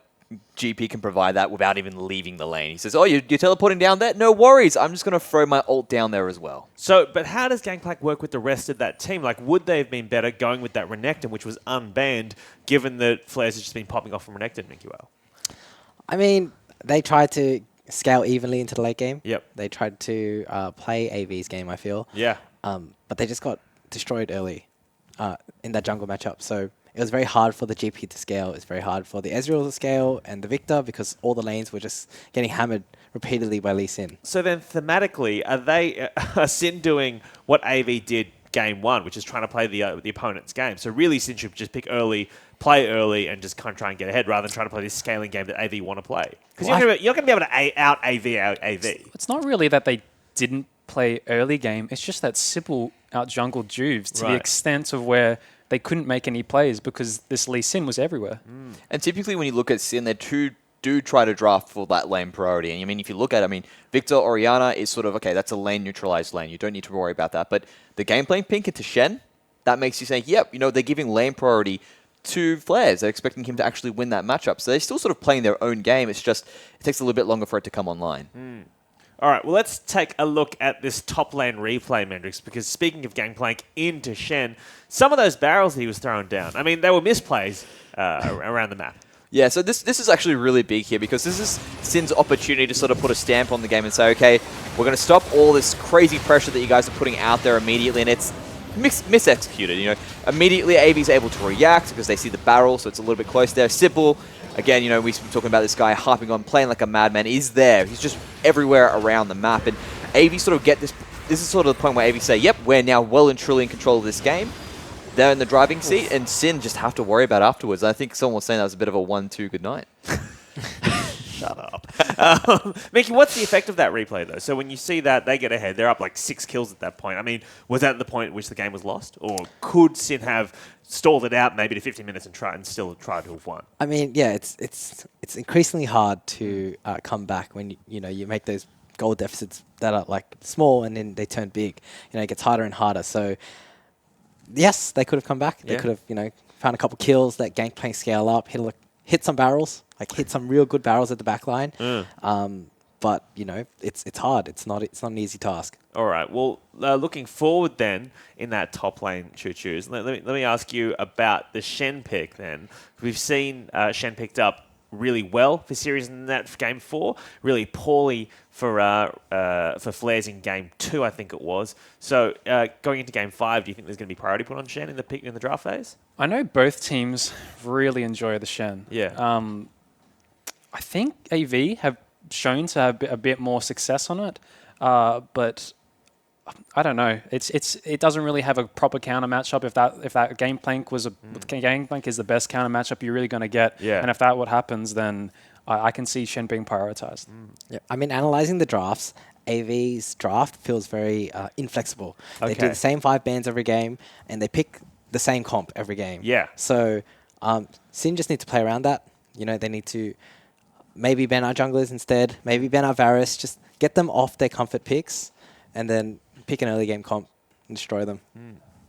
Well, I think, the big thing is that Shen just opens up so many options around the map, so that ends up being good across the board for them. Right, okay. Well, I also want to talk about this particular play from Sybil in the bot lane, where he jumps into the base and then just kind of like escapes. It's like George... Is it George Clooney? Benny Hill? Oh, well, Benny Hill. Yeah. I was going to say, it's like some like Ocean's 11 going on. You know what I mean? He's just... And like... He should have died, right? So is this a misplay from Sin, or is this just Sybil just being a madman? I mean, it's Sybil being a madman, and you know what? He's allowed to be a madman when you've got a Shen to protect you, and his whole team just completely rallying around him. I feel like every single possible item usable, shielding spell, healing spell that you could possibly think of was just used in that small period of time, and it worked. That was a great thing about it. They were able to sort of get a nice win off it because everyone poured their resources into keeping him alive. Sin poured all their resources trying to kill him, and then they're able to pick up a turret, get 2 kills, 2 for 1. So again, you know, it just solidifies that, you know, it ended up working out for them because of just how far ahead they were. Disagree. Bad play. If they played it properly, if they set up a Baron properly with pink wards, they could take a Baron end of the game. Yeah. That was a win from Gold Lead, purely from Gold Lead. Okay. And I feel like moving into stronger teams, they really need to take their lead seriously and try to close the game more effectively. Yeah, by making a pick on Ezreal there, you're not actually... Well, he did take the Q. He didn't hit the kick, but he did take the Q onto the base and then instantly regretted it. But regardless, if you do those kind of plays against good teams, you're just stopping your team from finishing the game and you're pretty much delaying the whole process. I just want to say again, I said he was a madman for going into that, okay? So I'm going to go into some of what you're saying. It was probably a million other better plays, but it still worked out for AV. Regardless, he played a really good game. Is Game 4 the best game we've seen from Sybil this series? Yeah. Yes. Yeah? He Better than destroyed Game Juice. 2? He destroyed Juice. Yeah. But so let's talk about this jungle matchup going forward then. We've seen both of them play Rengar, both play Elise. Are they going to ban this Elise Sin for Sybil if they're going to pick that Rengar for Sin? I really feel like they want to put Sybil on Graves. Something that can't gank as well and, you know, just hope that he's less effective than Juice. I think they're going to give him Lee Sin again. Yeah. Like, that's the first time he's played Lee Sin this series. He did him absolutely amazing. I don't think they're going to be scared of Rengar anymore. I think they'll definitely just look to get that Lee Sin again. Then why don't Sin just ban it out? Because they banned Graves this game. Yeah. They said, you know what? We realize he's probably going to want to play that. I think he's just sort of defaulting. Well, what does well against Rengar? Well, Lee Sin's pretty good about it. He has a lot of pressure that he's in his own right, and Sybil played that really well. Well, another kind of ban that Sin might be looking towards outside of Lee Sin might be Varus, because Blinky has played it in the last 4 games. Mr. Mental Fortitude himself has kind of had a varied amount of success on this pick. Yeah, well, I mean, Blinky has been traditionally known for losing lane and being playing exceptionally well in the mid to late game. So Varus has just enabled him to go even every lane, if not win. I really feel like they need to get him off that comfort champion and try to push that bottom lane victory. I don't think I've looked this deeply at Varus as a blown up pick before. He's ripped. Look at those abs. You don't think of an archer as being ripped. You think of an archer as being backline, probably strong upper body with the arms. Yeah. They kind of look like mine, don't they? In his lore, he's actually a bit of a sentry, and then I think he's supposed to be guarding what is actually consuming him right now. So there you go. That's probably why he's Some good ripped. lore. I guess that's what you can say, yeah. Were you talking before, Chuchu's, about like how playing with 80 carries to play Varus or whatever, and they're just always just using their Q to clear waves or whatever, right? And it just wastes all their mana? Yeah, so it's just a oceanic, I guess, tick really that most 80 carries tend to use their mana on the wave. Right. When it comes to a team fight. When it comes to a team fight, they'll probably say in comms, "Oh, I'm out of mana," and then I'll be, or if they're on my team, I'll be like, "Why?" It's because you've been using piercing arrow and I don't know. Got to get that CS per minute's important. I think Blinky didn't do it too much though, so he's all right. But what's the CS to kill conversion? It's like 13, 15, something like that, right? So 15 CS is a kill? I think it's 17, 18. 17, is it? Oh, okay, it's a bit higher. Or it might be 28. Yeah. Right, okay. So it's 18 or 28. I think there's varying beliefs on what the conversion is for the goals. All right, well, match aside, let's look forward to this Game 5 because it is currently 2-2, and it's all coming down to this game. The winner of this will take on Chiefs tomorrow night here from 5 p.m. So, Minky Whale, wins and losses. How do Sin or AV? I guess you're an AV, so how do AV win Game 5? How do AV win Game 5? Try to keep Sin away from the early game. Take those early leads. Prioritize Civil. Yep. Give him space to deal with Juves.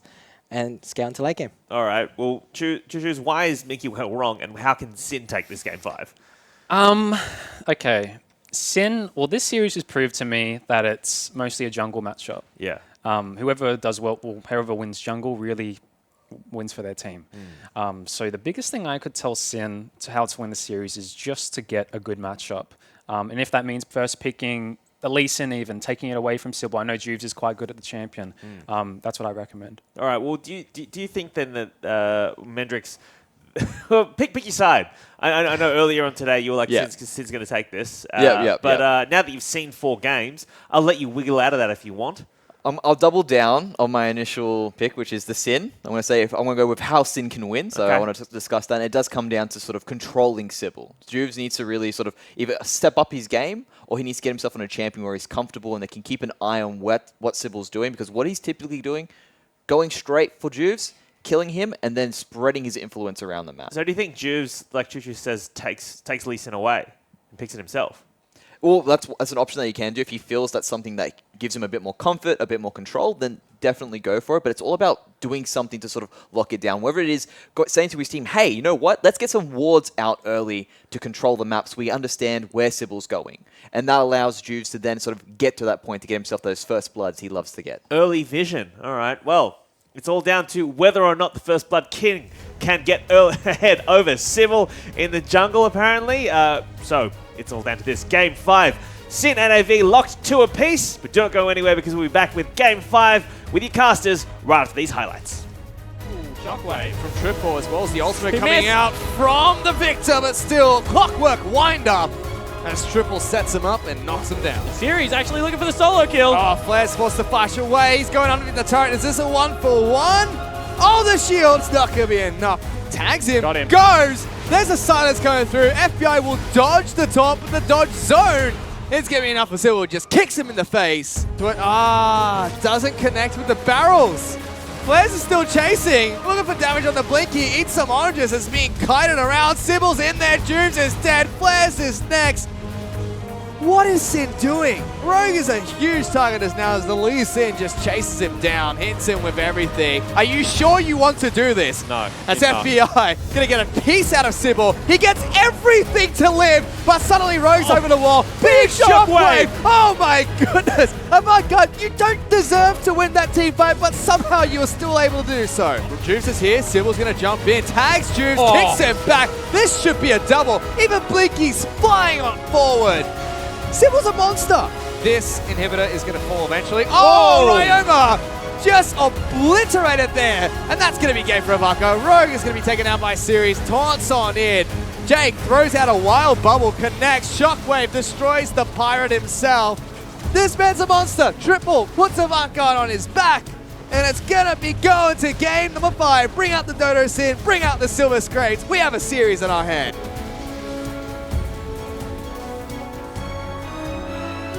We didn't get the Dodo Sin, we didn't get the Silver Scrates, but we do have Game 5. Avant Garde taking on Fingers Sin. crossed. I mean, you don't know that. first best of 5 series of this Gauntlet run in the split 1 of 2017 of the OPL. So it's gone all the way to Game 5. Hopefully the rest of the Gauntlet does the exact same thing. Yeah, I completely agree. It definitely can't be spring because we started in summer and ended in autumn. So that would make no sense if we called it spring. But at the same time, you know, this has been a game that's just dominated from red side fish. I mean, every team that's been able to get that red side selection has been able to get a lot of momentum going in. I don't know exactly what it is. Pick ban hasn't really favored one team or the other. And boom, there you have it. Chow laying down the base, and you have been shamed, my friend. That's all right. We got Dodo Sin. That's all that matters. That's Avant Garde taking on Sin here. We're into the 5th and final champion select of the night. We'll have to see if any bans are going to change up here. Yeah, exactly right, because what we've been seeing from AV is, you know, attacking the Thresh. Every single game, second round of picks, they're taking away the Fiora, they're taking away the Cannon. On the side of Sin, they've always been consistently banning away the Rumble. So I wonder if something does change here. Camille, that's the same ban as well. It's been a very stable pick ban phase, and then really, I'm going to say it's mistakes that have lost the games for teams most of the time. And I've been saying this during every single break spawn, but I'm just a play-to-play monkey. I think Oriana's got to go at some point during this game because Triple's been popping off. Certainly has been. I mean, the Shen has gone, and the Renekton is a swap up. So wanting to take that one away. So maybe the first adaptation's coming out. So the final ban is still going to be Rumble. A lot of respect for Series on that champion. And Flares can pick it up as well, but Series has had some good games on it.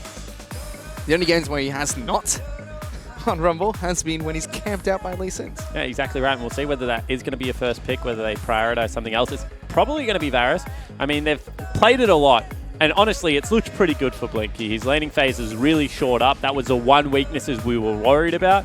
Partnered with Nami, it looks good. So why change something if it's actually not broken down there in the bottom lane? All 5 games here in Summoners Rift, Blinky will be picking up the Varus in traditional Blinky style on very different builds every single time. Yep. Just no Phantom Dancer unlucky. If we get late enough, I reckon he'll go for it. I reckon we'll get a double attack speed item. And Sin still going for the Zyra pick. And they're going to be locking in Elise. And that is comfort for Juves. If it's not Zach, Elise, the 2 big Juves champions of the past, you know, throw Elise in there for good measure. But that tells me that they want their captain on something comfortable.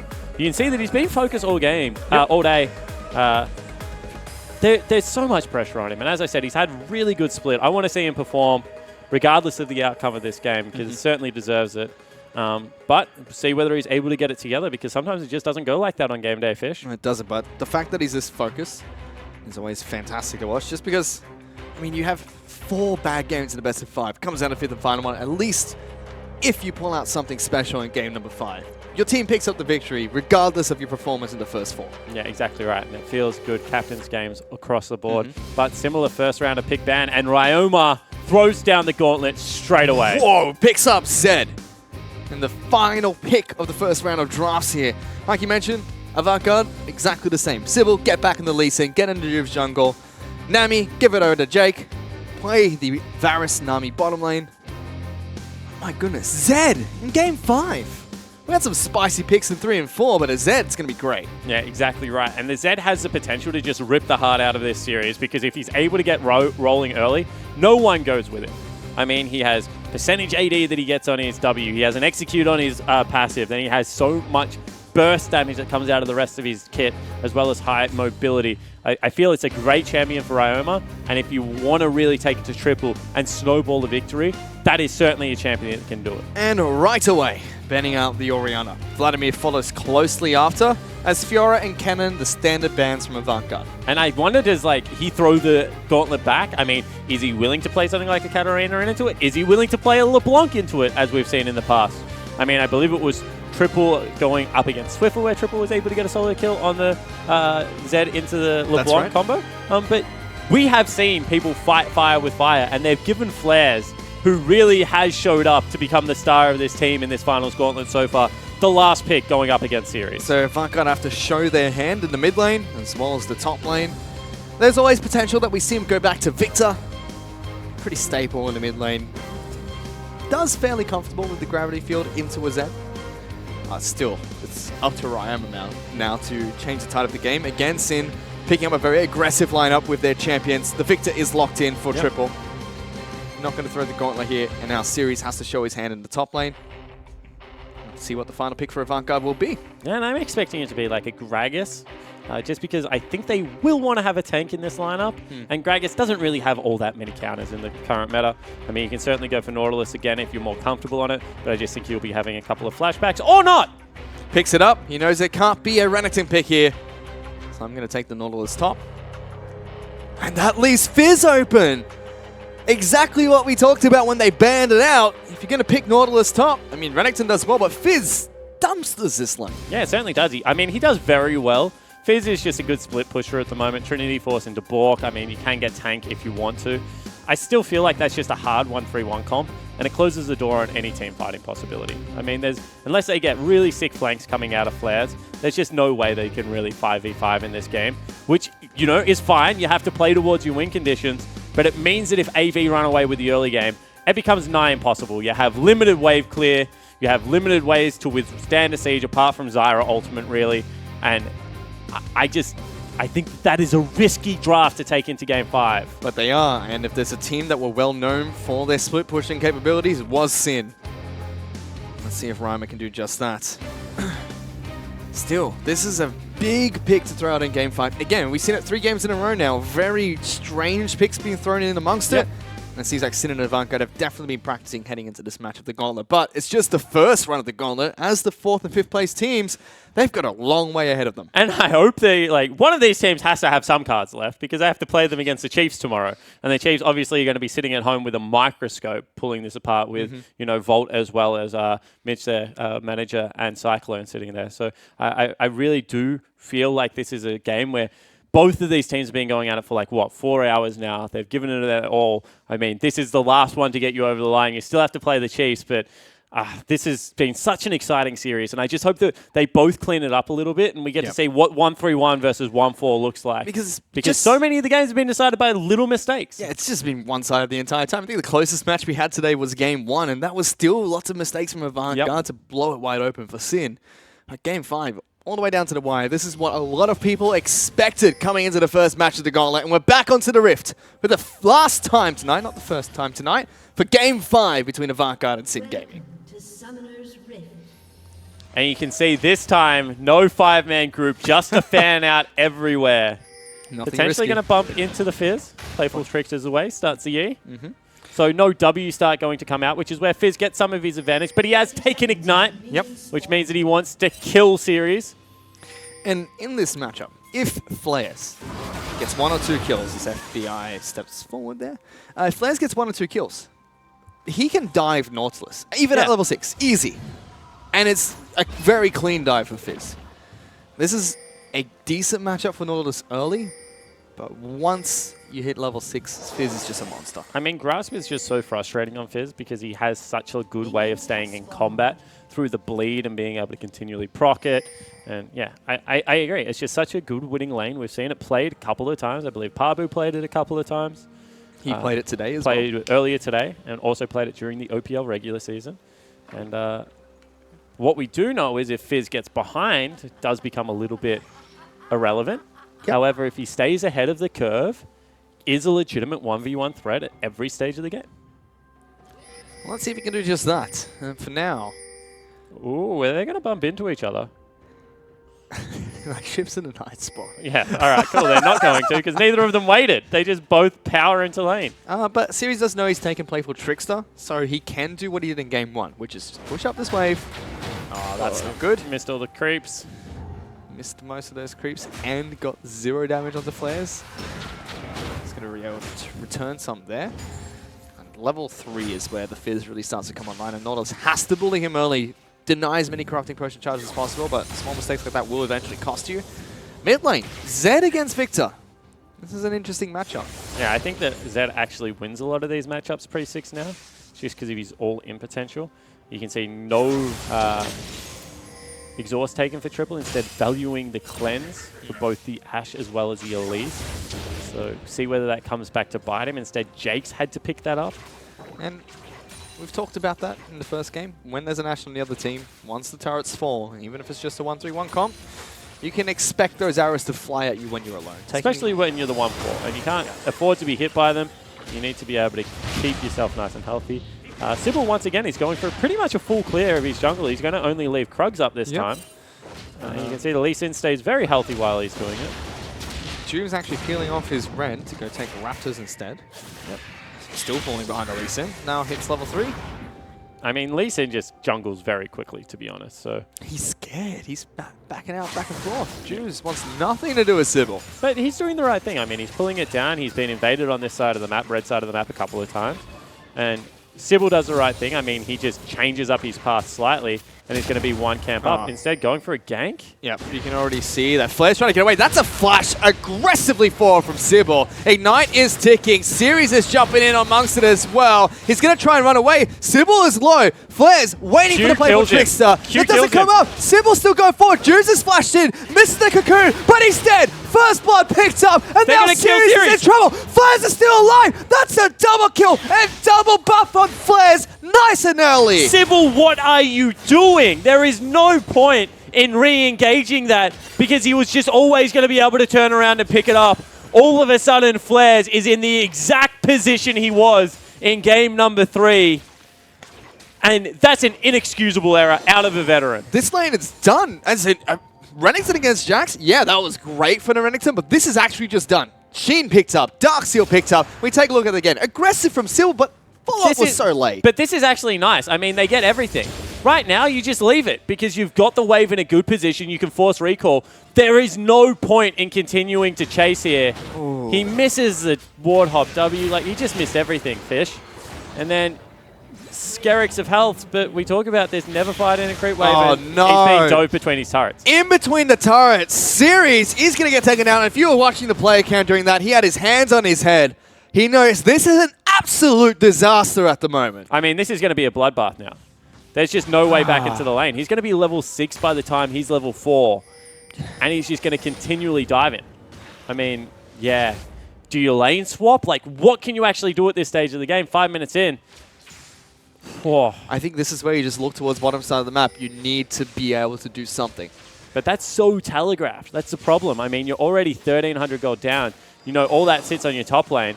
He can probably 1v2, so you don't have to shadow that if you choose. All of a sudden, you start warding up around Dragon and making sure that you're nice and safe. Look at Flares. He's disappeared in the fog of war, and Series doesn't even want to push up. Well, he can't go to the turret. He's getting denied CS just by fog of war presence from Flares. That is insane. There is a vision ward in between the lanes, just making sure Nautilus can't do just that. And they say lightning doesn't strike twice, but it has in the top lane for Sin in this series. This is not good. Oh, level 6. Goodbye. There goes the Fish. Series going to take quite a bit of damage. Tries to lock down Flares. Already at half health. Follows him with the strike. Playful Trickster. This is just not good to watch. And the problem is he pushed the wave. Now if Flares really wanted to deny, he could have probably looked to freeze that. Instead, he's going to shove back up, and with the Sheen, as well as 4 stacks already on the Darkseal. I mean, you're going to have to catch a little bit of wave here if you are Sybil. But you're 33 CS, and your top lane is 16. Oof. Honestly, I mean, Rogue's higher level than him.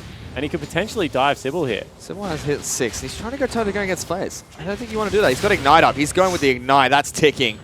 Flares lives with a sliver of health. Sybil does lifesteal back to full and almost dies. Yeah, nearly got the shutdown there, though. Almost, which would have been worth it. And he got the Ignite out, which means there's a little bit less kill threat. So didn't have to burn anything himself and took Flares quite low. Now, does the mental fortitude in the bottom lane really kick in? As much as sometimes it's used as a meme, now is the time you actually need that. Triple. Blinky and Jake need to ignore everything that's happening topside. Understand, yes, there's a big fizz.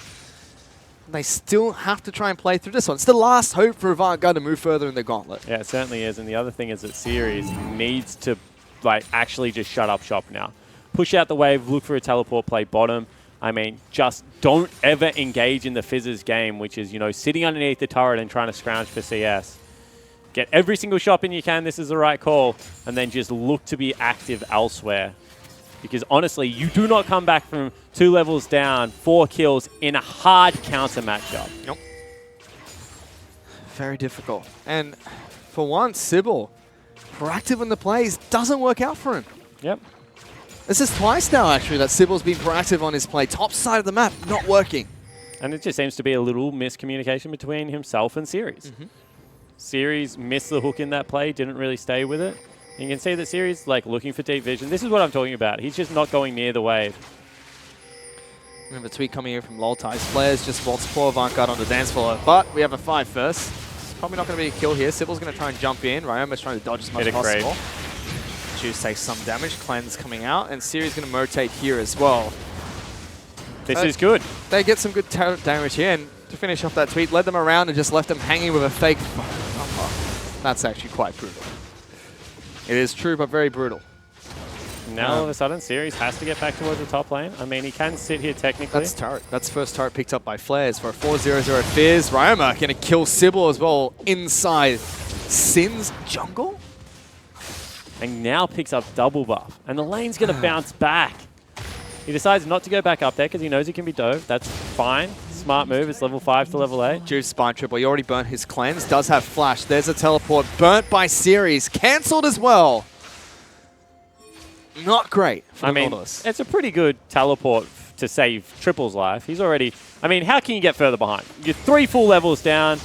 There's absolutely no way you survive a dive at the moment. He's 50 CS down. So, like, Series, honestly, go back, buy a Relic Shield, farm another lane. Like, you're in a world of hurt. So burning the TP to save your mid laner and keep that 20 CS advantage, which is one of the last advantages you have around the map rolling, is definitely a good news story. And on the other side of the map, you can see FBI and Rogue, they've done the right thing as well. They're no longer engaging with it. They're like, we will fall down 15 CS. You're not going to kill us this time around. We've got all our summoner spells available. And even though Blinky and Jake were able to like ulti, and there's just nothing happening down there. I mean, if you look towards any saving grace for Vanguard is the fact that all of the gold lead is in the hand of Flares. I mean, 2,700. A little bit going into Juice pocket, but that's 200 gold. Yeah. Everything is in Flares. Yes, Fizz is annoying. Yes, he's difficult to shut down. But that's the gold lead. And the gold lead right now is at Trinity Force, which is monstrous against the Nautilus, who just has a Ruby Crystal and upgraded boots. Yeah, exactly right. And I mean, at this stage of the game, Fizz does equal amounts magic damage as well, so it's not going to even do all that much. You can see that teleport pings are going out. They've called Series down into the bottom lane. No ultimates available, mate. I really don't know what you're going to make happen. You've walked over a ward. He's going for it. Rogue has been caught out of position, flashes away. So they do get a flash, but now Series got to book it top lane. And Get up there. Reason, like, if that's an equal Nautilus, you're flashing for the hook all of a sudden. But it's not. If Fizz teleports in behind you, that's another triple kill delivered on a platter. So instead, he has to just walk to the other side of the map. Yeah, the problem is he's 3 levels down. This is dangerous. He needs Lee Sin, or Flares will just straight up dive him. I mean, does he care about Lee Sin? I think you still have to be a little bit cautious. A good kick can deny a lot of Flares damage. And Nautilus is level 6, so he can work around that. But Flares just says, all right, I've got enough gold out of you. I go mid lane. Now I just zone triple off his turret completely. Oh, and he's just spotted Jews on the right side of the map. So that's probably going to push him towards the side that Flares is on. Series is collapsing, but he's going to run into a Fizz sooner or later. Here they go. Triple. Flashes away from the fish. Jews will be able to catch him with the cocoon. Blows out the cleanse. And Series now going to try and collapse in. That's an ultimate on towards Ryoma. Pops his own onto Sybil trying to get out. They do tag him, kick him back into the team. Good kick from Sybil, and Ryoma forced under the turret. Series is going to assist Triple in picking up a kill. Yeah, so Series flash forward. They're not sure worth because you've just burnt someone a spell that you need to be able to withstand the split push. Your team will be able to pick up mid lane turret, and that was a highlight-worthy play out of Sybil. Like, that's real clean Lee Sin mechanics. And that will be able to equalize the turrets. Yep, but Blinky's been caught in the bottom lane. Easy kill for the Sin team. Arrow into the Zyro plants. Flares looking for a dive top lane. Series going to take a lot of damage. There's the ignite. Auto attack after auto attack. Picks him up with the damage over time and just playful tricks us out. Yeah, exactly right. So he's unstoppable. But we're expecting this out of Flares. I mean, there's absolutely nothing he can do. Blinky needs to back away from that turret. You cannot afford to die that far up on your turret. if you are going to be playing from behind. You can see that he was 10 CS up as well. So it was potentially a strong point, but now he's given that over to FBI, and the gold lead grows. Still only 3,000-ish, but it is 12 minutes into the game, and Triple, you just feel the world's on his shoulders again. Really needs to be the man to carry this one through if AV have a skerrick of hope of winning against what is a monstrous Fizz in the top lane. Just to take stock of things, 3,000 gold advantage for Sin. Already completed Trinity Force, upgraded boots, and 6 stacks on the Dark Seal. Flair's just going tanky right after this, it seems, with his cloth armor picked up. Yep. Triple's going to be farming well. There's a Fish top lane. Series in so much trouble. No flash available. Already at half health. Playful Tricks is still available. And his Q will come back up shortly as well. Easy kills in the top lane for Flares. And he's just giggling. I mean, he just knows that whenever he meets him, even underneath the turret, he just absolutely wipes him out. He's got all the points he needs into the W right now, just does so much damage. You can see that there's like no cooldown on him. He's just, yeah, he's a machine. And on top of that, you can see just that wave was frozen up. Series 3 levels behind. 50 CS behind the Fizz as well. 60, 64. Good news story is Nautilus, level 18, he's still Nautilus. He has the highest CC in his kit out of any champion in the game. Yeah, I don't know whether he's getting to level 18 though, Fish. Well, I mean, right now he's struggling to get to level 8. It's not a Jax. He can. Dime can do it. Avant can do it. And it's a dive again. Flares just goes in onto Series. Half health. You've got to get out. Now you've got to go heal. Exactly right. Does pick up what CS he can. And I feel like Series has done this a couple of times where he's just prioritizing resistances over HP, which doesn't make sense, especially against a Fizz. He does mixed health damage. Like, Series really should be picking up a Giant's belt with that first 1,100 gold. And then worrying about it later. I would even say a cowl is more valuable at this stage of the game. Oh, Flares, blast cones over the wall. Fish going under Sybil, getting underneath the turret, but is that enough? Oh, he's going in. Flares wants this one. That might be a mistake. That's a dead Sybil. So much burst damage. Series wants to try and fight back. He does have Victor coming on the side, but Flares says, all right, we can fight. Come, let's go. I will take you on. He might actually just get executed here. Yeah, so he's going to. He gives it over to Series as well, which is good. Series finally has some form of income. I mean, 2-for-1 trade is worthwhile. Sorry, 1-for-1 trade is worthwhile, but turret does fall down. Meanwhile, Sin, they're able to take down the bottom lane outer. 2 turrets to 1, now 4,000 gold lead. On paper, this is a lead that, you know, you'd say teams can come back from, but when the gold is condensed onto one person, it just looks dire. Yeah, it certainly does. It's the ping pong effect as well. Yeah, Flares is ahead, but Series is so far behind. So, Dragon picked up by Sin as well. Maintaining control of Summoner's Rift. And just like game 1, Juice, he has stepped up a little bit here, but he's fallen behind a CS again against Sybil, who has died 3 times. Picked up 3 assists, but with his lanes winning this hunt, he doesn't need to do all that much. Yeah, exactly right. And that's what we said. Just take the pressure off him. I mean, they get some good lane matchups. They haven't fallen behind the way that they had in a couple of other games so far. Walks in, takes away a blue buff. That's good counter jungling, good positional awareness, and good use of the scrying orb. That will hurt Triple, especially trying to withstand a siege here.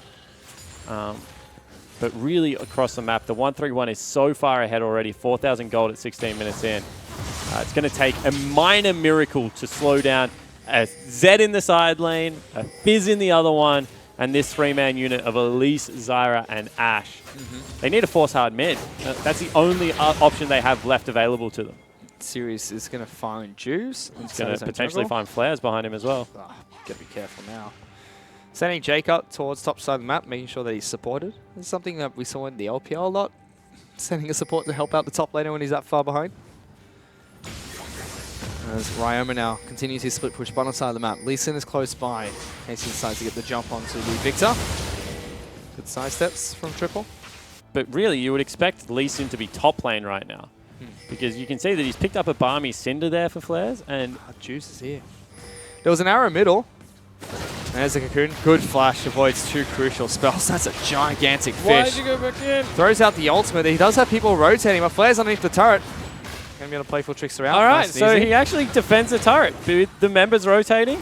I mean, it looked like Rogue was there first, and there was just no way he's going to be able to go for it. Oh, they're waiting again. Control ward and everything. Flares jumps out, gets some good damage down. Juice is here. Oh, you hate to see it, but the hook straight into the wall. Tidal wave just goes over the dead body of Nautilus, and Sin continually pick on this top lane. They've got an 8-1 Fizz running around the map. Sybil tries to fight Flares. Exhaust being used. Bubble as well, but look at Sybil's health.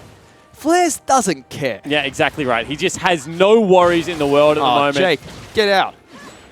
He's got the red buff ticking through. Oh!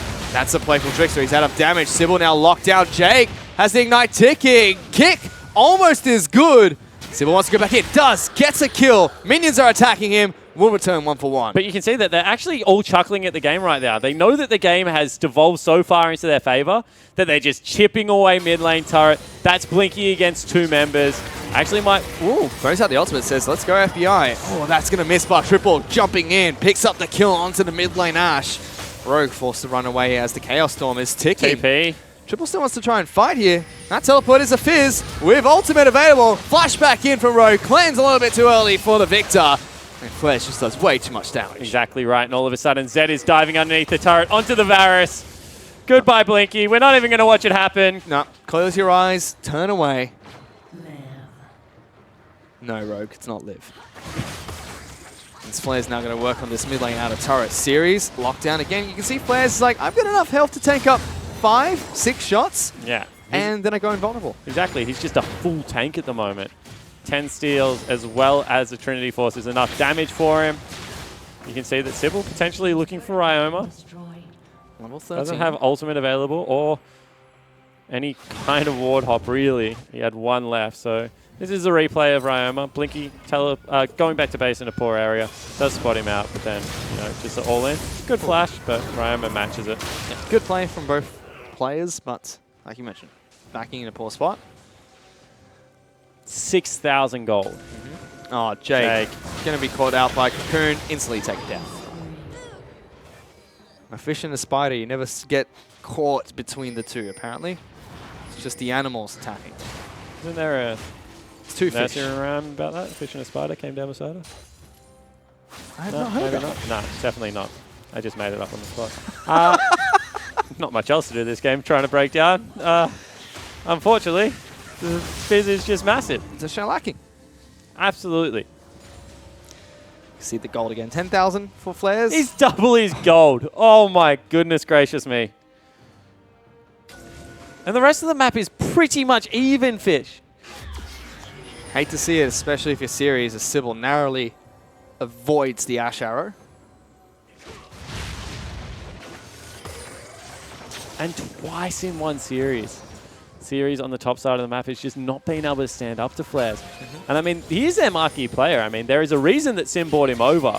They thought that this was going to be the game changer. Certainly had a pretty good regular season. All I can say is Flares has got his revenge. I mean, the way the series hit list came about was took down Tally. Yeah, you know, that was cool. Then he dumpstered Flares at level 2 the very next game. We're like, this guy's someone to watch out for. Does it again the very next match.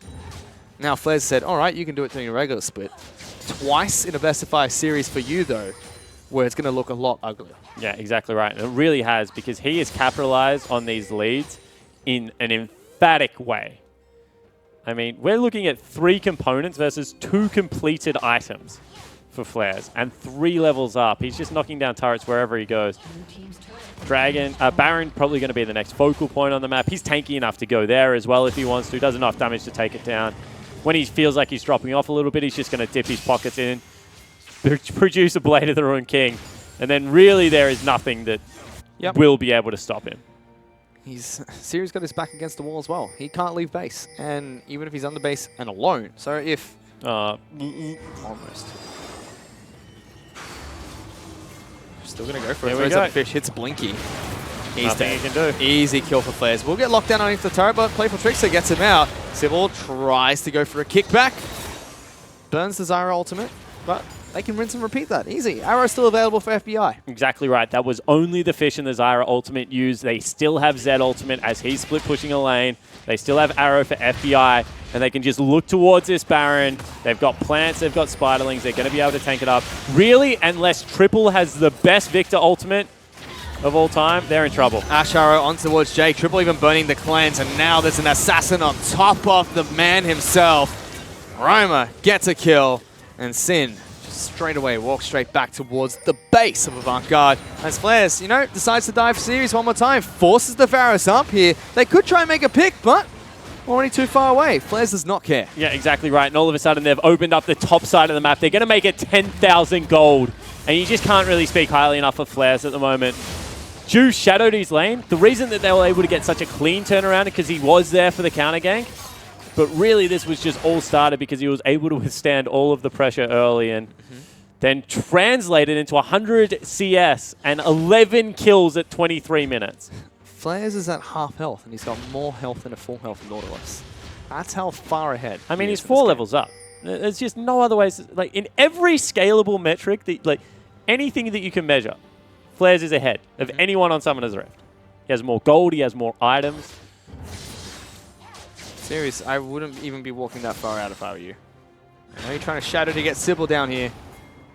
I don't think Flares cares too much about either one of you. He's going to try and run away. Sybil is going to try and collapse on towards the Fizz. I mean, he's still 4 levels higher than Sybil. And you can't make that play too many times because otherwise you just give up Baron. He does choose the right time to try and make that play. The Spirit Passage has been picked up by Flares, sitting in base. Running straight back down towards bottom side of the map, creating a pressure point for Sin. And because of the global gold, I mean, even Triple, who's having a fairly okay game, 2-2-0, 213 CS at 24 minutes is respectable, hasn't been able to pick up anything but 1 turret for himself. They've got no dragons to their name. There's no added scaling there. He's gone with Rylai's because he knows that now this has to be a long one. He needs some control. And unfortunately, Flares is back to full health in behind series again. Rushes away from the fish, but I don't think that's going to be enough. The hook comes out, ultimate as well. Series just trying to run away. Does have teleport, but Flares' cooldowns are just way too good. Hoping for a blast cone. Ooh, knocked up by Flares. Series just sitting dark. Yeah, this is going to go for a while, but he's dead. I don't even think it's going to be all that long here, Spawn. He's trying his best just to waste time. On the other side of the map, Sybil's kicked back Ryoma. He's dead as well. Sybil is going to get popped. Flares gets a kill for himself as well. Now he's teleporting into the fight. Ash Arrow nails Jake. Forces a flash from Blinky. Good ultimate to lock down Flares in the gravity field, but you're going to lose your support for this. And Sin are walking all over Avant-Garde. And what was a super competitive series has just been absolutely manhandled by the top laner of Sin Gaming. You can see that wherever he goes, members of AV just don't want to be any more fit. Takes down series, gets all of his summoner spells, gets the ultimate, then all of... Ooh, here we go. Triple looking to try and take down Ryoma. Forces a flash out of the Zed. That's all he gets. Baron picked up by Sin. Now they are 12,000 gold ahead of Avant-Garde. Yeah, exactly right. I mean, Sybil's still building a little bit damage, wants to be relevant late game. It's just... There's really nothing they can do right now. 13,000 gold. They need to just turtle up as hard as possible. They have decent wave clear in the form of, Hurricane as well as Victor. But you can't just survive any turret dives that's going to be able to come out of Flares at the moment. He is finally going towards his Bork, so the damage is going to get higher again. So, I mean, the term Cinderella story has been floating around for quite a few splits now whenever Sin make it to the playoffs. This is like the ballroom dance, Sin having a great time. I don't know if this is a Cinderella story. I don't think them going to 5 games against AV is their idea of the Cinderella story. No, but the ending. Okay, yeah, potentially. So after this, they've got to drop the glass slipper and they've got to race home after midnight. So that's against Chiefs, Legacy, and Direwolves. Potentially. I mean, Avant-Garde can still take this game, but if you're not calling it at this point, whew. Yeah, we're asking for the biggest comeback in a playoff game in OS. Yeah, this if Avant-Garde come back, I think that's the biggest comeback we've ever seen. Yeah. In League of Legends history. Bigger than CLG EU against Gambit, bigger than IMA against WE. It's near impossible, but Avant-Garde, they're going to damn try. This Drew's going to get taken down. Sybil will pay for it with his life, and FBI fires off an arrow. Jake will get locked down, trying to kite backwards. Hurricane helping him out, and Flares already in the backlines. Gets exhausted, but still just burns through Blinky like a hot knife through butter. Triple is his next target. Avoids the Nautilus ultimate. Says, come at me, Jake. I am the bigger fish. takes him down as well for the triple kill. Series is the last man standing for Avant Garde, and even he almost gets dove by the Fishman. Yeah, exactly right. And meanwhile, Ryoma just takes out one of the inhibitors and is actually on the turrets to try and end out this game. Series going to do everything he can to stop the assassin himself. 6 seconds until Sybil is back up in a line, but the Baron buff minions are working their way down mid lane and bottom lane as well. Yeah, exactly right. There's just absolutely nothing they can do. If it's not this push, it's going to be the next one because it's 17,000 goldfish. Baron buffed up. They can get another shop in, and you can see that that was everything. That was a kitchen sink left available for AV to throw at them, and it just was not enough. And this is why we hear a lot of pro players, Pablo included, he was very outspoken about this. Fizz is going to be permanently banned in the OPL because of this. He gets ahead, that's a huge snowball potential. Yeah, and 15-1-2. Here's completed item, level 16, at 28 minutes into a game. That is so far ahead of pace. We're talking about 40 minutes into the game, they're starting to complete their builds. This guy's done it 12 minutes ahead of the clock. And even that's accelerated. 40 minutes, 6 items, you're accelerating. Yeah, exactly right. He is just so damn far ahead at the moment. Avant Garde still giving everything they can. They're making great plays. Good kicks from Sybil. Triple is trying to assassinate anyone that gets close to him. The old Tainted Minds brush camp. Here we go. Seen this one before. Sin don't go through the jungle. They go through lanes. Yeah, well, that's the right way to play it. I feel like a couple of teams in the past need to take maybe notes from that one, but... See Flares marching on top lane. Roma going through middle. Jake's he's one of your own kind. Jake's been caught out. Heals up. But still, turret taking a lot of damage. Bottom lane, turret under fire as well. AV will go for one last team fight. You don't lose a playoff game by just getting run over like this. We'll see whether they can get it started. Flares has other things to say about that. He wants to just end the game by himself. Locked down underneath the turret. Lee Sin trying to dash on forward. No one saw that one. Inhibitor now, the next target here, and there they go. Assassin in the backlines, top of triple. They lock him down. They're going to shut down on the mid lane himself, but Series is caught. FBI picks up that kill, and Flares in the backlines. Gets kicked, but not into the fountain. That's what they desperately needed. He'll be able to go toe-to-toe. He gets away. Sybil gets destroyed by Juice. The Nexus turrets have fallen. Sin will take it all the way to game number 5 against Avant Garde. And in stylistic fashion, pick up a win here, sub 30 minutes. I mean, the games they won, they looked good in, but capitalizing on mistakes, overreaches from Sybil.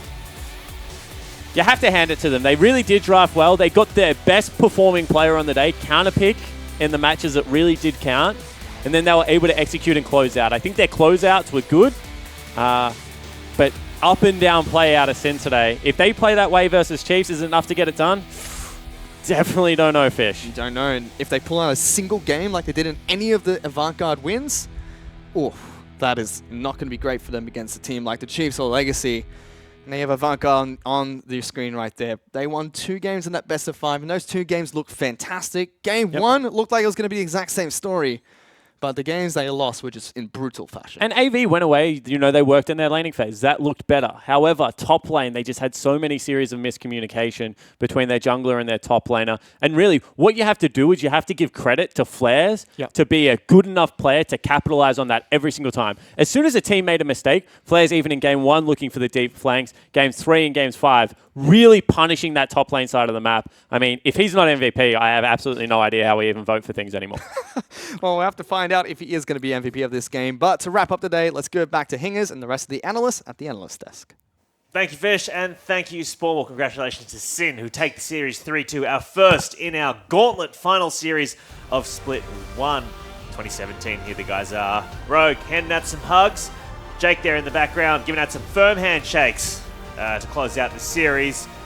And gentlemen, looks like AV needed a bigger boat for that Fizz because just so fed Mickey Whale. Yeah, I mean, they just cracked under the pressure, unfortunately. They had their game plan, and again, that double kill up top. Oh, it's deja vu. But yeah, we did see it in the Graves game where they tend to do these kind of obscure real plays, and yeah, it's just unfortunate, really. Yeah.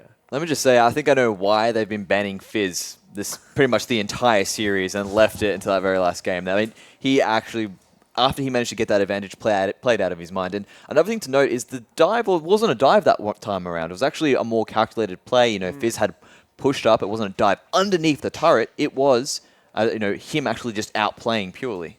So aside from Fizz, what are the other talking points from that game as we bring up the picks and bans? Because I feel like we're just going to be focusing on Fizz the entire time, but there are mistakes that Sin made that need to be cleaned up before they play tomorrow. So let's take a look at this pick ban, shall we?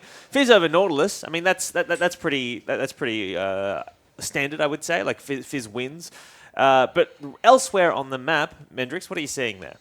So one of the things I'm actually looking at and that I find interesting with AV is they've actually been banning out flares quite consistently throughout the entire series. I mean, that's 4 bans that could go towards the top lane. You've got a Fiora, a Cannon, a Renekton, a Camille. So they understood who they needed to ban now. It's just this time around, there's so many champions that you can ban, really. Whereas for Sin, they're blending out Vlad, Orianna, looks Syndra. There's a lot of mid lane they're trying to ban out Mikuel. Yeah, definitely. Well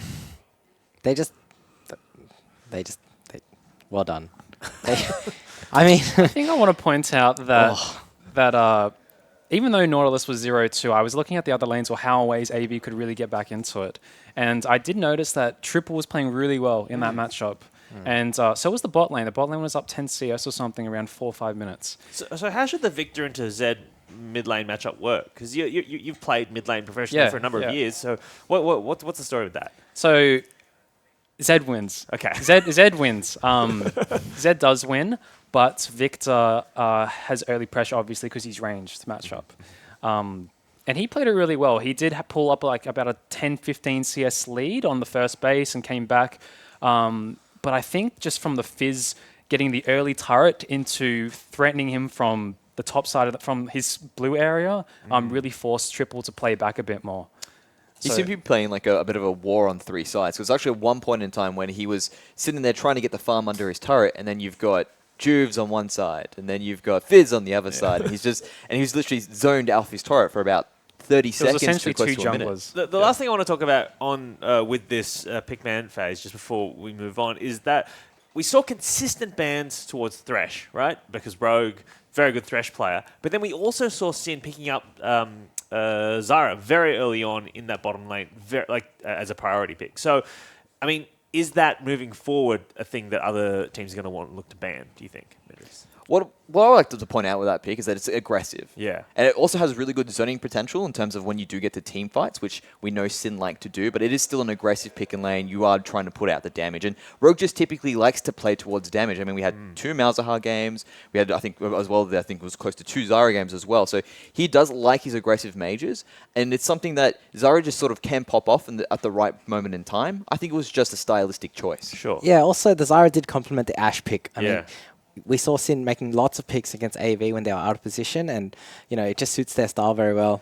All right, well, the game got off to a bad start for AV with that double kill in the top lane. It was a bit of deja vu, Mandrick, so let's look at it for a third time tonight then. Yeah, might as well. And what I specifically like about what Flares did there is, as you can see, with that Urchin Strike that he did there, initially when Sybil came in, he actually went down towards the turret. Then he was able to dodge with that Urchin Strike afterwards. So even though that should not have happened, for Flares to actually make it work was quite incredible. And in the end, it was an outplay. I mean, really, his opponents misplayed. He played it to the right way that he could have. And he was able to get out of it. Aren't you meant to back off, though? Aren't you supposed to go, we're low, back off, play safe? Yes. You're supposed to do it right. I mean, there was 3 instances where they misplayed there. Oh my goodness, look at this. The first was with Nautilus, the second was with missing the Q, and the third was with missing the ward jump and the auto attack. Yeah. So they had 3 chances and they stuffed all 3 up. How's that for mental fortitude? Well, let's take a look at these stats. 16-1-5 for the 28 minutes, as Spawn was saying, full item, so full 12 minutes ahead of an early full item set. And Choo Choo's looking at that. I mean, you had your head in your hands there. You were disappointed. It's just... for that stuff to happen in Game 5 is heartbreaking, really. So is that the nerves getting to them? It must be. Yeah. It must be. I've been in that position before. These are not bad players. They're 5th in the OPL, right? No. So they've done well. They've beaten this team before. And so for them to... I think, especially for people to notice at home is that this is the 5th game. Everything's on the line. It's 5 hours in, basically. You can't blame them if these kinds of things happen. Yeah. All right. Well, do not go anywhere because we'll be back very soon. But first, let us throw it over to Spawn, who is standing by with the victorious Rogue, support player for Sin, for the interview. Thanks so much, Hingers. I am standing next to a very happy Rogue. Well, at least he should be winning through the first round of the Gauntlet, so congratulations. Talk to me about what the message was this week going up against AV, because a team that you formerly hadn't beaten during the regular season. What's Bensel telling the boys? I mean, we want to send a message to the teams in the Gauntlet. Sadly, 3-2 doesn't really send that much of a message, but, we're still contenders and we're still going to be here tomorrow and the next day and next week, hopefully. All right, so that's a plan to run the whole way. I mean, looking at this series, it looked like Red Side had a huge advantage. Is that a draft thing? Is that just like Blue Side teams just not living up to the standard? Like, what did you think about the Red Sides picking up the wins? I think that just comes down to the mid lane counter pick. That's really important because we considered Triple probably their best player, so we basically played a style to neutralize what he would do and let Ryoma excel. So that was really important for us to get the Red Side wins. And if you look at the stats, Red Side won 5 games. So yeah. Yeah, exactly right. Now I want to talk about your top laner. I mean, at the start of the split, you go away, you get one of the first imports coming across from North America. We've seen a couple of Koreans before, but not really a North American. Flares didn't have the best regular season, but was always a consistent force for you guys. But absolutely popping off this game. I mean, was that expected? Is this what he does in scrims? Is this now the beast awoken for the rest of the Gauntlet? I think a few weeks ago I had an interview with Hingers, and I kind of mentioned that I play this really fun utility bot lane. We just, throw Ash arrows and get 0 kills because we have this monster in the top lane, this monster in the mid lane. We have the first Blood King. So we get to sit back and just take this backseat of hitting towers and throwing Ash arrows at people and get carried. So, whatever. You've been my thresh, I'll just play these boring champs, whatever. All right, cool. And you have the Chiefs tomorrow. You have the Rays Aegean bottom lane. I mean, looking ahead, is there a message that you want to pass on to the Chiefs before we wrap up here? I don't know. I think our bot lane will do well against their bot lane, and I don't know. If you guys don't want to target me on my things, then whatever happens, happens. Vel'Koz, okay? Cheeky Vel'Koz? Maybe. Yeah, Aegean, watch out. All right, guys, that is enough from us here. Congratulations on the 3-2 win. Best of luck tomorrow. Hope we get another good series there. However, we will throw it back to Hingers and the rest of the guys at the desk to close out tonight. Thank you, Spawn, and congratulations to Rogue there and Sin. 3-2 over AV. Let us take a look now at our Radiant Medal winner for that series, and no surprise, it's going to Flares, who, was it close after that, before that last game, Mendrix, for you? It was close for me. I was a bit looking and going, I got some head scratching going through here, and then just another performance like that from Flares. Just, yep, sweet, no worries. I know exactly what I want to do. Yeah, had a hiccup on the Gangplank game, but after that, before and after that, fantastic play. Yeah, and across 5 games, he's performing well, Choo-Choos. Yeah, he was probably the one person on that team that really had a solid, consistent play this entire series. So, congratulations to him. All right, well, as we round out this first leg of the Gauntlet, let's take a look at the tally for Radiant Medal points, and still lost from your team. Legacy still out in front. Legacy, we have one part owner and one former part owner of Team Legacy on the desk here today. So lost out the front, and still can be caught by some of the guys left there in that. But unfortunately for Sirius and Triple, who were there, they will not be able to pick up any more points because they're actually out of the tournament now for the rest of the split. So where to here for them? They've been through a big split, right? Came out of the gates firing. Then they replaced their jungler, struggle for a bit, then come back with a couple of good wins, and then go out in the first round of the Gauntlet. So commiserations to them, Choo-Choos, but where do they go from here? Okay, so obviously they need to take a break. Take a break. Just don't look at the series. There's no point. What are you going to take? You can if you really want to. By the time you get back, will be I would recommend overall. not watching the games. Take a break. Just enjoy yourself. Try and get a free mind, and just prepare for next season. Now, Minkuel, you are no stranger to big public losses. So how would you suggest that AV... What? So am I. Okay, we can put it that way. Like Aaron said, it's important to take time off. Yeah. To reestablish your love for the game. Yeah. And to just enjoy what you're doing. Absolutely. Because at the end of the day, these guys still get to play video games for a living. That's pretty cool. Exactly. Yeah. So I recommend having a holiday, seeing your family. Yeah. Then just get back into solo queue, ease into it. But for them, this is also kind of...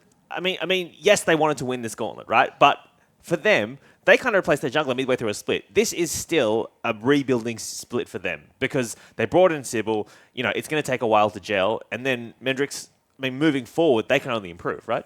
Absolutely, and it's not just the fact that they're rebuilding from the terms of getting Sybil. They're also rebuilding from the terms of that series. He's a rookie. Yeah. This is his first split. Same with Blinky. I mean, we remember he's definitely been popping off in certain games and going well throughout the series, and like you said as well with Blinky. So these guys can only go up from here because if this is their rookie split, they're doing well. All right, so commiserations then for AV. But looking forward for Sin, though, tomorrow they will be playing the Chiefs, last split's champions, tomorrow from 5 p.m. here on whichever streaming service you're using to watch this. And the Sin wouldn't be happy with their games today, necessarily, overall. I mean, Rogue said, look, we want to send a message, but 3-2 is not necessarily the strongest message. So, I mean, how do they improve in the next 24 hours to be able to take on Chiefs? Miguel? I think it's just building on the momentum that they have. You know, they did come out of the series. They did win. They're hot from a game. Chiefs are going to come in cold. They haven't played for a while. So, yeah, they could potentially take a couple games off Chiefs and just snowball off that. So some early wins potentially sees them take the series. Historically, teams, the Gauntlet whole process, these teams, I think TSM, CLG, they have run the entire thing and ended up winning at the very end. So I've always thought that there is a strength from coming 5th or 4th, and you start that first series, if you win, you then go into the next series with a momentum and a good understanding of like what your strengths are. And I think that's going for them when going into Chiefs. Especially we've seen in Korea as well that a lot of the time the grand finalist, the first seed, does not win. Yes. Oh boy, so many tears. Mendrix, looking forward to tomorrow then. Chiefs, do they have anything to worry about, or will they still be confident after watching today's games? They have to worry about it. They definitely have to worry about Sin. I mean, I would love to see a Cinderella story come through for them to actually go through. And I reckon if Sin were able to run the entire gauntlet, Direwolves are in trouble. So wait, so you're saying if just to be clear, if Sin beat Chiefs and then they beat Legacy, because, I mean, they've shown the ability to do that before, then they can beat Direwolves as well in that final. Yeah, I feel like they're a momentum-based team. When these guys are hot, they are on fire. We really do need the hot streak effect to come into it. And Direwolves would be the heat check. I guess you could say, Legacy and Chiefs will also be heat checks as well. I mean, we're about to go to a break and then come back with an interview. But before we go, I do want to get your guys' predictions for tomorrow because you won't be here. So, who's going to be facing Legacy on Sunday? Legacy. We've been doing that the entire time. Yeah, it's just off camera. Honestly, I think Chiefs will beat Sin quite convincingly, 3-1, if not 3-0. Okay. Choo-choos, closing thoughts? I don't like Chiefs, but I will say that they probably will maybe win. Okay. But I think Sin have figured out quite a lot from this series. Yeah. And I don't think put them out of this race. All right. I think they've always been that kind of dark horse, and this is their year, I think. Certainly, absolutely. They've certainly been able to take down some giants earlier on in the split. Will do not go anywhere. I would like to thank our guests today, Minky Whale and Choo-Choos, for being here on the desk. Mendrix is going to stick around. We're going to be back with Bensel and also Juves right after this 5-minute break. Do not go anywhere. That's a flash aggressively forward from Sybil. Ignite is ticking. Series is jumping in amongst it as well. He's going to try and run away. Sybil is low. Flair's waiting for the play for Trickster. It doesn't come up. Sybil's still going forward. Juice is flashed in. Misses the cocoon, but he's dead. First blood picked up, and now Series is in trouble. Flares are still alive. That's a double kill and double buff on Flares. Nice and early. Sybil, what are you doing? Good tag and pick back into the team. Good pick from Sybil, and remember, force under the turret. Series is going to assist Triple in picking up a kill. Getting underneath the turret, but is that enough? Oh, he's going in. Flares wants this one. That's a dead Sybil. So much burst damage. Series wants to try and fight back. That's a play from Trickster. He's out of damage. Sybil now locked down. Jake has the Ignite ticking. Kick almost as good. Sybil wants to go back in. Does. Gets a kill. Ash Arrow on towards Jake. Triple even burning the clans. And now there's an assassin on top of the man himself. Roma gets a kill. Ash Arrow nails Jake. Forces a flash from Blinky. Good ultimate to lock down Flares in the gravity field. But you're going to lose your support for this. And Sin are walking all over Ivanka. Drew's going to get taken down. Sybil will pay for it with his life. And FBI fires off Narrow. Jake will get locked down. Trying to kite backwards. Hurricane helping him out, and Flair's already in the back lines. Gets exhausted, but still just burns through Blinky like a hot knife through butter. Triple is his next target. Avoids the Nautilus ultimate. Says, come at me, Jake. I am the bigger fish. Takes him down as well for the triple kill. Series is the last man standing for Avant Garde, and even he almost gets dove by the Fishman. Assassin in the back lines, top of triple. They lock him down. They get a shutdown on the mid lane himself, but Series is caught. FBI picks up that kill, and Flair's in the back lines. Gets kicked, but not into the fountain. That's what they desperately needed. He'll be able to go toe-to-toe. He gets away. Sybil gets destroyed by Juice. The Nexus turrets have fallen. Sin will take it all the way to game number 5 against Avant Garde.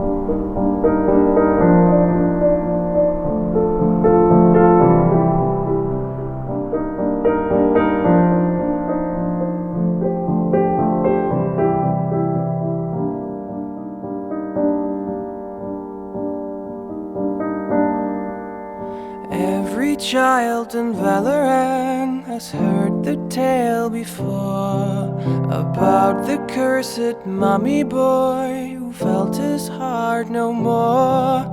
So sad and lorn, the helpless lad, Amumu was his name. He ventured out to find a friend and learn about his bane.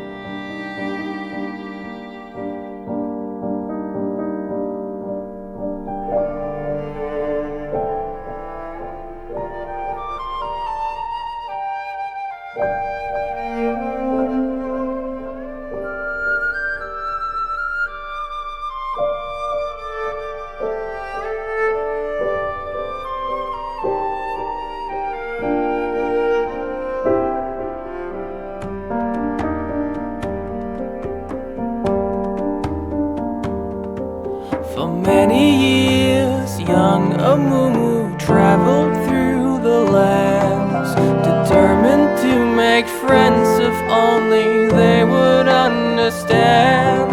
But even when Amumu stood upon the ledge of home, his hope would disappoint him and he would remain alone. But then the curse began to whisper in his ear and would confirm what was Amumu's biggest fear. It pledged that never shall someone become his friend. It pledged that he shall be alone until his end. The sorrow and despair became too much to bear.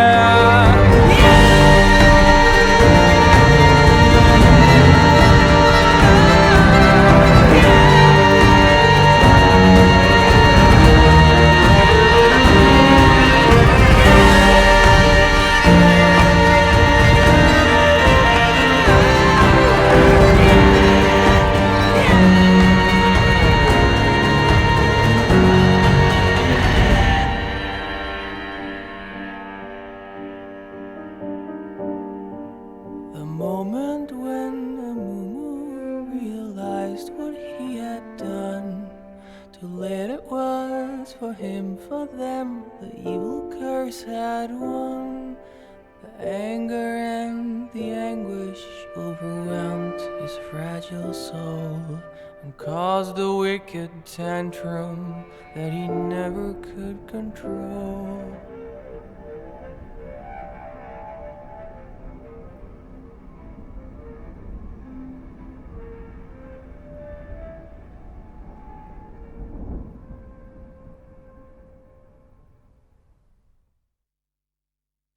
Welcome back to the OPL, and we've finished up the match for the evening. Sin have gone through victorious, but I'm joined here at the analyst desk by the coach and captain of Sin Gaming, Bensel and Juves, as well as Mendrix. So first of all, gentlemen, congratulations on the big win. Bensel, let me start with you. What's it like trying to coach this guy? Because he's a loose unit on Twitter. Yeah, it can be tough. He offers some unique challenges that the other players don't offer. I can assure you that. But I think we get along well. Yeah. And the team as a whole, we have a really good unit going, and Juves offers a really important role in that unit. Yeah, I mean, Rogue said in that interview just with Spawn before, look, we wanted to send a message. 3-2 is not the strongest message. Juves, how did you feel about the play today? Look, at the end of the day, we were reminded on Twitter that we haven't been in Avant this split. So I guess the message you sent, we've broken the curse or the voodoo, I don't know, whatever you want to call it. And at the end of the day, if you 3-2, 3-1, 3-0, it's the same. It leads you to the same path. It doesn't matter what the result or the scoreline is. We won. You can watch the game. We can learn from it, and I think that's really valuable for us going into Chiefs. We literally get to watch a game where we lost 2 games, where we didn't play that well. Yeah. And that's I'm not saying it's going to be a quick fix, but it's going to be handy. You definitely say third time's the charm for you guys coming through with that there, especially with 3 games, third time going up against them. So definitely worked out that you've learnt your way and made it to get to that victorious point. So what I want to drill down on, though, is Game 4, because that was a disaster for you guys. And you talk about, hey, when we watch it, we want to learn from that. Bensel, you were watching that game backstage. What were you thinking when they were, just kind of collapsing around, right? Suiciding repeatedly? Yeah. Yeah. What else can you say about that game? Yeah, it was brutal, right? Well, I mean, we picked a lot of scaling. Yeah. And, we had the opportunity to play scaling. We chose to aggressively flash forward when our ultis went up over and over again until the lead was insurmountable. I mean, AV stalled it out. They just couldn't really close for some reason. And I think that's something that we do know how to do. So that's pretty comforting. But I think a better team like the Chiefs won't let that happen. Sure. Juice? To be fair, we do have Fido on the back of our jerseys. You can't blame us for flashing in. I still can. Okay. Well, what prompted the change in style? Because I do like the, you had the gangplank in there to sort of counter the Shen, but stylistically, it doesn't really work well what you guys like to do. Yeah, I think that when you play against AV, you don't expect them to make too many proactive plays. There's a few teams like that in the OPL. And if you pick a scaling comp and you don't just blow your flashes the moment you see an enemy champion, that you can play the game properly. But, it was evident that we didn't do that. All right, so moving forward then to tomorrow's game, you are less than 24 hours away from taking on Chiefs, last split's champions. So Bensel, I don't want you don't have to reveal your strategies or your secret whatevers, but if you've played against the Chiefs before, you're able to take a game off them. What were you able to do last time you played them to take that game? I think when we played against Chiefs, we had a really solid strategy for playing against them. We pinpointed their weak point on the map, and we tried to abuse that. We did it successfully in 1 game and unsuccessfully in 2 games. So we need to demonstrate that we can do that in 3 games. Yep. It's going to be a big task. Juves, do you feel confident going into tomorrow? Because you're a big confidence man, and you say winning is a habit. You've come off 3 wins today, but also 2 losses. So how's your confidence going into tomorrow? I mean, I don't like I said, I go into every match thinking I can win and we can win. It's weird. The top 3 is weird. We've beaten Legacy. Legacy has beaten Chiefs. They've beaten Dolphs. Everyone's beaten everyone. So I'm just going in with the mindset that we won today. We deserve to be where we are. Absolutely. We wouldn't be there if we didn't deserve it. And I don't know. We'll just give it our all and see what happens. They boot camped in America. Yeah. So I don't actually know if they're better or worse. I'd assume they're not worse, but I mean they've been off a long competitive break and they came back and versed Tainted Minds. And with all due respect to Tainted Minds, they're not a top 4 team. Yeah. So they may be rusty going into a big series like this. I don't know. You just don't know. Yeah. So let's also talk about Flares tonight because absolutely popping off. Picked up a Radiant medal, so congratulations to him. How much did you expect your opponents tonight to be drafting so much towards him, banning him out so much? So we thought that I think they know deep down that their top laner is probably one of their weaker players, and our top laner is probably one of our better players. So I guess it makes sense to try and neutralize that deficit in ability. And I guess with Flares, you just can't. His champion pool's too big. You can't ban I guess you can ban 10 champs, but I don't know, you can't really ban 10 champs, but yeah. I mean, we're looking at it, that's 16-1, like 16-1 on Fizz is an incredible play for him to go through. I mean, even the assist that you mentioned, Bob, who cares about the assist? It's all about that 16 kills that he's picked up. I mean, with that there, it's like you said, they're banning Fizz throughout the entire one. They pick him up there. He's got that amazing champion pool.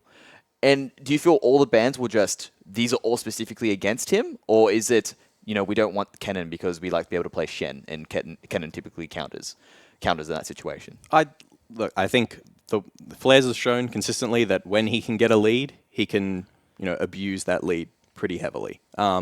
Even against the best teams, he's shown he can do it. So against a team like Avant, where I would say across the board they're not as strong as the top 3 teams we're about to play against, that he can walk all over them given that much room. So I think it makes sense to ban that many champions from him, but at the same time, he has a big pool. Well, we'll see how he will fare against Swiper tomorrow, because obviously 5 p.m. Saturday is when Sin will take on Chiefs in the second round of the Gauntlet. So I'd like to thank Bensel and Jubes, as well as Mendrix, for being here tonight, and congratulations to you guys as well for your win today, 3-2 over AV, and best of luck tomorrow. From all of us here at the OPL, that's it for today, but 5 p.m. tomorrow with the second round of the Gauntlet. We'll see you then. Bye.